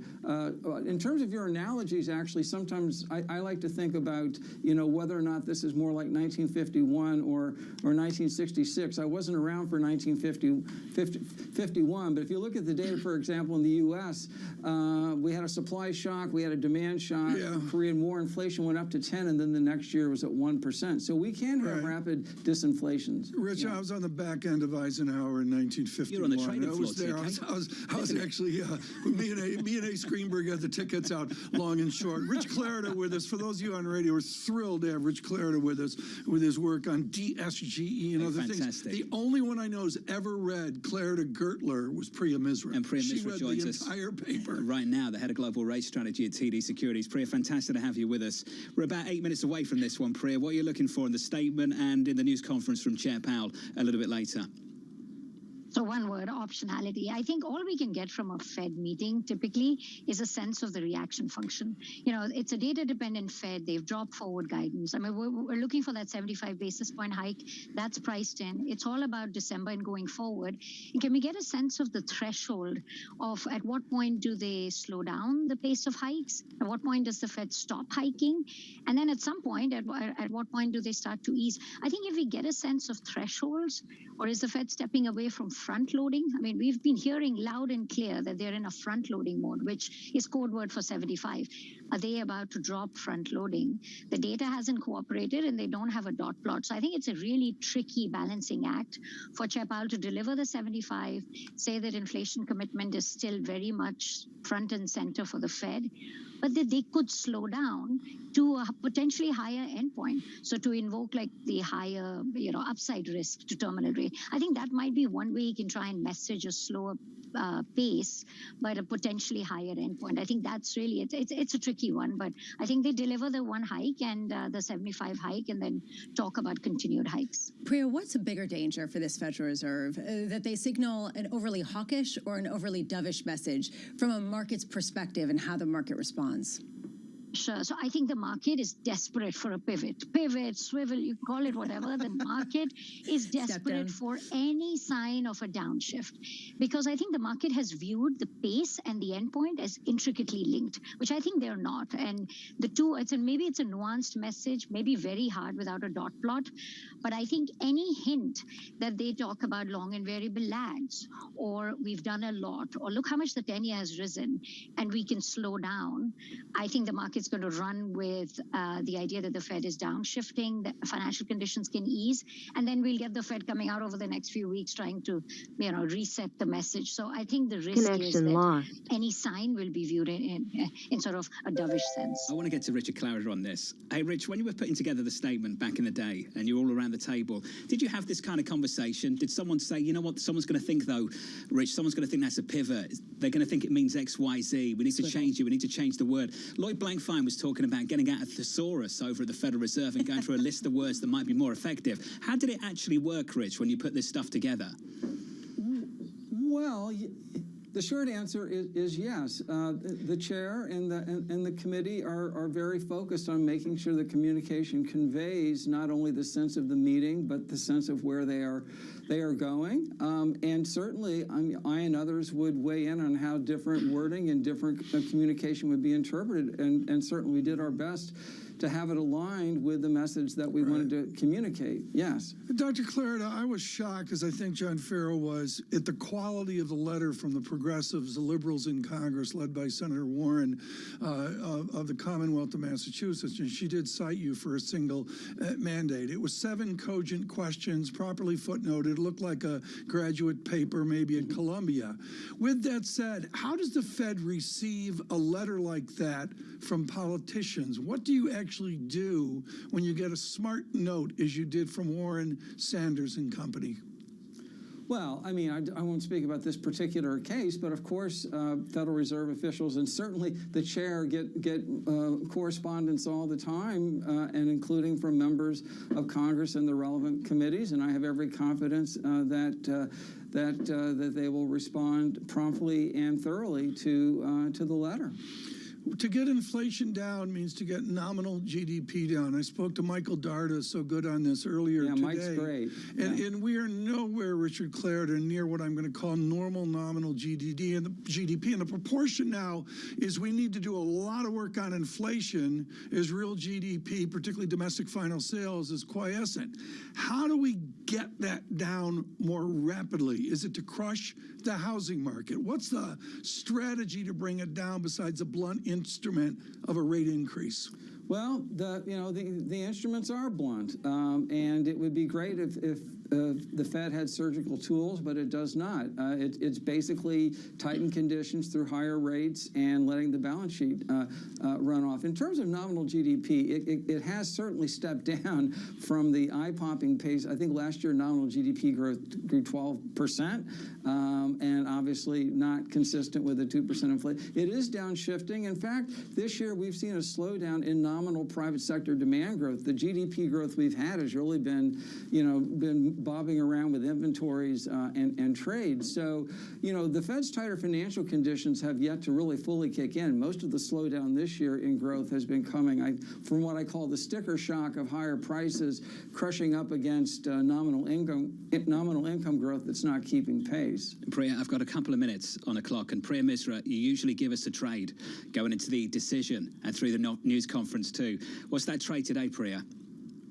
I think the market really wants to see that pivot, so it's a short-term steepener, but I would say use this opportunity to reestablish flatness. I mean, I know the curve is inverted, but if the Fed is serious about inflation, and we think inflation is broad-based, sticky, I mean, even if it comes down, it's at 8%. Does it stabilize at 4%, which is much too high? I think the risks are to the front end of the Treasury curve staying high, the long end actually looking attractive. So I think more cuts should be priced into 24. We have only 100 basis points of cuts priced in.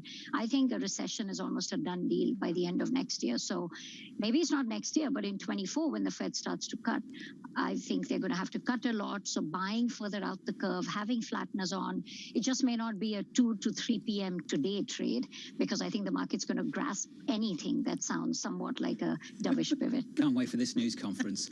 Priya Misra, just wonderful as always. And to you, Rich. Thank you, sir. Thank the former you. Fed Vice Chair, Thanks. Richard Clarida. Your equity market shaping up as follows then, going into this one. The equity market down about 1/3 of 1% on the S&P. In the bond market on a 10-year yield to lower by about a basis point, just north of 4% there. What did you say then, Lisa? What did Priya say? They're going to cling to anything in the news conference, anything at all that resembles some kind of pivot. This market is desperate for a pivot or a swivel or whatever you want to call it. To Pick me, a that's word, just choose a word, really, any word. you know, and you ask, you know, does Rich Clarida, you know, discuss this and look at a thesaurus? You know, maybe they do. They try to get a communication right. But the fact that the market is so desperate for a pivot highlights that they think that that's actually going to be some sort of rallying signal rather than a sign that the pain is that much more entrenched, which speaks to what Mohamed El-Erian is saying, is that perhaps the pressure is to stop too early. Mohammed agrees with Clarida on this point, Tom, that at the moment the risk of doing too little still outweighs the risk of doing too much. I agree. There's many people, though, finding weakness in this economy, pushing back against that particular view. I believe Larry Summers on board with that view, too. And you could take Professor Summers and Professor Clarida and Professor El-Erian, and you can combine them into a lot of antiquity there. And they remember that societies survived with higher nominal rates and a legitimate higher real rate. A lot of people playing the game today have never really experienced that. Bill Dudley on top of that story, too. Here's the price action then, 14 seconds away in the equity market, down 1/3 of 1% on the S&P 500, down 0.7 of 1% on the Nasdaq. On the Russell, small caps negative 1.3% with your much anticipated Fed decision. Here's Mike McKee. Straightforward, as anticipated, a 75 basis point increase in the overnight lending rate to a range of 3.25% to 4%. But they added 2 lines to the statement. Pay attention. This is important. Something for Wall Street to chew over. They adjusted the pledge that the committee anticipates ongoing increases in the target range will be appropriate, adding, in order to attain a stance of monetary policy that is sufficiently restrictive to return inflation to 2% over time. And they added this sentence: in determining the pace of future increases in the target range, the committee will take into account the cumulative tightening of monetary policy, the lags with which monetary policy affects economic activity and inflation, and economic and financial developments. No reference to any size of any ongoing increases. The rest of the statement is identical to September, including the economic assessment that we have modest growth, robust job gains, and elevated inflation. Once again, Russia is blamed for its war's impact on inflation and global economic activity. There's no statement, no mention of anything to do with the balance sheet, and the decision was unanimous. So, something for Wall Street to talk about, but nothing definitive yet. We'll wait for Jay Powell. We're going to talk about that right now. Mike McKee, thank you, sir. And stand by. Your equity market rallying off the back of those headlines, up by 0.4% on the S&P. The NASDAQ recovering, just about unchanged on the session off the back of it. The front end of the yield curve dropping like a stone a little bit. We're down by about 7 basis points to 448 on a 2-year. Call it down 6 basis points at the moment. On a 10-year, we're down 5 basis points. With the yields lower, expect a weaker dollar. That's what you've got. Euro dollar spiking higher up by 0.6%. Euro dollar just short of parity, but still climbing about 99.40, Tom, on euro dollar. I wonder, John, if cumulative tightening, I love the phrase, it reminds me of my belt, but if you look at cumulative tightening, I wonder if that came from Vice Chairman Brainerd. It's a beautiful phrase. Well, it's off the back of the speech, isn't it? Well, off this market with the Dow up 300 points, SPX up 28 points, 0.7%. This is what, Lisa, this goes to the pivot discussion. Yeah. Do you pivot and sum the time series together? There's some tension between two headlines here, Tom. On the one hand, they talk about the cumulative tightening and taking lags into account. On the other hand, they're still talking about ongoing hikes until rates are sufficiently restrictive. This has all been implied by the dot plot for a while. We're expecting another 50 basis point move in December. It's about how much further you go from there and how long you stay there through 2023, particularly if the economy is weakening around you. So the first move off the back of these headlines is equities higher, yields lower, dollar weaker. Though, Brammer, when you get to the news conference, you wonder where the emphasis will be in the press conference. And that's ultimately what these news conferences are about. It's about where the emphasis will be from the Fed chair. Which headline does he lean on just that little bit more? And the fact that the market is rallying speaks to what Priya said, that basically this is a market desperate for that step down, and they're going to read into anything that he says as a step down, which is the reason why the comment that Michael McKee highlighted, it will take cumulative tightening and lags into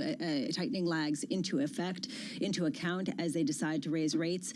This really speaks to John to that moment. Tom, quite a moment. I hope we look for the news conference in about 27 minutes, and looking forward to it, I've got to say. It could be interesting to see Michael McKee with us here briefly into the conference. And Scott Minor joins now, Global CIO of Guggenheim. He's been just wonderful with us over the many Fed meetings of this historic moment. Scott, there's a new phrase, cumulative tightening. What does that signal to you?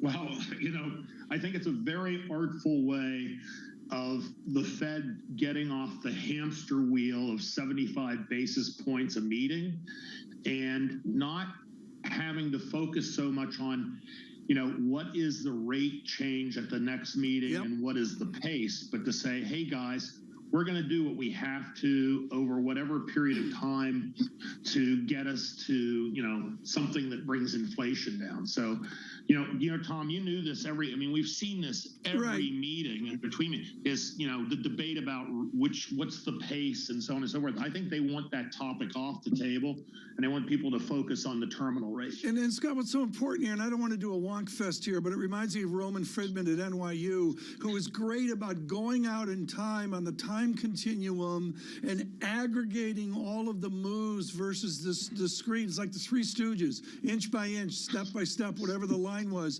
from our childhood. Scott Minor, is this a Fed now that will look at the sum of their actions rather than moving sequentially? Yeah, I think so, Tom. I think they're going to basically, they know monetary policy affects the economy with a sort of a 12 to 18 month lag. And, they've been concerned about overdoing it. And I agree with you. I think that language came from the vice chair, is a very articulate way of being dovish without being dovish. And, and of course, I also agree the market wants something to rally on, and so therefore they're going to pick up on anything and think of it's dovish. Scott, would you fade this move? I can see in the short term, a lot of people might be saying, we're stepping down here. We're going from 75 to 50. We've seen so-called peak Fed hawkishness. Others might be looking at this and say, hold on, this economy is going to turn around. They're going to keep tightening through weakness and might stay there through the rest of 2023. Jonathan, I think that, and as I often talk about the tension of being a trader versus an investor. And look, we're in a period of time right now that is seasonally strong for risk assets. And so I wouldn't necessarily fade this move right now. I think that, through the end of the year, we're likely to continue to see people looking for risk-on opportunities. But the second part of this is, the message is loud and clear. We're going to keep raising rates. until we get price stability, and that's probably going to go into 2023. And at some point, this rally will fade, but I don't think it's going to happen right now. What do you think will trigger it, given the fact that we are probably going to get some sort of tapering off in the pace of rate hikes, certainly by early next year? Yeah, I think that, when you look at equities, and you look at the multiple that's attached to them, you either have to say that you have earnings growth that's well above what you would expect in a recession, and therefore, the multiple is good. I think that the reality is that earnings at best are going to be flat, and probably we'll see, S&P earnings drop to something like $200. When you look at recessions in history, a 15 times multiple on $200 would be what you would expect. So, that gives us room for substantial downside. And, that kind of a scenario that I'm talking about looks very similar to the downturn we got in 2001, 2001, after the internet bubble faded. And so, I think that we ultimately will have to find lower lows, but I think the catalyst will be earnings. As we've gotten inflation data that has surprised to the upside, as we've gotten labor market data that surprised to the upside at the fastest pace, going back to April, even as people understand the resilience therein, are you changing your estimation of where the Fed will have to go at that base rate, how high they'll have to bring it, given the lack of sensitivity right now in the underlying economy? Look, I think the Fed has gone further than I would have expected already. I would have thought that the price pressures would have faded faster. So, I think we have to be open to the idea that the Fed may end up significantly higher than what I'll call an expectation of, something in, the 5 to 5.5% range in the first half of next year. And, but having said that, I am concerned that that kind of repricing will be destabilizing to financial markets, and that we could get ourselves into a situation where we have a financial accident like we did with long-term capital or Orange County, which could cause the Fed to have to abort, even though it wants to continue raising rates. If you're just tuning in, this is a special edition of Bloomberg Surveillance. The Fed decides. The decision behind us, the news conference still in front of us, about 21 minutes away. 75 basis point hike from the Federal Reserve.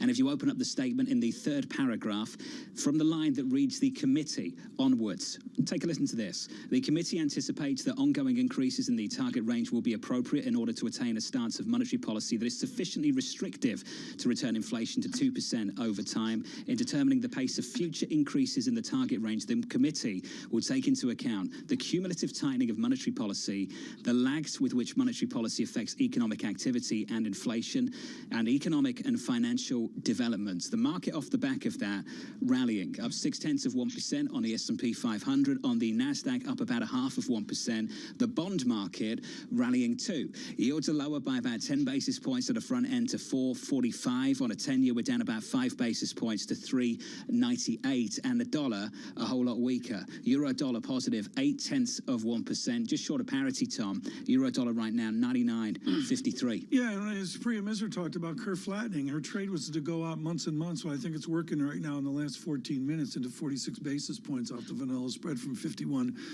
beeps as well. John, I would really emphasize here the fancy math of what you just said in that carefully set, I'll say it's a set of two sentences. They're going back, looking at cumulative, and then they're slamming forward, trying to game out the lags on the x-axis. There's a lot of mathematics going on. So you've got to think about how much time we've had. We started the year at 0 interest rates. Right. We've just got another 75 basis points. A number of months ago, in fact, in springtime, Tom, we were doubting whether they would deliver a 50 basis point hike. Right. We've just had 4 75 basis point hikes from this Federal Reserve. So they've got up to 375 Tom, from 0 in March. That's a lot of tightening in about 8 months, Tom. Then we're going to talk about some more. And to your point, they're the cumulative hikes we've seen already. There's some more in our future. And then there's the lag, the time that those hikes actually start to hit the economy and cause the pain we're all anticipating. I want to clarify, John, I have no special knowledge that Vice Chairman Brainerd was part of cumulative tightening. I was just gaming there and speculating at length. I think you're right to speculate. It almost echoes what she said in a speech a number of weeks ago. Diane Swank with us now, who really understands the dynamics of the x-axis for a Fed in crisis coming out of a pandemic. Diane, Ned Gramlich, I don't think you studied this at Michigan. What in God's name, Diane Swank, is cumulative tightening? Oh, I think we do know exactly what it is. It's the fact that we're 150 basis points ahead of what the Fed thinks is neutral now, and it's nonlinear in terms of its impact. We've already seen the destabilizing effect of rapid rate hikes in the housing market. That is, the most interest rate sensitive sector out there, but it's really been quite stunning and also starting to show up in prices as well. That's something that we know from the housing subprime crisis. It actually showed up in inflation measures much more rapidly too, and the Fed's starting to look at that. And I don't think it was just Lael Brainerd alone. I think this wording allowed the Fed to do a unanimous vote. First of all, it's in line with the Fed's, summary of economic projections. They were expecting 50 basis points and a quarter, so it's in line with that. It's also important, though, that you didn't just have Lael Brainerd lay out financial instability issues. You had Esther George talking about not the terminal rate, still wanting a high terminal rate, but getting to more measured rate hikes from here, because you don't want to break the system while you're getting there and you're already into tight monetary territory. I think also we had, Charlie Evans talking about the need for, calibrating rate hikes. And then you had Mary Daly also talk about it. I think all of this enabled, not only is it a very good description of where the Fed should be right now, and it's the wrong way to take this, that the Fed is done and that they're not going to trigger some pain in labor markets, because they've been very clear that that is, in fact, what they think needs to occur, as Rich laid out, and they've got blunt tools. But it did prevent a dissent at this meeting from a growing minority within the Fed who are really looking at how they need to think about rate hikes now that we're in tight territory. Diane, let's go back to all of your work across the Midwest for the years with a different view than global Wall Street and certainly New York Wall Street.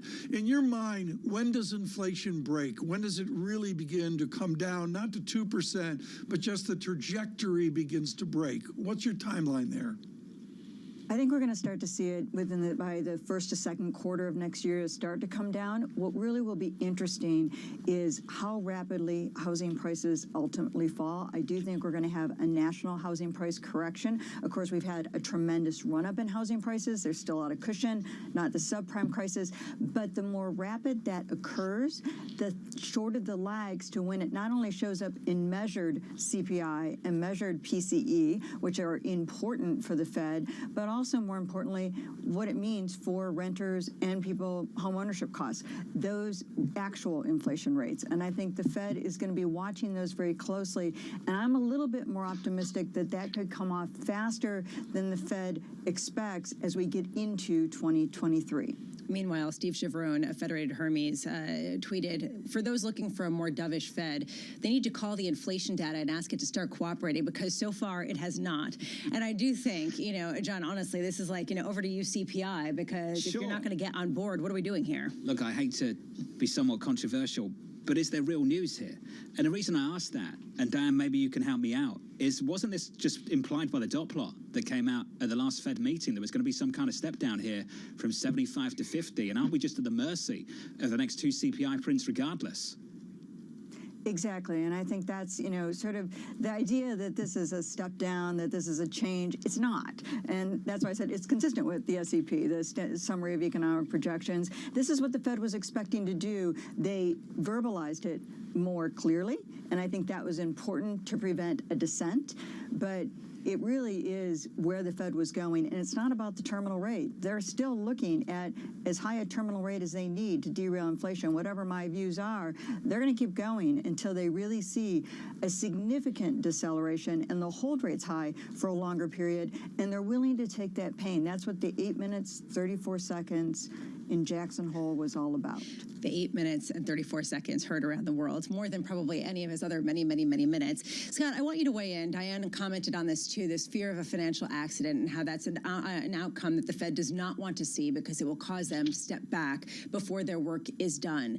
What's your sense of the potential trigger point, right, of how close they might even know that they're getting before they trigger some event at a time when you've got private markets that aren't really trading that much, and if they are, it's at pretty distressed levels that people kind of sweep under the rug, and you've got public markets that seem very orderly?